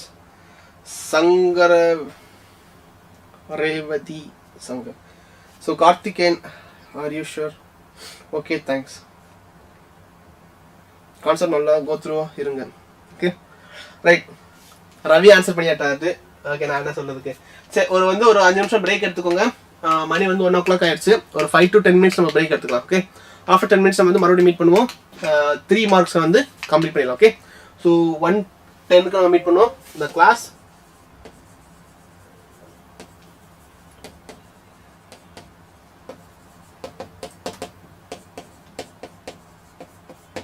Okay, வாங்க 1:10க்கு மறுபடியும் வந்துருங்க.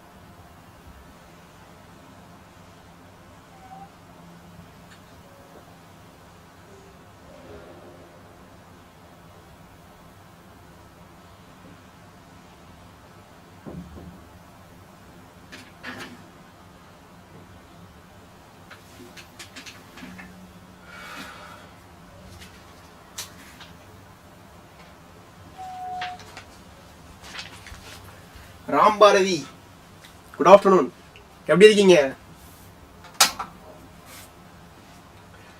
ராம்பாரதி,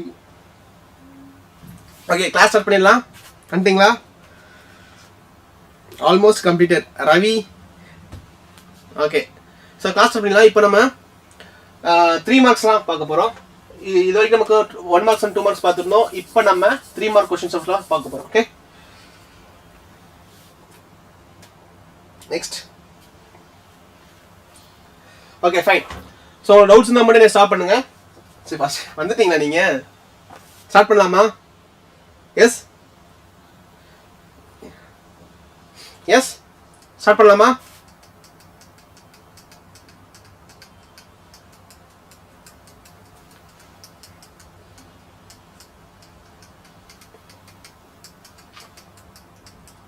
ராம்பாரதி ஸ்டார்ட் பண்ணலாமா?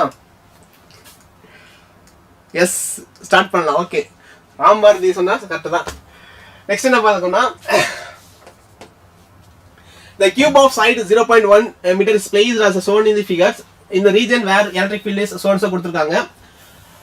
exist here x is in the meter and e is in Newton per coulomb. Fine. இப்போ நமக்கு என்ன calculate பண்ணனும் பாருங்க. The flux passing through the cube. இந்த கியூப்க்குள்ள நமக்கு என்ன flux நமக்கு இருக்க போகுது அப்ப flux என்னது collection of electric field lines அவ்வளவுதான். அப்போ and next என்ன கண்டுபிடிக்கணும்னா சார்ஜ் நமக்கு கண்டுபிடிக்கணும். ஓகேவா? சோ இவ்வளவுதாங்க. இப்போ ஃபர்ஸ்ட் விஷயம் என்ன தெரிஞ்சுக்கணும்னா இந்த பொசிஷன் flux ஓட general formula flux is equal to e vector dot a vector. கரெக்ட்டா? இப்போ இந்த क्वेश्चन வந்து கொஞ்சம் கவனமா கவனிங்க. இது நம்மளோட பொசிஷன் வெக்டர். இந்த இடத்துல நமக்கு கியூப் இருக்கு. இந்த கியூப் வந்து ஆரிஜின்ல இருந்து எக்ஸாக்ட்டா 0.5 மீட்டர்ல இருக்கு. ஆரிஜின் வந்து எக்ஸாக்ட்டா 0.5 மீட்டர்ல இருக்கு. இந்த கியூபோட சைஸ் பாத்தீங்கன்னா சைடு பாத்தீங்கன்னா நமக்கு வந்து 0. நமக்கு வந்து 0.1 மீட்டர்ல இருக்கு. 0.1 மீட்டர்ல இருக்கு. இப்போ ஃபர்ஸ்ட் क्वेश्चन வந்து the flux passing through the cube. இப்போ இந்த கியூப்ல எந்தெந்த சர்ஃபேஸ்ல ஃபர்ஸ்ட் நமக்கு எலக்ட்ரிக் ஃபீல்ட்ஸ் வந்து என்டர் ஆகும்னு ஃபர்ஸ்ட் பார்த்தோம்னா இந்த ரெண்டு சைடுல இருந்து மட்டும் தான் நமக்கு எலக்ட்ரிக் ஃபீல்ட்ஸ் வந்து என்டர் ஆகும். இந்த மேல இருக்கக்கூடிய சைடு கீழ இருக்கக்கூடிய சைடுஸ் நமக்கு வந்து அதோட நார்மல் வெக்டர் வந்து எலக்ட்ரிக் ஃபீல்ட்ஸ் நமக்கு 90 டிகிரில இருக்கறனால இந்த சர்ஃபேஸ் வந்து எந்த ஒரு ஃப்ளக்ஸையுமே அது கலெக்ட் பண்ணாது. அதனால ரெண்டு சர்ஃபேஸ் தான் இந்த கியூப்ல வந்து ஃப்ளக்ஸை கலெக்ட் பண்ண ஃபீல்ட கலெக்ட் பண்ணும். அது எந்த சர்ஃபேஸ்னா இந்த சர்ஃபேஸ் அண்ட் இந்த சர்ஃபேஸ். இந்த ரெண்டு சர்ஃபேஸ் மட்டும் தான் உங்களுக்கு ஃபீல்ட கலெக்ட் பண்ண போகுது. சோ மேல இருக்கக்கூடிய அந்த ரெண்டு சர்ஃபேஸும் அந்த இந்த முன்னாடி பின்னாடி இருக்கக்கூடிய அந்த சர்ஃபேஸ் வந்து ஃபீல்ட வந்து கலெக்ட் பண்ண போறது இல்ல. ஏன்னா அதோட ஏரியா வெக்டரும் எலக்ட்ரிக் ஃபீல்ட்ஸ் இருக்கக்கூடிய வெக்டரும் நமக்கு வந்து 90 டிகிரி இருக்கனால அது கேன்சல் ஆயிடும். அப்ப எலக்ட்ரிக் ஃபீல்ட்ஸ் வந்து இந்த டைரக்ஷன் இருக்கு அப்படின்றத நம்ம எப்படி சொல்ல முடியும்னா ஜஸ்ட் நீங்க பாருங்க electric fields is equal to 500xi. அப்ப நமக்கு இது எந்த டைரக்ஷன் இருக்கு? பாசிட்டிவ் x டைரக்ஷன் இருக்கு. பாசிட்டிவ் x டைரக்ஷன் இருக்கா? சோ இதான் எலக்ட்ரிக் ஃபீல்ட்ஸ். அப்போ இந்த ரெண்டு சர்ஃபேஸ்ல மட்டும் தான் ஃப்ளக்ஸ் கலெக்ட் ஆக போகுது. சோ அந்த ரெண்டு ஃப்ளக்ஸ்ல மட்டும் நமக்கு எவ்வளவு ஃபீல்ட் நமக்கு கலெக்ட் ஆகும்னு தெரிஞ்சிட்டா போதும் நமக்கு ஒரு டோட்டல் ஃப்ளக்ஸ் கண்டுபிடிச்சிடலாம். இப்போ E நமக்கு தெரியும். So flux is equal to flux 1 எடுத்துக்கலாமா? flux 1 எடுத்துக்கலாம். So flux 1 is equal to E electric fields இங்க 500. So 500 into 500x. So x அப்படின்றது இருக்கு இந்த ஹரிசாண்டல் டிஸ்டன்ஸ் ஆரிஜின்ல இருந்து இது எவ்வளவு இந்த ஃபர்ஸ்ட் சர்ஃபேஸ் வந்து எவ்வளவு டிஸ்டன்ஸ் இருக்கு? 0.1 மீட்டர்ல இருக்கு. சோ அதனால 0.1 i cap. சோ டாட் வந்து ஏரியா. சோ ஏரியா வந்து இந்த சர்ஃபேஸோட ஏரியா. ஆக்சுவலா ஒரு சைடுமே உங்களுக்கு 0.1 சைடா. அப்போ அதோட ஏரியா பாத்தீங்கன்னா வந்து so area will be is equal to r square. அப்போ 0.1 into 0.1. அப்போ 10 to the power of -2. 10 to the power of -2. 10 to the power of -2. So இது எல்லாத்தையும் பார்க்கிறதுக்கு முன்னாடி இந்த சர்ஃபேஸோட ஏரியா இருக்குல இந்த சர்ஃபேஸ் ஏரியாவோட நார்மல் வெக்டரும் எலக்ட்ரிக் ஃபீல்ட்ஸும் எந்த டைரக்ஷன்ல இருக்குன்னு ஃபர்ஸ்ட் பார்க்கணும். சோ யூசுவலா பாத்தீங்கன்னா இந்த இந்த சர்ஃபேஸோட ஏரியா வெக்டரும் எலக்ட்ரிக் ஃபீல்ட்ஸ் வந்து டுவர்ட்ஸ் ரைட்டா இருக்கு. இந்த சர்ஃபேஸோட ஏரியா வெக்டர் வந்து டுவர்ட்ஸ் லெஃப்ட்டா இருக்கும். ஓகே, சோ அதனால இந்த ஃபர்ஸ்ட் கேஸ்ல நமக்கு இருக்கக்கூடிய தீட்டாவோட வேல்யூ வந்து 180 டிகிரி. ரைட்டா? சோ இத நம்ம கொஞ்சம் எக்ஸ்பேண்ட் பண்ணி எழுதணும்னா சோ EA cos tan எழுத போறோம். சோ EA cos tan எழுதலாமா? இப்போ தீட்டா cos தீட்டாக்கு பதிலா நம்ம 180 டிகிரி நம்ம சப்ஸ்டிட் பண்ணோம்னா நமக்கு வந்து -1 போட போறோம். So flux 1 will be equal to so இந்த 500 உள்ளக்க நம்ம சப்ஸ்டிட் பண்ணோம்னா so -0.1 so 50 into 10 to the power of -2 0.5. கரெக்ட்டுங்களா? So 0.5 weber. ரைட், இது வந்து flux 1. செகண்ட் சர்ஃபேஸ்க்கு flux 2 பாத்துறலாம். சோ இதே மாதிரி flux 2 is equal to again நமக்கு வந்து EA cos theta. சோ இந்த பாயிண்ட்ல பாத்தீங்கன்னா எலக்ட்ரிக் ஃபீல்ட்ஸும் மேக்னெட்டிக் ஃபீல்ட்ஸும் நமக்கு எலக்ட்ரிக் ஃபீல்ட்ஸ் ஏரியா வெக்டர் நமக்கு சேம் டைரக்ஷன்ல இருக்க போகுது. எலக்ட்ரிக் ஃபீல்ட்ஸ் வந்து எந்த டைரக்ஷன்ல இருக்கு? டுவர்ட்ஸ் ரைட் ஹேண்ட் சைடுல இருக்க போகுது. ஏரியா வெக்டர் எந்த டைரக்ஷன்ல இருக்க போகுது? அதுவும் டுவர்ட்ஸ் ரைட் ஹேண்ட் சைடுல இருக்க போகுது. So electric field lines towards right hand side, area vector நமக்கு towards right hand side, area vector towards right hand side. So இந்த பாயிண்ட்ல பாத்தீங்கன்னா நமக்கு θ is equal to 0 டிகிரி. கரெக்ட்டுங்களா? அப்போ இந்த சர்ஃபேஸ் நமக்கு எவ்வளவு ஃப்ளக்ஸ் எவ்வளவு ஃபீல்ட் நமக்கு அசோசியேட் இருக்கும் பாத்தீங்கன்னா ஜஸ்ட் நம்ம மறுபடியும் E is equal to 50x போடலாமா? E is equal to 500 x போடுற வேண்டிய இடத்துல பாருங்க. சோ இந்த சர்ஃபேஸ் வந்து ஆரிஜின் வந்து எவ்வளவு பொசிஷன்ல இருக்குன்னு பாருங்க. 0.1 ஒரு பொசிஷன். அந்த இந்த கியூபோட சைஸ் பாத்தீங்கன்னா மறுபடியும் 0.1. சோ ஒட்டுமொத்தமா பாத்தீங்கன்னா 0.2 அப்படின்ற ஒரு மீட்டர் 0.2 மீட்டர்ல இருக்க போகுது. அப்ப நமக்கு 0.2 into ஏரியா, இந்த சர்ஃபேஸோட ஏரியா. அப்போ சர்ஃபேஸோட சைடு பாத்தீங்கன்னா நமக்கு 0.1, இதோட ஏரியா பாத்தீங்கன்னா 0.1 into 0.1 and that is nothing but 10 to the power of -2 into cos 0 degree. cos 0 degree என்னது 1. ஓகேவா? சோ இத மட்டும் நம்ம வேல்யூ பண்ணா போதும். சோ இத ரெண்டையும் கேன்சல் பண்ணிடலாம். and 5 into 0.2 is equal to 1.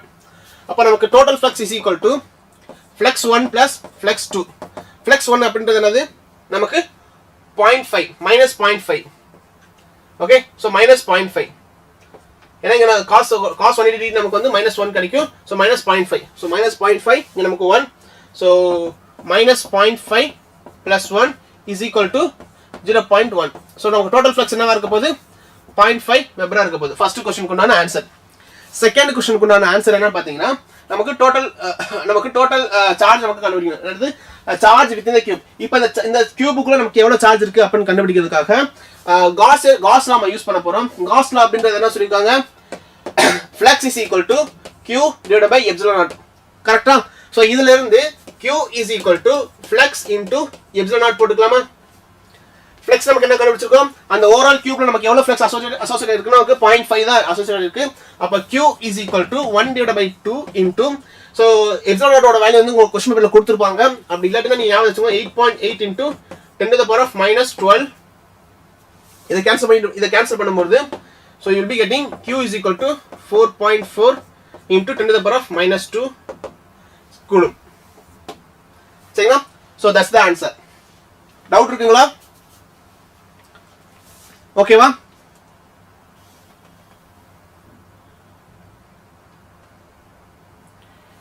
so only I direction field, okay, x direction, okay, half.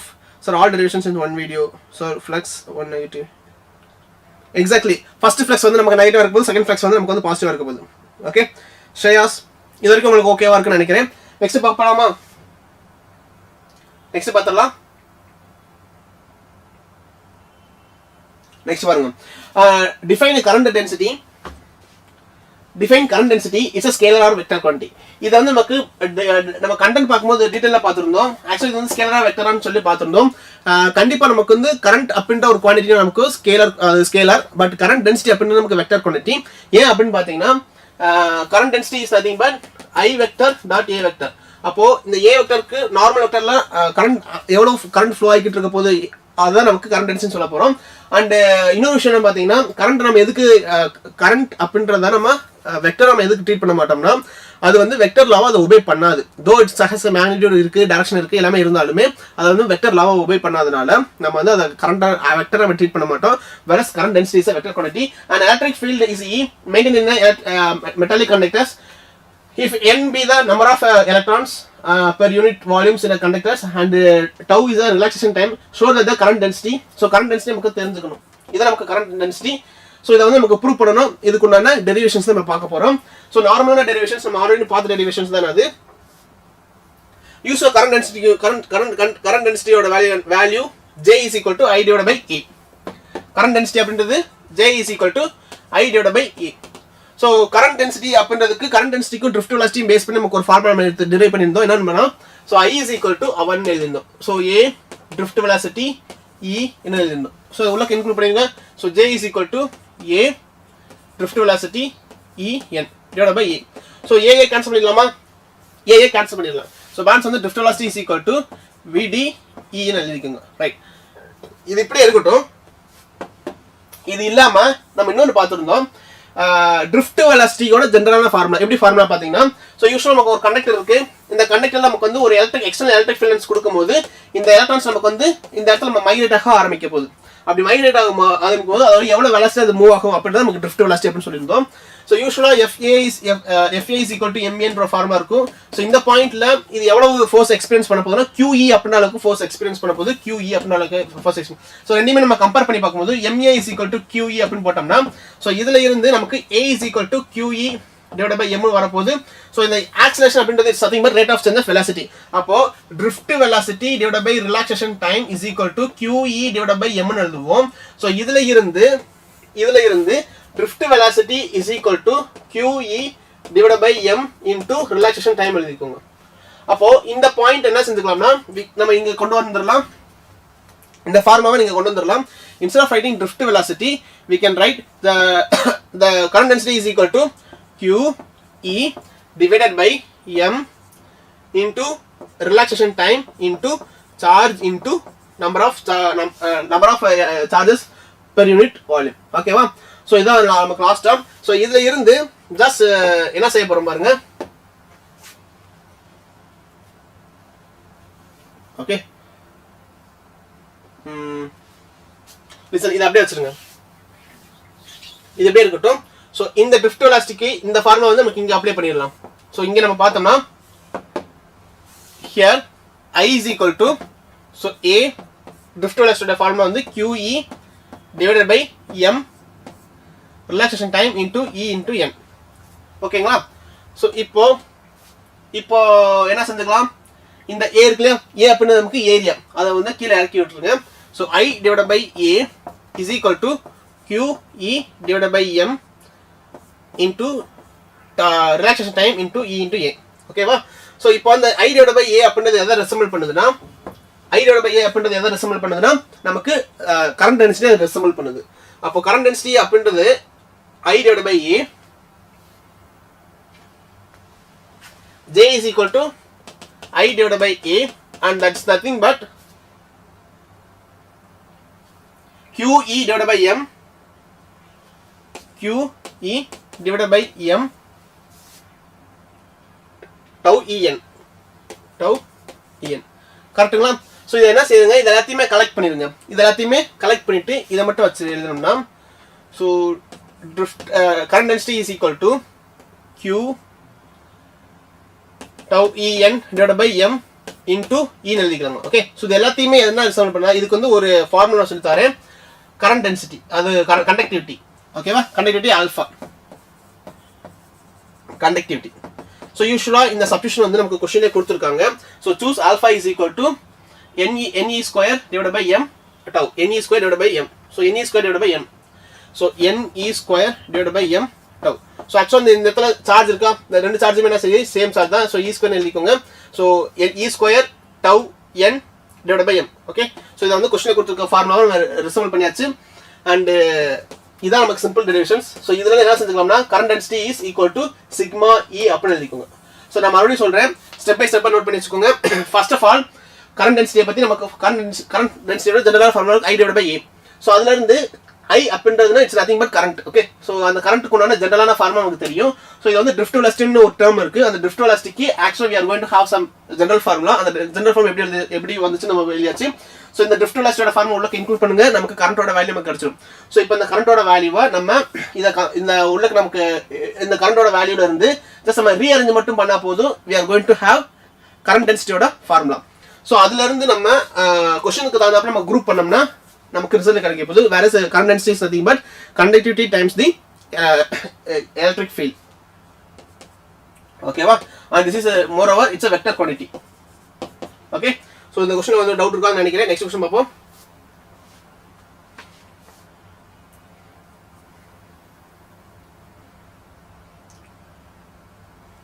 So conductivity definition, listen.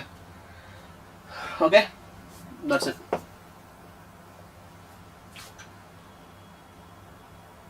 See, basic definitions வந்து நீங்க டெக்ஸ்ட் புக் கொஞ்சம் ரெஃபர் பண்ணிக்கோங்க. நம்ம வந்து இங்க ப்ராப்ளம்ஸ் அப்புறம் தியரிட்டிக்கல் கண்டென்ட் ஃபுல்லாக பார்த்துக்கலாம். பேசிக்கான டெஃபினேஷன்ஸ் மட்டும் அந்த வேர்டிங்ஸ் மட்டும் நீங்கள் வந்து டெக்ஸ்ட் புக் வந்து கொஞ்சம் ரெஃபர் பண்ணிக்கோங்க. ஓகே, ஸோ அந்த மோரோவர் அந்த டெக்ஸ்ட் புக்கில் இருக்கக்கூடிய கீவேர்ட்ஸ் தான் நமக்கு மார்க்கும் கொடுக்குறாங்க.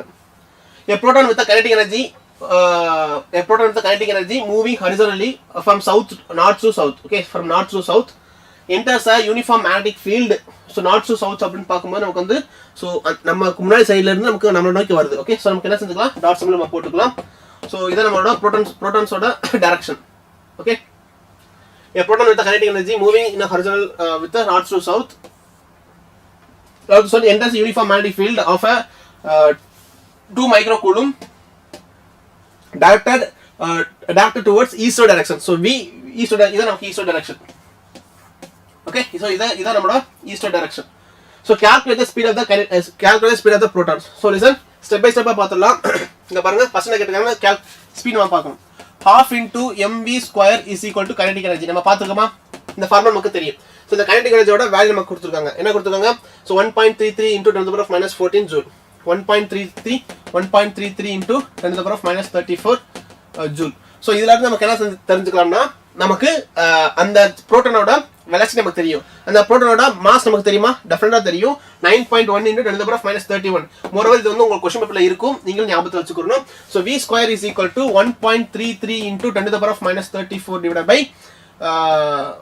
mass அப்படின்னா 9.1 into 10 to the power of minus 31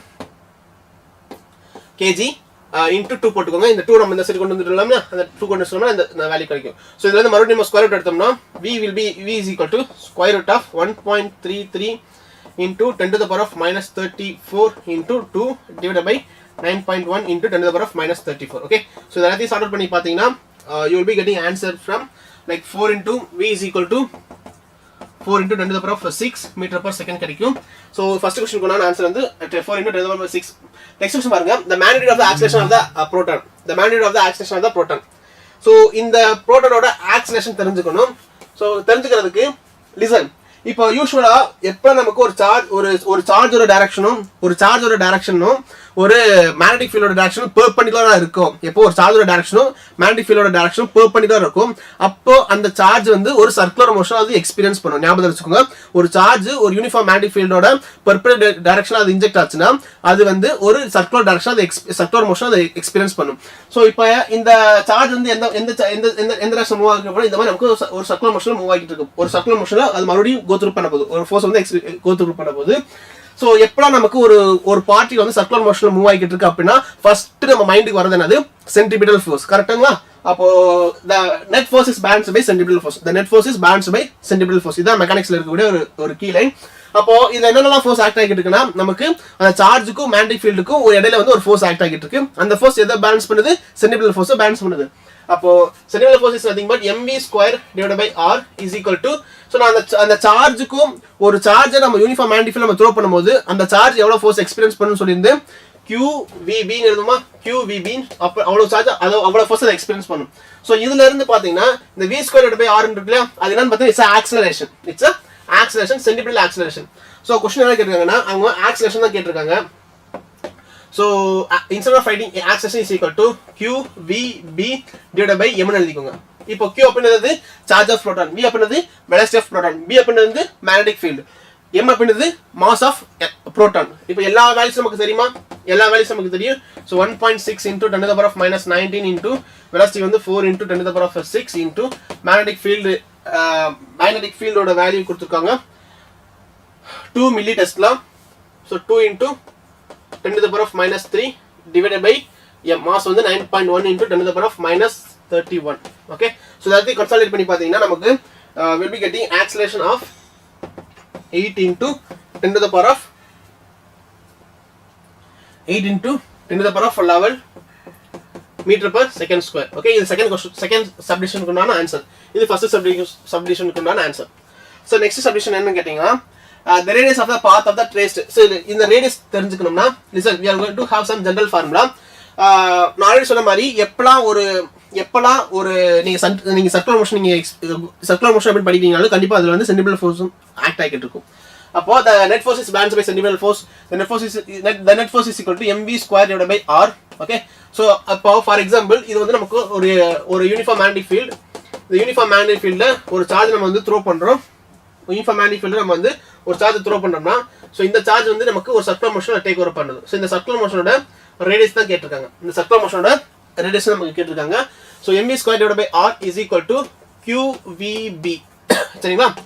so இப்போ இந்த vv கேன்சல் பண்ணிடலாம். சோ பேலன்ஸ் டெர்ம்ஸ் மட்டும் எழுதணும்னா சோ இந்த r இருக்குலையா, இந்த r தான் அது நமக்கு தேவையான r. So r is equal to mv divided by qb. இதாங்க ஆன்சர். சோ இதுல வந்து நீங்க இருக்கக்கூடிய வேல்யூஸ் வந்து நீங்க நம்ம சப்மிட் பண்ணோம்னா எல்லாமே கிடைக்கும். சோ மோரோவர் அவங்க என்ன டேட்டா கொடுத்திருக்காங்கன்னா சோ சார்ஜ் டிவைடட் பை மாஸ்க்கு நமக்கு வேல்யூ கொடுத்திருக்காங்க. சார்ஜ் டிவைடட் பை மாஸ்க்கு நமக்கு வேல்யூ கொடுத்திருக்காங்க. சார்ஜ் டிவைடட் பை மாஸ்க்கு நமக்கு வந்து வேல்யூ கொடுத்திருக்காங்க. ஓகே, சோ வேல்யூஸ் மட்டும் உங்களுக்கு இன்க்ளூட் பண்ணா மட்டும் போதும். So v is equal to so r is equal to so velocity நமக்கு வந்து எவ்வளவு இருக்குன்னு தெரிஞ்சிருச்சு. 4 into 10 to the power of 6. கரெக்ட்டா? so 4 into 10 to the power of 6 divided by அவங்க ரேஷியோ எவ்வளவு கொடுத்திருக்காங்கன்னா 10 to the power of 8. 10 to the power of 8 into 2 milli Tesla. 2 into 10 to the power of minus 3. Correct? So then r will be equal to 2. So 2 into 5 மேல போச்சுனா 1. So 20. கரெக்ட்டுங்களா? 10 to the power minus 2 plus 1 10. So which is nothing but r will be equal to 20 meter. Correct? So the radius will be equal to 20 meter. That's it. So that's it. The அப்ப result எழுதுங்க.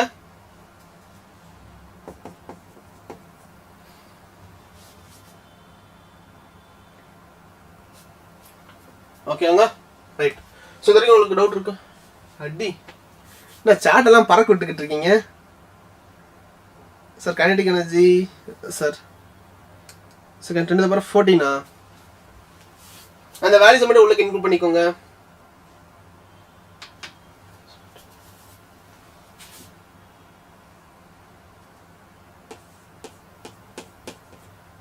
Sorry Ravi. So உங்களுக்கு calculate பண்ணும்போது மட்டும் பாருங்க. So இந்த questions பண்ணுங்களே sir. Srinidhi sir எவ்வளோ நேரம் சார் செஷன் இருக்கும்? I came now only please tell sir. Sir robo Rajeev sir ஆக்சுவலாக வந்து நான் கொஞ்ச நேரம் மட்டும் தான் இருக்க போது 2 o'clock நம்ம வைண்ட் அப் பண்ண போகிறோம். ஓகேவா? ஸோ சார் எவ்வளோ நேரம் சார் அப்புறம்? ஓகே. ஸோ இன்னும் எவ்வளோ கோவப்பட்டீங்களோ ரோபோ? எப்படா செஷனை முடிப்ப? சரி சரி, நெக்ஸ்ட் பார்ப்போம். Next question. A 100 turns of a radius 1.6 centimeters and resistance 500 turns of a 100 turns coils of a radius 1.6 centimeter. Okay, 1.6 centimeters. So 100 turns ல வந்து நமக்கு 100 turns 1.6 centimeter 1.6 centimeter and resistance oda value 5 ohm. Okay, so is coaxial with a solenoid of 250 turns and radius of 1.8 centimeter. Okay, so 1.6 1.8 centimeter. So இதோட அதிகமான radius இது. Okay,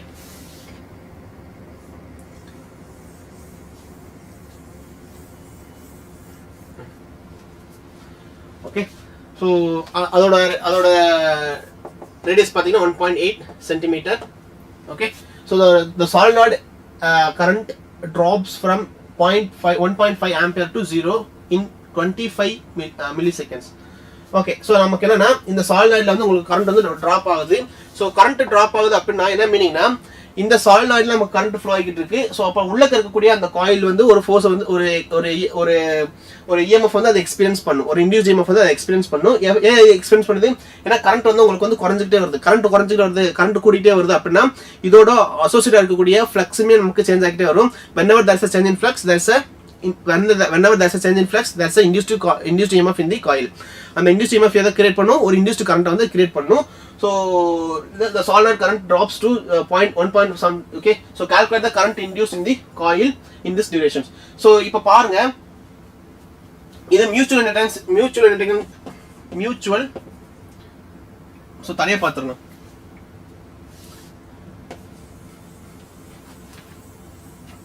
இது நம்மளோட coil. Okay, so இந்த coil நமக்கு வந்து current flow ஆகிட்டு இருக்க போது இதுக்குள்ள நம்ம இன்னொரு காயில பிளேஸ் பண்ண போறோம். ஸோ யூஸ்வலா இங்க பாருங்க, இதுல கரண்ட் ஐ கரண்ட் ஃப்ளோ ஆகிட்டு இருக்கா, இதுல வந்து ஐ அப்படின்னு ஒரு கரண்ட் ஃப்ளோ ஆகிட்டு இருக்கு. ஸோ மேபி இது ரெண்டுமே நமக்கு சேம் லென்த்ல இருக்கு. ஏரியா எல்லாமே நமக்கு வந்து வேற ஏரியா. சின்ஸ் நமக்கு வேற இது நமக்கு இது வேற ரேடியஸ், இது நமக்கு வந்து வேற ரேடியஸ். ஓகேவா? So inductance will be equal to நம்ம யூசுவலா செல்ஃப் இண்டக்டன்ஸ் படிச்சிருந்தோம்னா செல்ஃப் இண்டக்டன்ஸ் ஃபார்முலா ரீகால் பண்ணலாம். So mu naught n a என்ன எழுதிருந்தோமோ, ஓகே செல்லு வராது, mu naught n n a எழுதிருந்தோம். ஸோ இங்க நம்ம இதவே எப்படி மாற்ற எழுதி போறோம்னா, so mutual inductance is equal to mu naught n1 n2 area 1 அப்படின்றது வந்து ஃபர்ஸ்ட் இதுல ஃப்ளோ ஆகிட்டு இருக்குல்ல, இது வந்து ஃபர்ஸ்ட் காயில் 1, இது நமக்கு காயில் 2 எடுத்துக்கோங்க. ஓகே, ஸோ வெளியில் இருக்கிறது வந்து காயில் 1, உள்ள இருக்கிறது வந்து காயில் 2 எடுத்துக்கோங்க, இன்டூ காயில் 2. ஸோ இந்த ரிலேஷன் யூஸ் பண்ணாங்கன்னா நமக்கு இந்த ஃபார்ம் நமக்கு கிடைச்சிடும். ஸோ லிசன், சேம் ஃபார்முலா கரெக்டா? ஸோ இதுல இருந்து ஜஸ்ட் வி வாண்ட் இஎம்எஃப் தானே, இஎம்எஃப் இன்டியூஸ்ட் இஎம்எஃப் தான், the current in the induced. So I is equal to induced EMF divided by R. current I is equal to induced EMF divided by R. So இந்த induced EMF கண்டுபிடிக்கணும்னா we want mutual inductance. ஏன்னா induced EMF is equal to minus di divided by dt. கரெக்ட்டா? So இத நமக்கு இதை use பண்ணி தான் நமக்கு induced EMF கண்டுபிடிக்க முடியும். So இந்த induced EMF கண்டுபிடிக்கிறதுக்கு we want mutual inductance. So அந்த mutual inductance கண்டுபிடிக்கிறதுக்கான ஜெனரல் ஃபார்முலா தான் நம்ம இப்ப பேசினது. So once நமக்கு அந்த mutual inductance ஃபார்முலா கண்டுபிடிங்க, நமக்கு என்னது என்ன number of turns first coil, second coil and pi around coil எல்லாமே நமக்கு டேட்டாஸ் இருக்கு. உள்ளக்க நம்ம இன்க்ளூட் பண்ணீங்கன்னா உங்களுக்கு வந்து mutual inductance ஓட வேல்யூஸ் தெரியும். So அந்த mutual inductance யூஸ் பண்ணி induced EMF நம்ம பார்த்துட்டு அதை யூஸ் பண்ணி நமக்கு வந்து current in the circuit நம்ம கண்டுபிடிக்கணும். கரெக்ட்டுங்களா? So இது வந்து ஒரு ஹோம்வொர்க் எடுத்துக்கோங்க. ஜஸ்ட் நம்ம சொன்ன ஃபார்முலாஸ் அந்த சம்ம இந்த மூணு ஃபார்முலா இதை யூஸ் பண்ண போறோம். ஓகேவா? ஜஸ்ட் ஒரு ஹோம்வொர்க் எடுத்துட்டு இதை வந்து நீங்க கொஞ்சம் சால்வ் பண்ணி பாருங்க, உங்களுக்கு ஆன்சர் கிடைக்கும். அண்ட் நெக்ஸ்ட் क्वेश्चन பாருங்க. The inductor, a capacitor and a resistance are connected in series with a source V is equal to Vm sin omega t. Derive the expression for the average power distribution in the circuits. Also obtain the expression for the resonance frequency of the circuits. So நமக்கு வந்து மூணு LCR circuit இருக்கு. Inductor, capacitor and resistor. இது நமக்கு வந்து ஒரு எக்ஸ்டர்னலா ஒரு voltage நமக்கு கனெக்ட் பண்ண போறோம். சோ இந்த வோல்டேஜ் எப்படி பாத்தீங்கன்னா V is equal to Vm sin omega t. V is equal to Vm sin omega t. இப்போ அவங்க என்ன கேட்டிருக்காங்கன்னா இதுல வந்து ஆவரேஜ் பவர் டிஸ்ட்ரிபியூஷன் கேட்டிருக்காங்க. ஆவரேஜ் பவர் டிஸ்ட்ரிபியூஷன் என்ன கேட்டிருக்காங்க? சின்ஸ் இது வந்து ஒரு சீரிஸ் சர்க்யூட்னால நமக்கு கரண்ட் நமக்கு சேமா தான் இருக்க போகுது. எவ்வளவு கரண்ட் இருக்க போகுது? So I is equal to I maximum sin omega t. Okay, so அப்ப நமக்கு வோல்டேஜ் நம்ம எழுதணும்னா இந்த வோல்டேஜுக்கும் கரண்ட்டுக்கும் பேஸ் அப்பான் இண்டக்டரோட வேல்யூஸ் பொறுத்த அளவுக்கு ஏதோ ஒரு ஃபேஸ் டிஃபரன்ஸ் இருக்க போகுது. ஓகே, ஏதோ ஒரு ஃபேஸ் டிஃபரன்ஸ் இருக்க போகுது. அப்போ V will be equal to V maximum sin omega t plus pi. கரெக்ட்டுங்களா? இப்போ இதுல இருந்து நம்ம என்ன செய்ய போறோம்? டக்குனு பவர் ஆவரேஜ் பவர் எழுதலாம். So power is equal to V into I. கரெக்ட்டா? இப்போ ரெண்டுமே உள்ள இன்க்ளூட் பண்ண போறோம். So V maximum sin of omega t plus pi I க்கு பதிலா வந்து I maximum sin of omega t. கரெக்ட்டா? இப்போ sin a plus b formula படி நம்ம அதை ஸ்ப்ளிட் பண்ணோம். sin a plus b formula நம்ம தெரிஞ்சுக்கோங்க. sin a plus b formula is equal to sin a plus b is equal to sin a cos b plus cos a sin b. ஓகேங்களா? So இத மாதிரி expand பண்ணி எழுத போறோம். So p is equal to so vm im நம்ம காமனா வெளியில எடுத்துறலாம். Okay, so நமக்கு வந்து vm im so sin omega t and bracketல இத மட்டும் கொஞ்சம் எக்ஸ்பேண்ட் பண்ணி எழுத போறோம். sin a cos b plus sin a cos b plus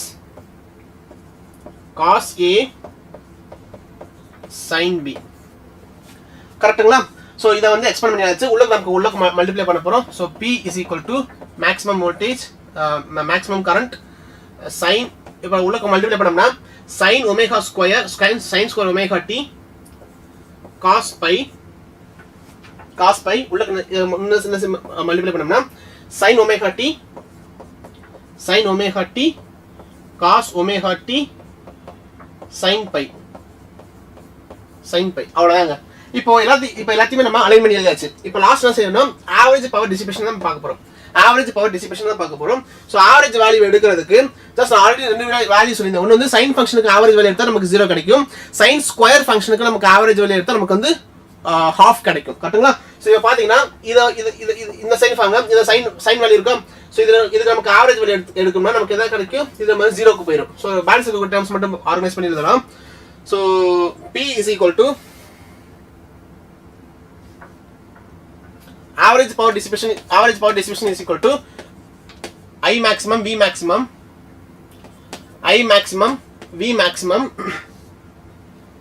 sin square function. இந்த sin square ஃபங்க்ஷனுக்கு மட்டும் ஆவரேஜ் வேல்யூ எடுத்து பார்த்தோம்னு வெச்சுக்கோங்களேன். sin square ஃபங்க்ஷனுக்கு மட்டும் நம்ம ஆவரேஜ் வேல்யூ எடுத்து பார்த்தா நமக்கு வந்து 1/2 கிடைக்கும். ஓகேவா? இது வந்து நமக்கு டீடைல்டா ஆல்டர்னேட்டிங் அண்ட் பார்க்கும்போது பார்த்திருந்தோம். சோ தெரியாதவங்க ஜஸ்ட் நீங்க தெரிஞ்சு மட்டும் வெச்சுக்கோங்க. sin square ஃபங்க்ஷனுக்கு ஆவரேஜ் வேல்யூ எடுத்தோம்னா நமக்கு வந்து 1/2 மட்டும் கிடைக்கும். இது ரெண்டுமே நமக்கு வந்து கான்ஸ்டன்ட் வேல்யூ. சோ இதுக்கு நமக்கு ஆவரேஜ் வேல்யூ எடுக்கும்போது இது கான்ஸ்டன்ட் அப்படியே தான் ரிட்டர்ன் ஆகும். சோ cos pi அப்படின்றது it's a phase difference constant, அதை நம்ம மாத்த முடியாது, அதுவும் நமக்கு கான்ஸ்டன்ட். அப்போ பேலன்ஸ் ஒரு டேர்ம்ஸ் நம்ம ஆர்கனைஸ் பண்ணி எழுதணும்னா divided by 1/2 into cos pi எழுதலாம் ஓகேவா சோ இதெல்லாம் என்ன செஞ்சிருக்கலாம்னா I maximum V maximum divided by 2 cos pi எழுதலாம் இது வந்து உங்களுக்கு ஜெனரலான ஃபார்முலா சோ இந்த ஃபார்முலா வந்து நம்ம எப்படி கூட எழுதலாம் பாருங்க so I maximum divided by √2 ஏனா இந்த 2 நம்ம √2 into √2 நம்ம ஸ்ப்ளிட் பண்ணிக்கலாம் so I maximum divided by √2 V maximum divided by √2 into cos pi எழுதிக்கோங்க ஓகே so this is average power distribution இத ஃபார்முலா சோ ஆக்சுவலா வந்து நம்ம ஒரு ஃபார்முலா உங்களுக்கு சொல்லி தந்திருக்கேன் என்னன்னா I maximum divided by maximum value divided by √2 அப்படின்றது என்னது இட்ஸ் an RMS value கரெக்ட்டுங்களா so VRMS is equal to Vmax divided by √2 அப்ப இதுல இருந்து the average power dissipation is equal to VRMS IRMS into cos pi okay so இதாங்க value so இதான் என்னது derivation for power இப்போ first segment நம்ம முடிச்சாச்சு என்னது all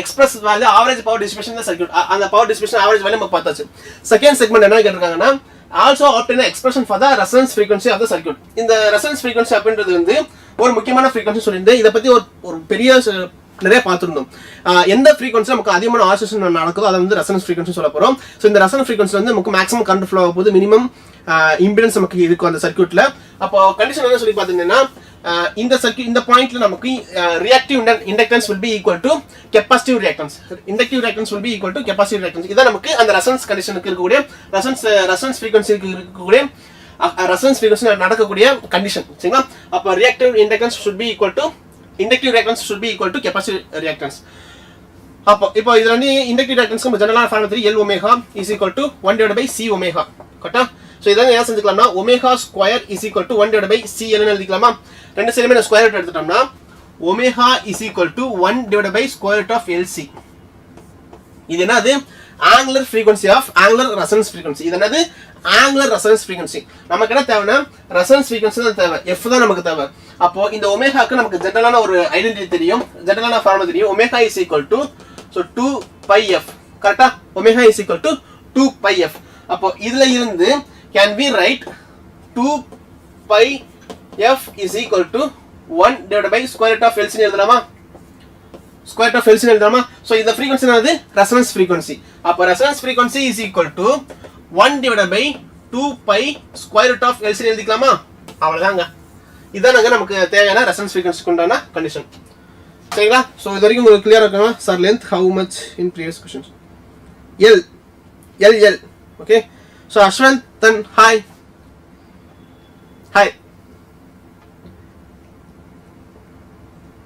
சோ இது வரைக்கும் உங்களுக்கு புரிஞ்சுன்னு நினைக்கிறேன் இத ரெண்டு டெரிவேஷனையும் நம்ம டீடைலா பார்த்தாச்சு okay so next question பார்த்தறலாம்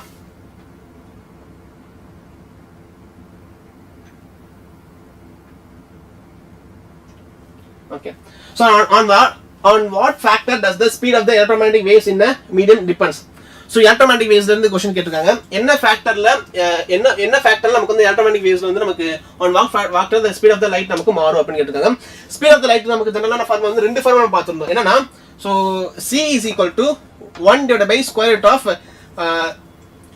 free space permittivity into free space permeability இந்த ஃபார்முலா ஒருவேளை இது வந்து ஃப்ரீ ஸ்பேஸ்க்கு மட்டும் ஃப்ரீ ஸ்பேஸ்னா என்னது நமக்கு வேக்கம்ல ஒரு லைட் நம்ம டிராவல் பண்ணுச்சுனா அதாவது ஒரு வேக்கம் இருக்குல எம்டி ஸ்பேஸ்ல ஒரு லைட் டிராவல் பண்ணுச்சுனா அதோட ஸ்பீடை ரெப்ரசன்ட் பண்ணக்கூடிய ஒரு டேர்ம் தான் இது சரிங்களா இப்போ இதுவே இந்த ஸ்பீட் வந்து இதே லைட் நமக்கு ஒரு மீடியத்துல டிராவல் ஆகுது ஒரு வுட்லயோ ஒரு வேற ஏதாச்சும் ஒரு ஆயில் மீடியத்துல ஒரு வாட்டர் மீடியத்துல நமக்கு டிராவல் ஆச்சுனா சோ இந்த ஃபார்முலா வந்து எப்படி நம்ம ரீரைட் பண்ண போறோம்னா we will be rewriting as v is equal to c divided by square root of relative permittivity into v is equal to 1 divided by square root of medium permeability into relative permeability ஓகேவா so இத நம்ம இந்த மாதிரி நம்ம rewrite பண்ணோம் so இத வந்து இன்னும் கொஞ்சம் ரிஃபைன் பண்ணோம் எப்படி ரிஃபைன் பண்ணோம்னா by using two formulas எப்படினா the medium permeability is equal to medium permeability is equal to medium permittivity is equal to free space permittivity into relative permittivity the medium permeability is equal to free space permeability into relative permeability இத ரெண்டு ஃபார்முலாவையும் நீங்க உள்ளக்க include பண்ணிட்டு நீங்க நாம secrete பண்ணோம்னா இதே ஃபார்முலாவை நம்ம எப்படி rewrite பண்ணிருந்தோம்னா v is equal to c divided by square root of relative permittivity into relative permeability okay so இந்த ஃபார்முலா நம்ம லேண்ட் ஆனோம் ஸோ இதனால நமக்கு நம்ம என்ன சொல்ல வரோம் அப்படின்னா, நம்ம அந்த லைட் வந்து எந்த மீடியத்தில் அது ட்ராவல் ஆனாலும் that will be in the multiples of C. And எதை டிபெண்ட் பண்ணி இருக்கும்னா அதோட ரிலேட்டிவ் பெர்மிட்டிவிட்டியும் ரிலேட்டிவ் பெர்மியபிலிட்டியும் அது டிபெண்ட் பண்ணி இருக்கும். சரிங்களா? விச் மீன்ஸ் அந்த ரிலேட்டிவ் பெர்மிட்டிவிட்டி ரிலேட்டிவ் பெர்மியபிலிட்டி அப்படின்றது வந்து உங்களுக்கு நான் ஆல்ரெடி கிளாஸ் சொல்லியிருக்கேன். இன்கேஸ் நமக்கு தெரியாமல் இருந்துச்சா ஜஸ்ட் புரிஞ்சுக்கோங்க. இப்போ இந்த பாயிண்ட்லேருந்து இந்த பாயிண்ட்டுக்கு நம்ம என்ன ட்ராவல் பண்ண போறோம்னா எலக்ட்ரிக் ஃபீல்ட்ஸ் நமக்கு ட்ரான்ஸ்ஃபர் பண்ண போறோம். இந்த பாயிண்ட்ல இருந்து இந்த பாயிண்ட்டுக்கு நமக்கு எலக்ட்ரிக் ஃபீல்ட்ஸ் நம்ம ட்ரான்ஸ்ஃபர் பண்ண போறோம். அப்போ ஒன்னு இந்த மீடியம் வந்து நடுவில் இருக்கக்கூடிய இந்த மீடியம் வந்து ரொம்ப ஜென்யூனான மீடியமா இருந்துச்சுன்னா எல்லா ஃபீல்டு லைன்ஸையும் அதை அலோவ் பண்ணிடணும். ஓகேவா? ஸோ இன்கேஸ் அந்த மீடியம் வந்து கொஞ்சம் கரப்டடா இருக்கு அப்படின்னா, ஏதாச்சும் ஒரு வேற மீடியம்ஸ் இருக்குன்னா அந்த எலக்ட்ரிக் ஃபீல்ட்ஸ் வந்து என்ன செய்யும், அதுவே அதை அப்சர்வ் பண்ணிக்கணும். கரெக்டா? ஸோ நான் இந்த relative permeability relative permittivity free space permittivity என்னன்னா எல்லாமே அந்த ஸ்பேஸ் வந்து அந்த எலக்ட்ரிக் ஃபீல்ட் லைன்ஸையோ அந்த மேக்னெட்டிக் ஃபீல்ட் லைன்ஸையோ அது கன்சியூம் பண்ணிக்கிற டெண்டன்சி தான் இந்த டேர்ம்ஸ் தான். ஓகேவா? ஸோ இந்த ரிலேட்டிவ் பெர்மிட்டிவிட்டி அப்படின்றது என்னது, அந்த மீடியமுக்கும் ஃப்ரீ ஸ்பேஸுக்கும் இடையில இருக்கக்கூடிய ரேஷியோ தான் அது ரிலேட்டிவ் பெர்மியபிலிட்டி. இதை தெரிஞ்சுக்கோங்க. And that's it. ஓகே, அப்போ எதை டிபெண்ட் பண்ணி இருக்கும்னா ரிலேட்டிவ் பெர்மிட்டிவிட்டியும் ரிலேட்டிவ் பெர்மியபிலிட்டியும் அது டிபெண்ட் பண்ணி இருக்கும். ஓகே, நெக்ஸ்ட் क्वेश्चन பாருங்க. How is an electromagnetic waves produced? எப்படி ப்ரொடியூஸ் பண்ணுவாங்க? எலக்ட்ரோமேட்டிக் வேவ்ஸ் எப்படி ப்ரொடியூஸ் பண்ணிருப்பாங்க? ஃபர்ஸ்ட் ஆஃப் ஆல் நமக்கு வந்து ஒரு ஸ்டாட்டிக்ஸா ஒரு சார்ஜ் நமக்கு ஸ்டாட்டிக்கா இருந்துச்சுன்னா அது வந்து எலக்ட்ரிக் ஃபீல்ட்ஸ் மட்டும் வரும். ஒரு சார்ஜ் நமக்கு ஸ்டாட்டிக்கா இருந்துச்சுன்னா நமக்கு எலக்ட்ரிக் ஃபீல்ட்ஸ் மட்டும் வரும். ஸோ அதே சார்ஜ் நமக்கு மூவ் ஆச்சுன்னா நமக்கு வந்து எலக்ட்ரிக் ஃபீல்ட்ஸ் கூட நமக்கு மேக்னெட்டிக் ஃபீல்ட்ஸ் கிடைக்கும். ஸோ இந்த சார்ஜை நம்ம ஆக்ஸலரேட் பண்ணாலோ இல்ல ஆசிலேட் பண்ணாலோ தான் நமக்கு இஎம்எஃப்ஸ் நமக்கு கிடைக்க போகுது. ஓகே, ஸோ ஆக்ஸலரேட்டர் or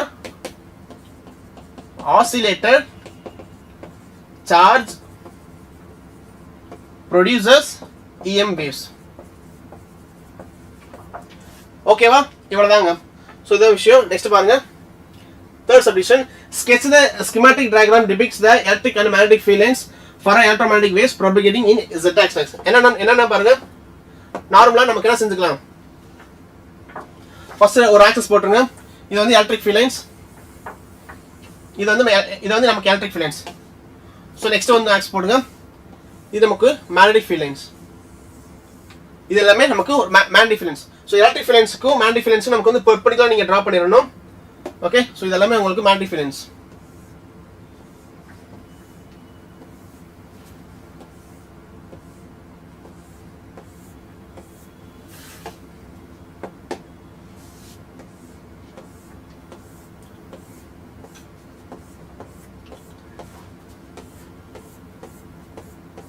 ஓகேவா?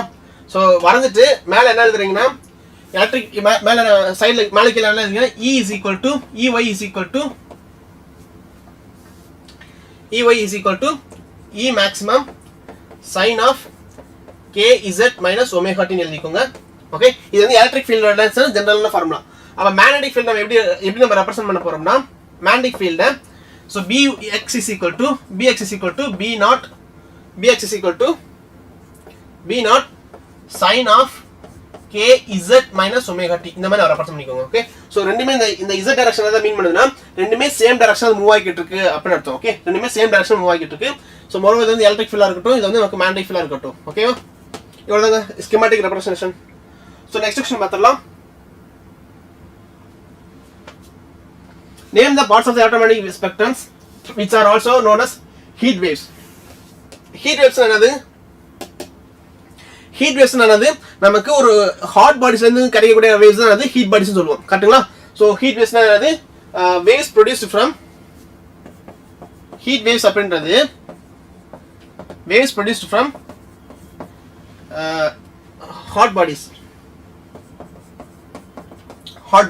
கரெக்டா?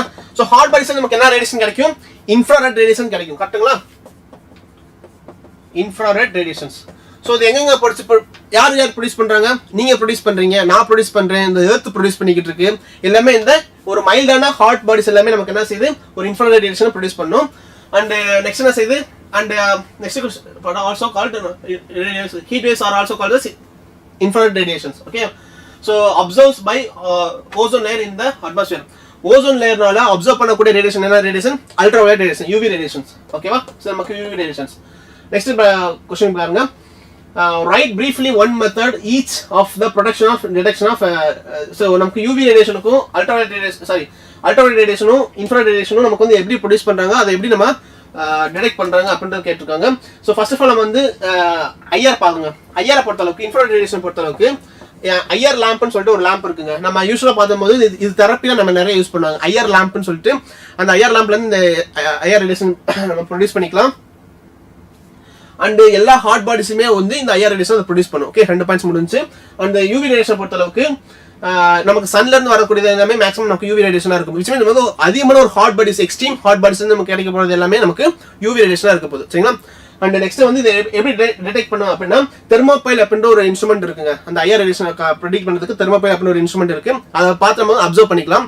ஸோ அண்ட் அகைன் நமக்கு யூவி ரேடியேஷன் பொறுத்த அளவுக்கு we are going to have some photo cells and photoelectric photo detecting அந்த ஸ்கிரீன்ஸ் இருக்கும். ஸோ அதை யூஸ் பண்ணியுமே அதை அப்சர்வ் பண்ணிக்கலாம். சரிங்களா? So that's it. Okay, so photo cells and photographic films நம்ம யூஸ் பண்ணி அதை யூவி ரேடியேஷன் அப்சர்வ் பண்ணிக்கலாம். அப்புறம் ஐஆர் ரேடியேஷன் பொறுத்தளவுக்கு நமக்கு தெர்மோபைல்ஸ் யூஸ் பண்ணி என்ன செய்வோம், நம்ம அதை அப்சர்வ் பண்ணிக்கலாம். ரைட்டா? ஸோ நெக்ஸ்ட் கொஸ்டின் பார்த்துடலாம். So de Broglie wavelength X, de Broglie wavelength lambda as function of 1/k for 2 particles of masses m1 and m2 are shown in the figures. Here k is the energy of a moving charges. Okay, இங்க பாருங்க இந்த question எல்லாம் கொடுத்திருக்காங்க, ஒரு graph கொடுத்திருக்காங்க. What does the slope of line represents? What does the slope of line represent? இந்த line வந்து என்ன ரெப்ரசன்ட் பண்ணுது அப்படின்னு கேட்டிருக்காங்க. சோ இங்க பாருங்க டி ப்ராக்லி வேவ்லென்த்ல நமக்கு செகண்ட் செக்ஷன் பாத்துங்க. செகண்ட் செக்ஷன்னா ஒரு ரெண்டு பேரலல் பிளேட் கெபாசிட்டி, ரெண்டு பேரலல் பிளேட்க்கு ஒரு நடுவுல வந்து ஒரு எலக்ட்ரானோ இல்ல புரோட்டானோ வந்து மாட்டிக்கிச்சுனா அந்த எலக்ட்ரான்ஸ் வந்து ஏதாச்சும் ஒரு டைரக்ஷன் மூவ் ஆக போகுது. கரெக்ட்டா? இங்க பாருங்க இந்த சைடு ஃபுல்லாமே உங்களுக்கு பாசிட்டிவ், இந்த சைடு ஃபுல்லாமே உங்களுக்கு நெகட்டிவ். இதுக்கு இடையில வந்து ஒரு எலக்ட்ரான்ஸ் மாட்டிக்கிச்சுன்னு வச்சுக்கோங்களேன். ஒரு எலக்ட்ரான்ஸ் நமக்கு இந்த நடுவுல வந்து மாட்டிக்கிச்சு. அப்ப இந்த எலக்ட்ரான்ஸ் எந்த சைடு மூவ் ஆகும், இந்த பாசிட்டிவ் பிளேட் நோக்கி மூவ் ஆகும். ஏன்னா பாசிட்டிவ் நெகட்டிவ் நமக்கு அட்ராக்ட் ஆகிட்டு இருக்க போகுது. இப்போ இந்த சார்ஜ் நமக்கு வந்து மூவ் ஆகும்போது இந்த எப்பலாம் நமக்கு ஒரு பார்ட்டிகல் மூவ் ஆகுதோ அதை சுத்தி வந்து ஒரு வேவ்ஸ் வந்து அது அசோசியேட் ஆயிருக்குன்னு சொல்லியிருந்தாங்க. அந்த வேவ்ஸ் என்னது, டி ப்ராக்லி வேவ்லென்த். அப்போ இந்த பார்ட்டிகல் வந்து இதை நோக்கி போகும்போது இதோட ஒரு வேவ் வந்து அசோசியேட் ஆயிருக்கும். அப்போ அந்த வேவோட லாம்டா அதோட கைனடிக் எனர்ஜி. ஓகே, அது எவ்வளவு ஸ்பீட்ல மூவ் ஆகிட்டு இருக்கு அப்படின்றத கைனடிக் எனர்ஜி ரேஷியோ கொடுத்திருக்காங்க. இப்போ இந்த மாதிரி இருக்கக்கூடிய சினாரியோல அதோட வேவ்லென்த்துக்கு நமக்கு ஒரு ஃபார்முலா டிரைவ் பண்ணிருந்தோம். lambda is equal to h divided by square root of 2mqv அப்படின்ற ஒரு ஃபார்முலா வந்து நேத்து டிரைவ் பண்ணி நம்ம பார்த்திருந்தோம். அப்போ h divided by square root of 2mqv. So இத வந்து நமக்கு ரஃபா நம்ம பார்த்தோம்னா so de Broglie wavelength associated 2 particles of masses m1 and m2. ஓகே, இத நம்ம எப்படி பாருங்க 1h divided by square root of 2m e கூட எழுதிக்கோங்க. instead of writing e is equal to qv, so the qv க்கு பதிலா நமக்கு e எழுதிக்கலாம். அப்போ இந்த பாயிண்ட் நம்ம என்ன கண்டுபிடிச்சாச்சுன்னா ஒரு லாம்டா டி ப்ராக்லி வேவ்லென்த்துக்கும் எனர்ஜிக்கு இருக்கக்கூடிய ரிலேஷன் கண்டுபிடிச்சாச்சு. சரிங்களா? சோ இப்போ நான் நல்லா பார்த்து சொல்லுங்க. lambda is equal to h divided by square root of 2m. okay, so into 1 divided by அப்படினு எழுத போறேன். ஓகேவா? அப்படினு எழுத போறேன். இப்போ இந்த 1 divided by e இருக்கு இல்லையா, it's nothing but kinetic energy. இப்போ நான் இதுல இருந்து என்ன சொல்ல வரேன் அப்படின்னா இந்த ரிலேஷனை வந்து y is equal to mx plus c அப்படின்ற ஃபார்முலாக்கு நான் ரிலேட் பண்ண போறேன். ரிலேட் பண்ண என்ன சொல்ல முடியும்னா சோ x e அப்ப கைனடிக் எனர்ஜி மாறுச்சுனா நம்மளோட வேவ்லென்த் நம்ம மாற போகுது. அப்ப x y மாறுச்சுனா நமக்கு x மாற போகுது. அப்ப நடுவுல இந்த m அப்படின்ற ஒரு டேர்ம் என்ன மீன் பண்ணுதுன்னா ஸ்லோப் மீன் பண்ணுதா. அப்ப क्वेश्चन என்ன கேட்டிருக்காங்கன்னா find the what does the slope of the line represent. இந்த லைன் இந்த ஸ்லோப் வந்து என்ன ரெப்ரசன்ட் பண்ணுதுன்னா the slope அப்படின்றது is nothing but h divided by square root of 2m. இத தான் ரெப்ரசன்ட் பண்ணுது. சரிங்களா? சோ இத தான் அந்த ஸ்லோப் அது ரெப்ரசன்ட் பண்ணுது. இது வந்து y ஆ கன்சிடர் பண்ணிக்கோங்க, இது வந்து x ஆ கன்சிடர் பண்ணிக்கோங்க. and plus c அப்படின்றது 0 ஆ இருக்குன்னு வெச்சுக்கோங்க. c y இன்டர்செப்ட் நமக்கு 0 ஆ இருக்குன்னு எடுத்துக்கோங்க. அப்போ இது நமக்கு வந்து slope. Okay, h divided by square root of 2m தான் நமக்கு ஸ்லோப். சரி, வந்து ஃபர்ஸ்ட் விஷயம். Okay, so which of the two particles is heavier?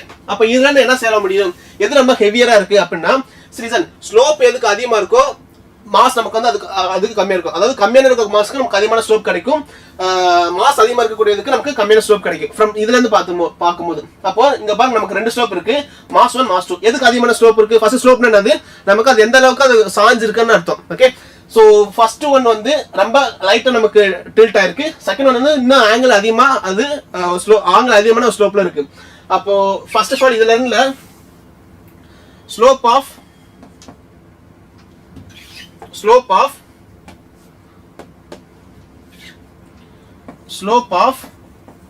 m1 is less than that of m2. கரெக்ட்டா? ஃபர்ஸ்ட் இத முடிச்சுக்கோங்க. slope of m1 is less than that of m2. அப்ப slope கம்மியா இருந்துச்சுனா அதுக்கு மாஸ் அதிகமா இருக்குமா? அப்ப எதுக்கு மாஸ் அதிகமா இருக்கு? m1 க்கு தான் மாஸ் அதிகமா இருக்கு. which one of the following particles have m1 க்கு நமக்கு மாஸ் அதிகமா இருக்குன்னு எழுதிக்கோங்க. ஓகே, m1 க்கு எதுக்கு மாஸ் அதிகமா இருக்குன்னு சொல்ல முடியும்? ஏனா m1 க்கு தான் ஸ்லோப் கம்மியா இருக்கு. அதனால அதுக்கு நமக்கு மாஸ் அதிகமா இருக்கு. இதனால by using this formula. Okay, third second பாருங்க. Is this graph also valid for photon? See listen, இந்த क्वेश्चन வந்து உங்க ரொம்ப முக்கியமான क्वेश्चंस. நான் என்ன சொல்லிருந்தேன் ஃபர்ஸ்ட், இப்போ இந்த ஃபார்முலா எதுக்கு யூஸ் பண்ண போறோம்னா, ரெண்டு parallel பிளேட்டுக்கு இடையில வந்து ஒரு எலக்ட்ரான்ஸோ ஒரு புரோட்டானோ வந்து மாட்டிக்கிச்சு. அந்த மாட்டிக்கிட்ட அந்த எலக்ட்ரான்ஸோ புரோட்டான்ஸ் என்ன செய்யும், ஒரு சைடு அது மூவ் ஆக ஆரம்பிக்கும். அப்படி மூவ் ஆகும்போது அதோட கைனடிக் எனர்ஜிக்கு அதோட அசோசியேட்டட் கூட அது வேவ்க்கு இடையில கூட ரிலேஷன் நம்ம பார்த்திருந்தோம். ஆனா ஃபோட்டான்ஸ் அப்படின்றது என்னது? It's a light. Okay, it's completely different. அப்போ ஃபோட்டான்ஸ் பேஸ் பண்ணி நமக்கு ஃபார்முலாஸ் இருக்கானா, என்ன ஃபார்முலாஸ் இருக்கு? lambda is equal to h divided by p. இத நமக்கு யூஸ் பண்ணக்கூடிய ஃபார்முலா. ஓகேவா? சோ இத வந்து நமக்கு இங்க நமக்கு இல்லக்க இன்க்ளூட் பண்ண முடியாது. இதே சேம் ஃபார்முலா வந்து நமக்கு ஃபோட்டான்ஸ்க்கு நம்ம யூஸ் பண்ண முடியுமானா டெஃபினட்டா நமக்கு முடியவே முடியாது. ஏனா ஃபோட்டான்ஸ் வந்து நமக்கு டிஃபரன்ஸ், நம்ம வந்து எலக்ட்ரான்ஸ் and protons நமக்கு வந்து டிஃபரன்ஸ். அப்போ இங்க பாயிண்ட் நம்ம வந்து is this graph also valid for photons னா கண்டிப்பா it's not valid for photons. Maybe நமக்கு இந்த எலக்ட்ரான்ஸ்க்கோ இல்ல புரோட்டான்ஸ்க்கோ அப்படி இல்லனா ஆல்பா பார்ட்டிகல்ஸ்க்கோ நம்ம இந்த ஃபார்முலாவை நம்ம யூஸ் பண்ணலாம். பட் நமக்கு ஃபோட்டான்ஸ் யூஸ் பண்ணும்போது lambda is equal to h divided by p அப்படின ஃபார்முலா நம்ம யூஸ் பண்ணனும். ஓகேவா? So is this graph not valid for photons because photons does not have mass? Okay, அதான் photons have mass. ஆசல மாஸ் இல்லன்னு சொல்லிட்டு photonsக்கு மாஸ்லாம் இருக்கு. எப்ப மாஸ் இருக்குனா, photonsக்கு எப்ப மாஸ் இருக்குனா, அந்த photons நமக்கு மூவ் ஆனா மட்டும் தான் மாஸ் இருக்கும். ரெஸ்ட்ல இருந்துச்சு அதுக்கு வந்து மாஸ் இருக்காது. ஓகேவா? Rest mass of the photon is 0 and kinetic mass தான் நமக்கு இருக்கு. எப்பவுமே photonக்கு kinetic mass தான் இருக்கும். ஓகேவா? ஓகேவா? சோ அதுக்கு ஒரு சூப்பரான விஷயம். சோ ஆக்சுவலா இத டெரைவ் பண்ணி using Bohr's postulates derive the expression for the radius of nth orbit of electrons in hydrogen atoms, also find the numerical value of the Bohr atoms. So இது வந்து எத்தனை பேருக்கு தெரியுங்க? இது எத்தனை பேருக்கு தெரியும் இந்த டெரிவேஷன்ஸ்? இது எத்தனை பேருக்கு தெரியும்? சார் சாப்பிட்டீங்களா? சாப்பிடடா, இனிமே தான் சாப்பிடணும். சரி, டெரிவேஷன் எத்தனை பேருக்கு தெரியுது? சரி, நான் குயிக்கா போடுவேன். ஓகேவா? தெரியும். ஷேயாஸ் தெரியும். சரி, நான் குயிக்கா போடுறேன். ஓகே, நான் குயிக்கா போடுறேன், கொஞ்சம் கவனமா கவனிச்சுக்கோங்க. ஓகேவா? சோ ஆல்ரெடி நம்ம கிளாஸ்ல இதே மாதிரி நம்ம டெரைவ் பண்ணியிருந்தோம். நெக்ஸ்ட் போயிடலாமா? சோ இன்கேஸ் உங்களுக்கு தெரியாம இருந்துச்சுன்னா நான் கொஞ்சம் வேகமா போட்டுறேன். நீங்க இன்கேஸ் உங்களுக்கு தெரியாம இருந்துச்சுன்னா ஜஸ்ட் நீங்க ரெஃபர் பண்ணிக்கோங்க. லாஸ்ட் கிளாஸ் இதை நம்ம டெரைவ் பண்ணியிருந்தோம். ஃபர்ஸ்ட் ஆஃப் ஆல் ஒரு நியூக்ளியஸ் இருக்கு. ஒரு நியூக்ளியஸ் சுத்தி நமக்கு வந்து ஒரு எலக்ட்ரான் நமக்கு ரிவால்வ் ஆகிட்டே இருக்கு. கரெக்ட்டா? சோ நியூக்ளியஸோட சார்ஜ் நமக்கு வந்து ZE அப்படினு எழுத போறோம். சோ இந்த ரிவால்வ் ஆகிட்டே இருக்கு ஒரு நியூக்ளியஸ் அப்பம்போது கண்டிப்பா இந்த ரெண்டு ஃபோர்ஸ் நம்ம அப்சர்வ் பண்ண முடியும். ஒன்னு வந்து கூலம்பிக் ஃபோர்ஸ் ஆஃப் அட்ராக்ஷன், இன்னொன்னு வந்து சென்ட்ரிபிடல் ஃபோர்ஸ். சோ நமக்கு இதுல இருந்து நம்ம என்ன செய்ய போறோம்னா, force of centripetal force is equal to coulombic force. Okay, centripetal force வந்து mv² டிவைடட் பை r னு எழுதிக்கோங்க. இஸ் ஈக்குவல் டு r அப்படின்றது வந்து radius of nth orbit. Okay, so v is equal to radius of nth orbit into coulombic force வந்து k q1 q2 divided by r square கரெக்ட்டா? இந்த z அப்படினா வந்து இந்த நியூக்ளியஸோட சார்ஜ், e அப்படினா வந்து நம்மளோட எலக்ட்ரானோட சார்ஜ். அண்ட் அகைன் நமக்கு என்ன செஞ்சுக்க முடியும்னா, இதவே நமக்கு ஃபர்தரா mv² is equal to என்ன நம்ம இத எழுதிடலாம். So mv² is equal to kze² divided by rn. ஓகேவா? சோ இது நமக்கு வந்து இருக்கக்கூடிய ஒரு ஃபண்டமெண்டல் ஃபார்முலா எழுதிச்சு. இப்போ போரோட பாஸ்டேட்ஸ்ல இருந்து போரோட பாஸ்டேட்ஸ் வந்து நமக்கு வந்து கிளியரா நமக்கு ஒரு ஃபார்முலா தெரியும். So mvr is equal to nh divided by 2pi. கரெக்ட்டா? சோ இதுல இருந்து எனக்கு என்ன தேவைனா, நமக்கு ரெண்டு செக்மென்ட் எடுத்துக்கலாம். நமக்கு ரேடியஸ் ஆஃப் nth ஆர்பிட் வேணும்னா இந்த ஃபார்முலால இருந்து v is equal to something எழுதிக்கோங்க. இது ரேடியஸ் ஆஃப் nth ஆர்பிட் வேணும்னா v is equal to அப்படின்ற மாதிரி இந்த ஃபார்முலா பிரிச்சு எடுத்துக்கோங்க. இன் கேஸ் நமக்கு வந்து வெலாசிட்டி நமக்கு வேணும், velocity of electrons in nth orbit வேணும்னா இதே ஃபார்முலா வந்து just write r is equal to something எழுதிக்கோங்க. ஓகே, சோ இப்போ நமக்கு என்ன தேவைனா, நமக்கு ரேடியஸ் ஆஃப் nth ஆர்பிட் தான் தேவை. சோ இந்த ஃபார்முலால இருந்து என்ன எழுத போறேன்னா, v is equal to nh divided by 2pi into mr எழுத போறேன். ஓகேவா? Radius of nth orbit. So இந்த ஃபார்முலா நமக்கு இருக்கக்கூடிய இன்னொரு ஃபண்டமெண்டல் ஃபார்முலா. இந்த ஃபார்முலா என்னது? from Bohr's model, from Bohr's theory. from Bohr's postulates. From Bohr's postulates. So another thing, நமக்கு இந்த ஃபார்முலா உள்ளக்கு நம்ம இன்கார்பரேட் பண்ணிட்டோம்னா இதே ஃபார்முலா எப்படி ரீட் பண்ணலாம்? Now 1 becomes, okay, so now 1 becomes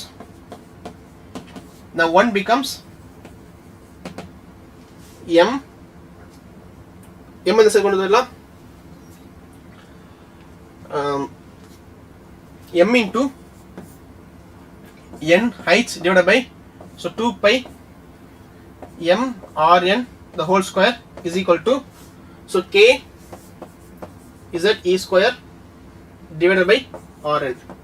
கரெக்ட்டுங்களா? ஸோ இதை மறுபடியும் ஃபர்தர் நம்ம மூவ் பண்ணோம்னா n square height square divided by 2 pi m rn, 2 pi m rn is equal to k z e square rn, k z e square divided by rn. ஓகேவா? So நமக்கு மேலே நம்ம square பண்ணியாச்சு, கீழே வந்து நமக்கு 4 pi ஸ்கொயர்,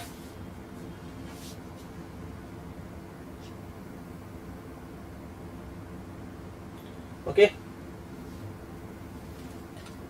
4 pi ஸ்கொயர் ஏதாவது square பண்ணியாச்சா, 4 pi square m square rn square, m square rn square. So இப்போ நம்ம என்ன செஞ்சுக்கலாம், இந்த ஒரு ஆர் கேன்சல் பண்ணிடலாம். ஸோ பேலன்ஸ் இருக்க டேர்ம்ஸ் ஏதாச்சும் கேன்சல் பண்ணிடுவோம்னா ஒரு m கேன்சல் பண்ணிடலாம். ஸோ பேலன்ஸ் இருக்க டேர்ம்ஸ் நம்ம வந்து ஆர்கனைஸ் பண்ணி எழுதிட்டோம்னா இந்த ஆரை வந்து நம்ம இந்த சைடு கொண்டு வந்துடலாம், இந்த ஆரை நம்ம ரைட் ஹேண்ட் சைடு கொண்டு வந்துடலாம், இது ஃபுல்லாமே நமக்கு வந்து லெஃப்ட் ஹேண்ட் சைடு கொண்டு வந்துடலாம். அப்போ n square height square divided by k z e square. So already இங்கே நமக்கு என்ன எக்ஸிஸ்டன்ஸாக இருக்கு, 4 pi ஸ்கொயர் m, ஓகேவா? So is equal to rn. இவ்வளோதாங்க. இப்போ ரேடியஸ் ஆஃப் nth ஆர்பிட்டாக்கு வந்து நம்ம ஃபார்முலாஸ் டெரைவ் பண்ணியாச்சு. ரேடியஸ் ஆஃப் nth ஆர்பிட்டாக்கு நமக்கு ஃபார்முலாஸ் டெரைவ் பண்ணியாச்சு. இன் கேஸ் நம்ம நியூக்ளியஸ்ல இருந்து ஏதோ ஒரு ஆர்பிட்டல் நமக்கு எலக்ட்ரான்ஸ் நமக்கு ரிவால்வ் ஆகிட்டு இருந்துச்சுன்னா அந்த ஆர்பிட்டோட ரேடியஸ் நமக்கு தெரியும். இன் கேஸ் எலக்ட்ரான்ஸ் வாட்டுக்கு அந்த ஆர்பிட்டோட ரேடியஸ் நம்ம கண்டுபிடிச்சாச்சு. So rn will be equal to, ஞாபகம் வச்சுக்கோங்க, n square height square divided by 4 pi square z km z me square, k z me square, k z me square. ஓகேவா? So இதாங்க formula. இதில் உங்களுக்கு எதாவது வேரியபிள் நீங்கள் பார்க்க முடியும்னா, ஸோ n ஸ்கொயர் நமக்கு வேரியபிள், z வேரியபிள், மிச்சம் எல்லாருமே உங்களுக்கு வந்து கான்ஸ்டன்ட் ஆக்ட் ஆக போகுது. So rn is equal to n square divided by z into some constant. இந்த கான்ஸ்டன்ட்லாம் நீங்கள் வேல்யூ நம்ம சப்ஸ்டிட் பண்ணி பார்த்தோம்னா you will be having 0.53 into n square divided by z ஆம்ஸ்ட்ராங்ல கிடைக்கும். ஓகே, ஸோ இதனோட 0.53 அப்படின்னா இட்ஸ் a போர் ரேடியஸ், அதாவது hydrogen ஆட்டத்தோட ஃபர்ஸ்ட் ஆர்பிட் இருக்கு இல்லையா, இதான் நமக்கு வந்து போர் ரேடியஸ். இந்த போர் ரேடியஸ் அப்படின்றது என்னன்னு பார்த்தீங்கன்னா ஹைட்ரஜன் ஆட்டத்தோட ஃபர்ஸ்ட் ஆர்பிட்டோட ரேடியஸ். ஓகே, ஸோ இது நமக்கு வந்து போர் ரேடியஸ். அந்த that is nothing but r0 is equal to 0.53 into angstrom. இந்த ஆம்ஸ்ட்ராங் அப்படின்றது என்னது, 10 to the power of minus 10 metre. Okay, so 10 to the power of minus 10 metre. ஓகேங்களா? So okay,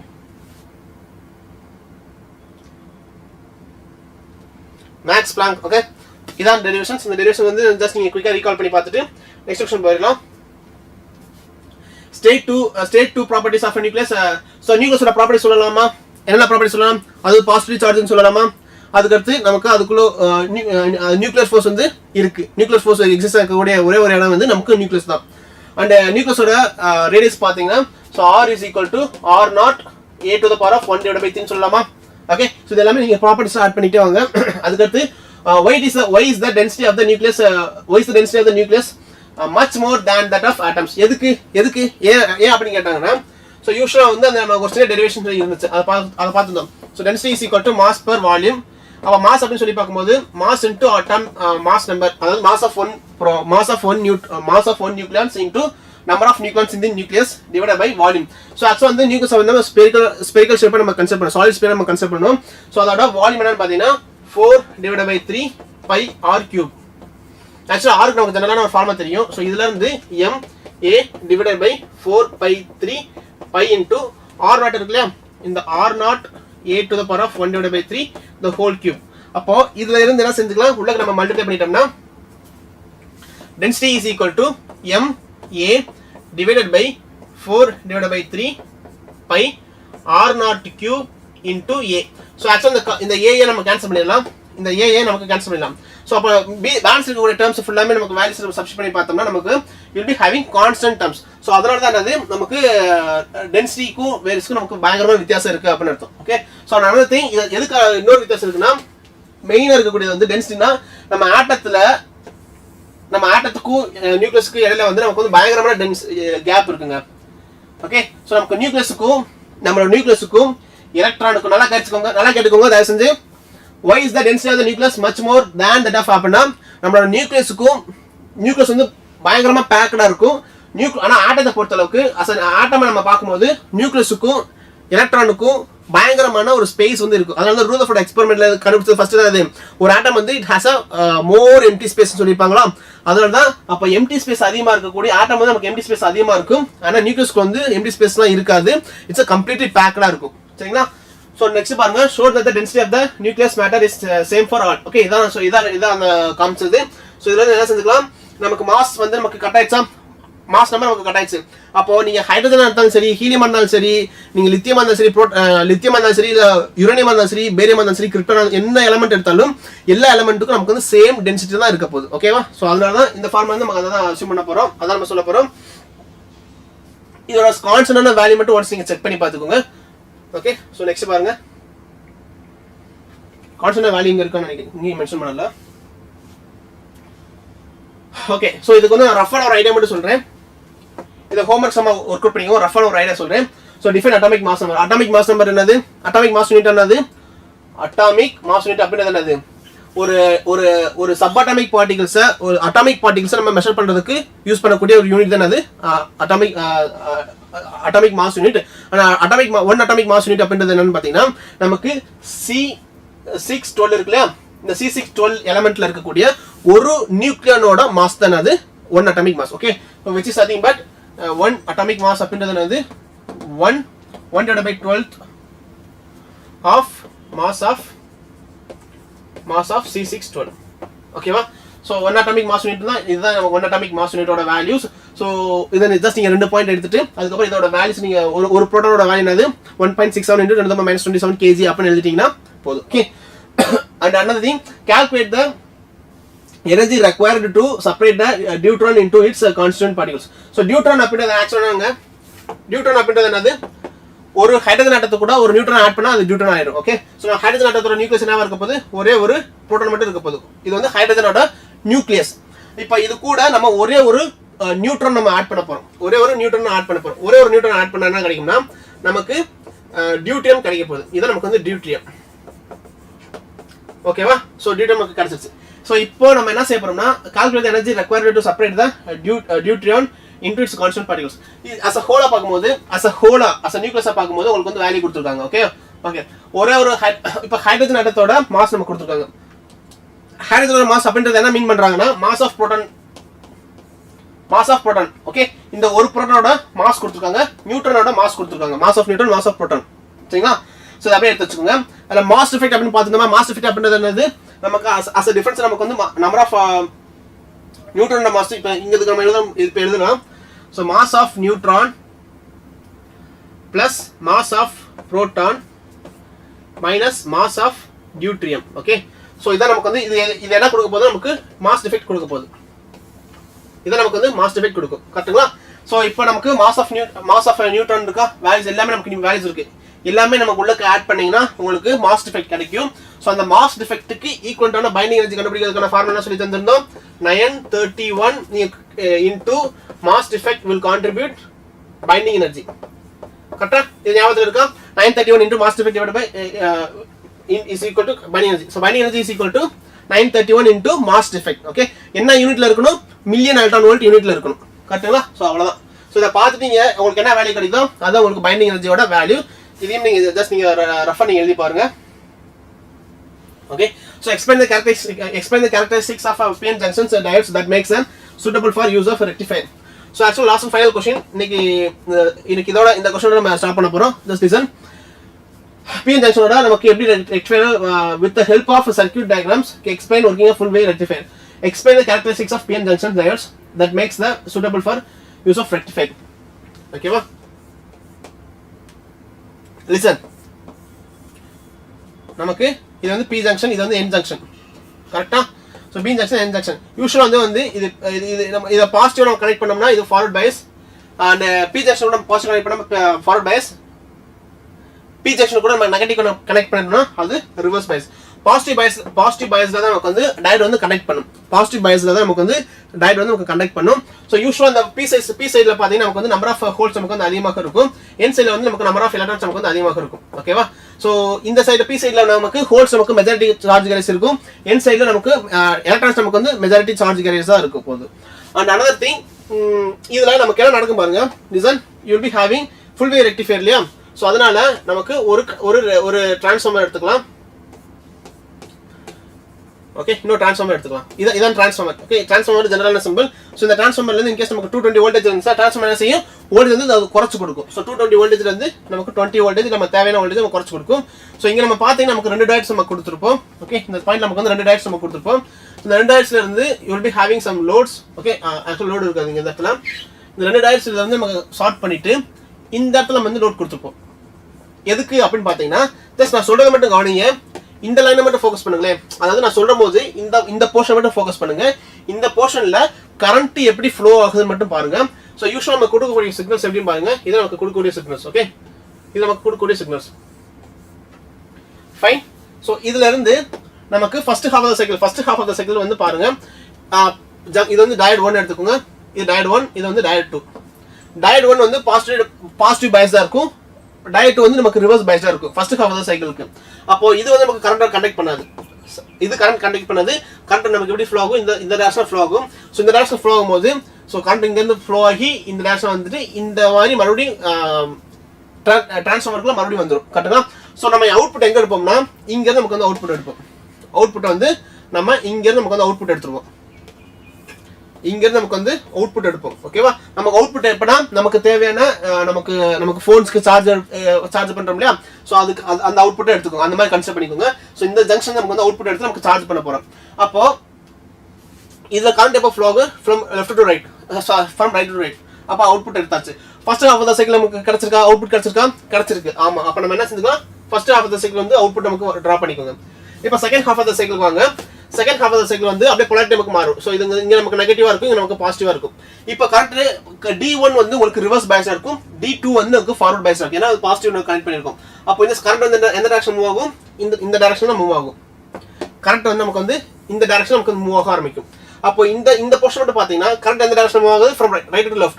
அப்போ இந்த சினாரியோல நமக்கு வந்து கரண்ட் வந்து from right to left நம்ம ஃப்ளோ ஆகிட்டு இருக்கா? அப்போ இந்த பாயிண்ட்லயே நமக்கு செகண்ட் ஹாஃப் ஆஃப் தி சைக்கிளுக்கு நமக்கு கரண்ட் அப்ளை பண்ணிருக்குமா? ஆமா, அப்ளை பண்ணிருக்கோம். எந்த டைரக்ஷன் அப்ளை பண்ணிருக்கோம்? ஃபர்ஸ்ட் நம்ம எந்த டைரக்ஷன் அப்ளை பண்ணிருந்தோமோ அதே டைரக்ஷன் நம்ம அப்ளை பண்ணிருக்கோம். அப்போ யூசுவலா நமக்கு செகண்ட் ஃபிராக்ஷன் ஆஃப் சிக்னல்ஸ்லயே we are going to apply the same current in the same direction. ஓகேவா? சோ அதான். சோ இதே மாதிரி நமக்கு consecutive plus and minus சிக்னல்ஸ்க்குமே நமக்கு இந்த மாதிரி நமக்கு you will be getting consecutive number of half of cycles அப்படியே வந்துட்டே இருக்கும். இதுதான் நமக்கு வந்து full wave rectifierல. இந்த full wave rectifierல இத நமக்கு instant wave இருந்துச்சுனா இதான் நம்ம instant wave இருந்துச்சுனா நம்மளோட அவுட்புட் வேவ் எப்படி இருக்க போகுதுனா listen, இந்த மாதிரி நமக்கு இது மட்டும் தான் அவுட்புட் வேவா இருக்க போகுது. ஓகேவா? சோ இதுல நம்ம மெயினா தெரிஞ்சுக்க வேண்டிய விஷயம் என்னன்னு பாத்தீங்கன்னா frequency input will be equal to 2 times the frequency out. 2 times the frequency. அப்ப நம்ம கொடுக்கக்கூடிய frequency விட 2 மடங்கு எங்க கிடைக்க போகுது?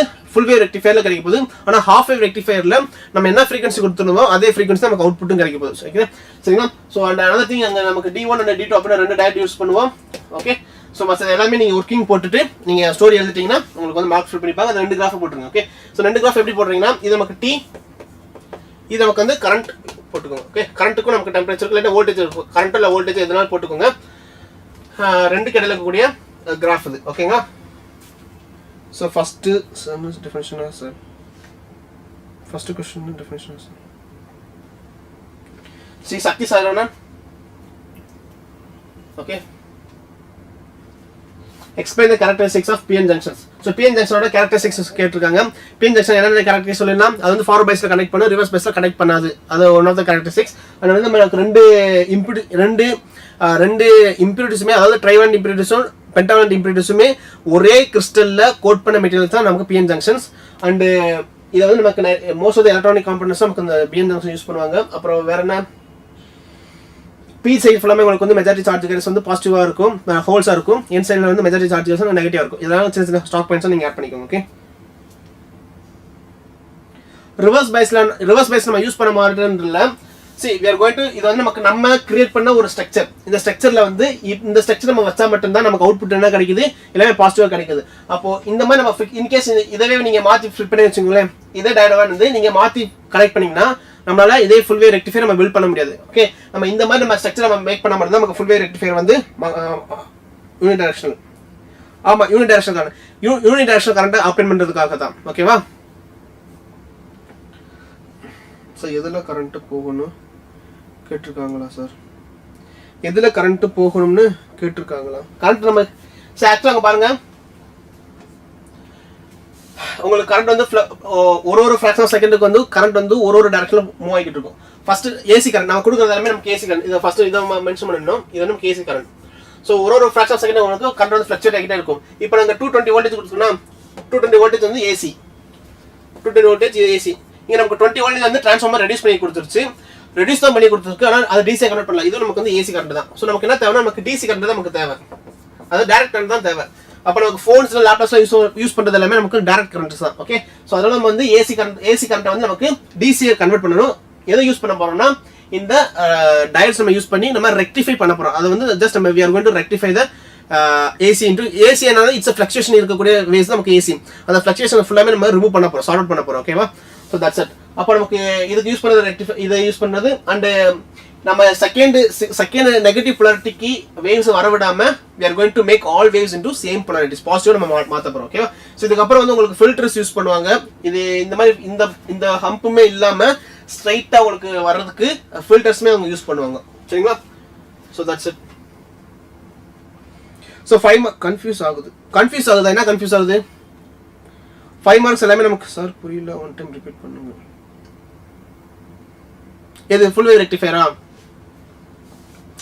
ஓகே, ஃபுல் வேவ் ரெக்டிஃபையர் மட்டும் பார்த்துட்டு வைண்ட் அப் பண்ண போறோம். வைண்ட் அப் பண்ணிக்கலாம். லிசன், நான் சொல்றத கவனமா கவனிச்சுக்கோங்க. இது டிரான்ஸ்ஃபார்மர். ஓகேவா? இது எல்லாமே உங்களுக்கு வந்து டிரான்ஸ்ஃபார்மர். இது ஃபுல்லா உங்களுக்கு டிரான்ஸ்ஃபார்மர். இப்போ டிரான்ஸ்ஃபார்மர்ல இருந்து நமக்கு வரப்போற கரண்ட் வந்து நமக்கு ஏசி கரண்ட். நமக்கு என்ன தேவைன்னா டிசி கரண்ட் தான் தேவை. இந்த டிசி கரண்ட் அப்படின்றது வந்து இதுதான் நமக்கு டிசி கரண்ட். ஓகேவா? ஸோ இது இந்த டைரக்ஷன் இருந்துச்சு, அது டிசி கரண்ட். இல்லைன்னா எல்லாமே பாசிட்டிவா இருந்துச்சுன்னா, பாசிட்டிவ் டைரக்ஷன்ல இருந்துச்சுன்னா, பாசிட்டிவ் பொலாரிட்டில நமக்கு இருந்துச்சுன்னா அது வந்து டிசி டைரக்ட் கரண்ட், யூனி டைரக்ஷனல் கரண்ட். ஓகே, இப்போ நமக்கு ஏசி கரண்ட் டிசி கரண்ட், இது நமக்கு வந்து ஏசி கரண்ட், ஆல்டர்னேட்டிவ் கரண்ட். இது நமக்கு வந்து ஆல்டர்னேட்டிவ் கரண்ட். பட் இது நமக்கு வந்து பார்ஷியலான டிசி கரண்ட். ஓகே, இது வந்து பார்ஷியலான டிசி கரண்ட்.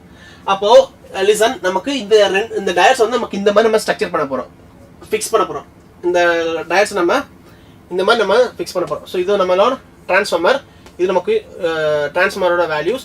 ஸோ நமக்கு இந்த மாதிரி நம்ம டயர்ஸ் வந்து மேக் பண்ண போறோம். ஓகே, ஸோ மேக் பண்ணிட்டு so we want the direction of current in same direction. அப்போ லிசன், இந்த பாயிண்ட்ல we are going to make இந்த பாயிண்ட்ல நமக்கு வந்து என்ன செஞ்சுக்க போறோம், அவுட்புட் எடுக்க போறோம். ஒரு ரெசிஸ்டன்ஸை போட்டு இங்க இருந்து நமக்கு வந்து அவுட்புட் எடுக்க போறோம். ஸோ நான் ஒரு டைம் நான் சொல்லும் போது இந்த ரெசிஸ்டர்ல வந்து கரண்ட் எப்படி ஃப்ளோ ஆகுதுன்னு மட்டும் பாருங்க. ஃபர்ஸ்ட் ஹாஃப் ஆஃப் த சைக்கிளுக்கு பாத்தீங்கன்னா உங்களுக்கு கரண்ட் வந்து கிளாக் வைஸ் டைரக்ஷன்ல ஃப்ளோ ஆகும். அப்போ டயட் 1 வந்து உங்களுக்கு கனெக்ட் பண்ணும், டயட் 2 வந்து உங்களுக்கு கனெக்ட் பண்ணாது. டயட் 1 உங்களுக்கு கனெக்ட் பண்ணும், டயட் 2 வந்து உங்களுக்கு கனெக்ட் பண்ணாது. ஏன்னா இது வந்து நமக்கு ரிவர்ஸ் பைசிங்ல இருக்கு. ஏன்னா இந்த சைடு இது வந்து பிஎன் ஜங்ஷன், இது வந்து பிஎன் ஜங்ஷன்.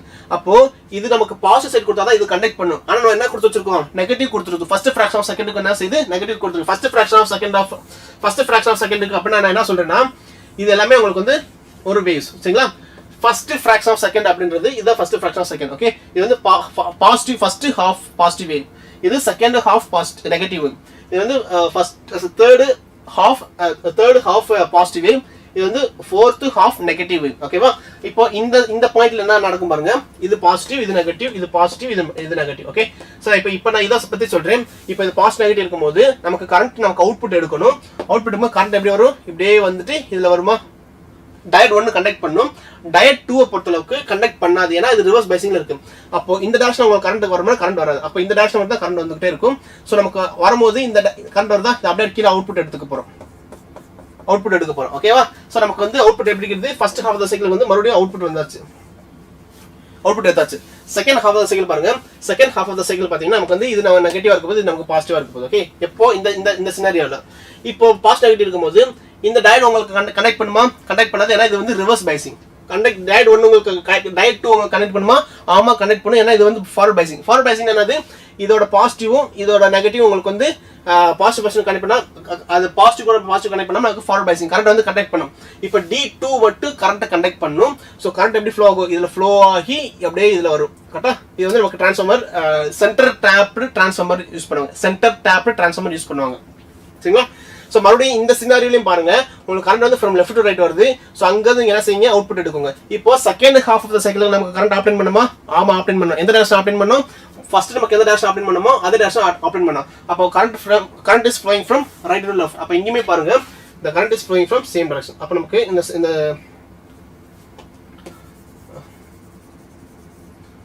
அப்போ இந்த வேவ் நம்ம எப்படி டிரா பண்ணலாம்னா, ஸோ இந்த மாதிரி நீங்க டிரா பண்ணிட்டீங்கன்னா ஃபர்ஸ்ட் ஆஃப் த சைக்கிள், இது second of the cycle. Okay, அப்போ இந்த மாதிரி நீங்க ரெண்டு இப்போ பாசிட்டிவ் சைக்கிள் நெகட்டிவ் சைக்கிள் இருக்கக்கூடிய வேவை எல்லாமே நீங்க பாசிட்டிவ் சைக்கிளாவே நீங்க மாத்திட்டு வந்துகிட்டே இருப்பீங்க. ஓகே, ஸோ ஒரு ஹாஃப் ஆஃப் த சைக்கிளுக்கு நமக்கு இதே மாதிரி பொலாரிட்டி மாறிக்கிட்டே இருக்க போது.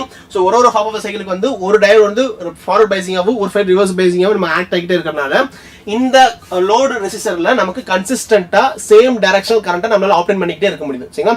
ஸோ இவ்வளவுதான் விஷயம். And that's it. ஓகேவா?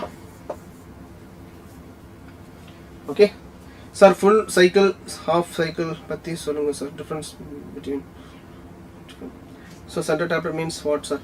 சென்டர் டேப் யூஸ்வலாக நமக்கு இந்த சைடு நமக்கு வந்து பாசிட்டிவ் +5 வோல்டேஜ், இங்கே நமக்கு -5 வோல்டேஜ் இருக்கும், நடுவில் வந்து 0 இருக்கும். ஓகேவா? நியூட்ரல் இருக்கும். ஸோ யூஸ்வலாக வந்து மூணு வயர் கொடுத்துருப்பாங்க அந்த டிரான்ஸ்ஃபார்மர் வந்து நமக்கு யூஸ்வலாக நமக்கு வந்து 2 வயர் தான், இன்புட் சிக்னல் அவுட்புட் சிக்னல் மட்டும் தான் இருக்கும். ஆனால் சென்டர் ட்ராப்ல மட்டும்தான் நமக்கு 3 சென்டர் நமக்கு மறுபடியும் கிரவுண்டுக்கு நமக்கு இன்னொரு வயர் கொடுத்துருப்பாங்க. ஸோ தட் வி கேன் ஆக்சுவலாக இந்த சினாரியோக்காக மட்டுமே ஸ்பெஷல் நமக்கு கொடுத்தது. ஓகே, அப்போ இந்த டேப் சென்டர் டேப்ல நம்ம என்ன செஞ்சுக்கலாம்னா, இதுலயுமே நம்ம இன்புட் நம்ம கொடுத்துக்கலாம். அந்த சென்டர் டேப்லயுமே நமக்கு இன்புட் நம்ம கொடுத்துக்கலாம். இப்போ நமக்கு இதுல வருது இல்லையா, இந்த கரண்ட் வந்து மறுபடியும் என்ன செஞ்சுக்கலாம், மறுபடியும் இன்புட் நம்ம கொடுத்துக்கலாம். ஓகே, ஸோ மறுபடியும் வந்து கரண்ட் வந்து சர்க்குலேட் ஆகிட்டே இருக்கும். அண்ட் ஹாஃப் வேவுக்கு ஃபுல் வேவுக்கு நமக்கு நிறைய வித்தியாசம் இருக்கு. ஹாஃப் வேவ்ல வந்து நமக்கு சேம் ஃப்ரீக்வன்சி கிடைக்கும், ஃபுல் வேவ்ல வந்து ஃப்ரீக்வன்சி நமக்கு டபுளா மாறும். அண்ட் ஹாஃப் வேவ்ல வந்து second half of the cycle வந்து நமக்கு வந்து சாப் ஆயிடும், கட் பண்ணிடுவாங்க. அப்போ நமக்கு அது இருக்கவே இருக்காது. இப்போ நமக்கு எல்லாமே நமக்கு இப்போ second half of the full wave ரெக்டிஃபைல வந்து எல்லா வேவுமே நமக்கு வந்து மறுபடியும் நமக்கு கெயின் பண்ண போறோம் without any reduction of cycles. ஓகேவா? ஸோ அதே மாதிரி நீங்கள் ஹாஃப் ஆஃப் த சைக்கிள் நீங்கள் படிங்க, நம்ம வந்து நமக்கு ஈவினிங் கூட நம்ம டீட்டெயில் டிஸ்கஸ் பண்ணுவோம். ஓகேவா? ஸோ இங்கே நம்ம ஸ்டாப் பண்ணிக்கலாம். ஏதாச்சும் டவுட் இருந்தால் கேளுங்க, அதுக்கடுத்து நான் டவுட்ஸ் ஏதாச்சும் இருந்துச்சுன்னா கேளுங்க, இல்லாட்டா நம்ம ஸ்டாப் பண்ணிக்கலாம். ஈவினிங் வந்து பார்ப்போம். ஓகே ரவி, மிருதுல், எஸ் சொல்லுங்க. மிருதுல், டென்ஸ்டா இருக்குப்பா. எதுக்குப்பா டென்ஸ்டா இருக்கு? 10th போர்டு செம்ம கஷ்டம் சார். அப்போ 12th sir sample question 2025 mark test மாதிரி எழுதுன 3 hours checked. It with making schemes and A sir. I got 47. I am weak in case studies and 30 mark. சரி, கேஸ் பேஸ்ட் ஸ்டடிஸ் வந்து இங்கே பாருங்க, sample question paper பார்த்து நீங்கள் எதுவும் முடிவுக்கு வராதிங்க. கொஸ்டின் பேப்பர் வந்து கொஞ்சம் உங்களால் பேர் பண்ண அளவுக்கு தான் இருக்கும். ஓகேவா? ஸோ நம்ம நெகட்டிவாக யோசிக்க வேண்டாம். Okay sir, will most of the types of numericals be covered through this session? See we are going to touch எல்லாமே நமக்கு கோத்ரூ பண்ண போகிறோம். ஓகேவா? We are going to touch the numericals. எல்லா டைப் ஆஃப் வெரைட்டியுமே நம்ம பார்க்க போகிறோம். அது எல்லாமே நமக்கு ப்ரீவியஸ் கொஸ்டினையுமே நம்ம ப்ரீவியஸ் கொஸ்டின் கவர் பண்ணிக்கிட்டு இருக்கோம். சரிங்களா? ஈவினிங். ஓகே, தியரி மறந்து போகுதுன்னா நீங்கள் எழுதி பாருங்க, ரிவைஸ் பண்ணி பாருங்க. அது மறந்தா தான் மனுஷனோட அழகே. ஓகேவா? ஸோ அதை மறக்க தான் செய்யும், மறுபடியும் ரீகால் பண்ணி தான் ஆகணும்.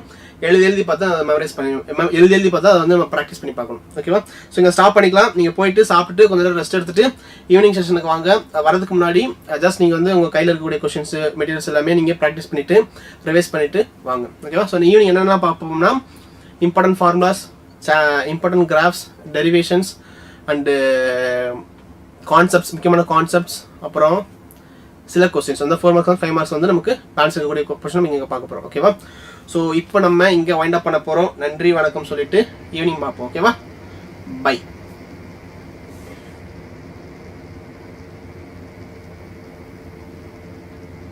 ஓகே போடுங்க ரவி. ஓகே பாய், ஈவினிங் பார்ப்போம்.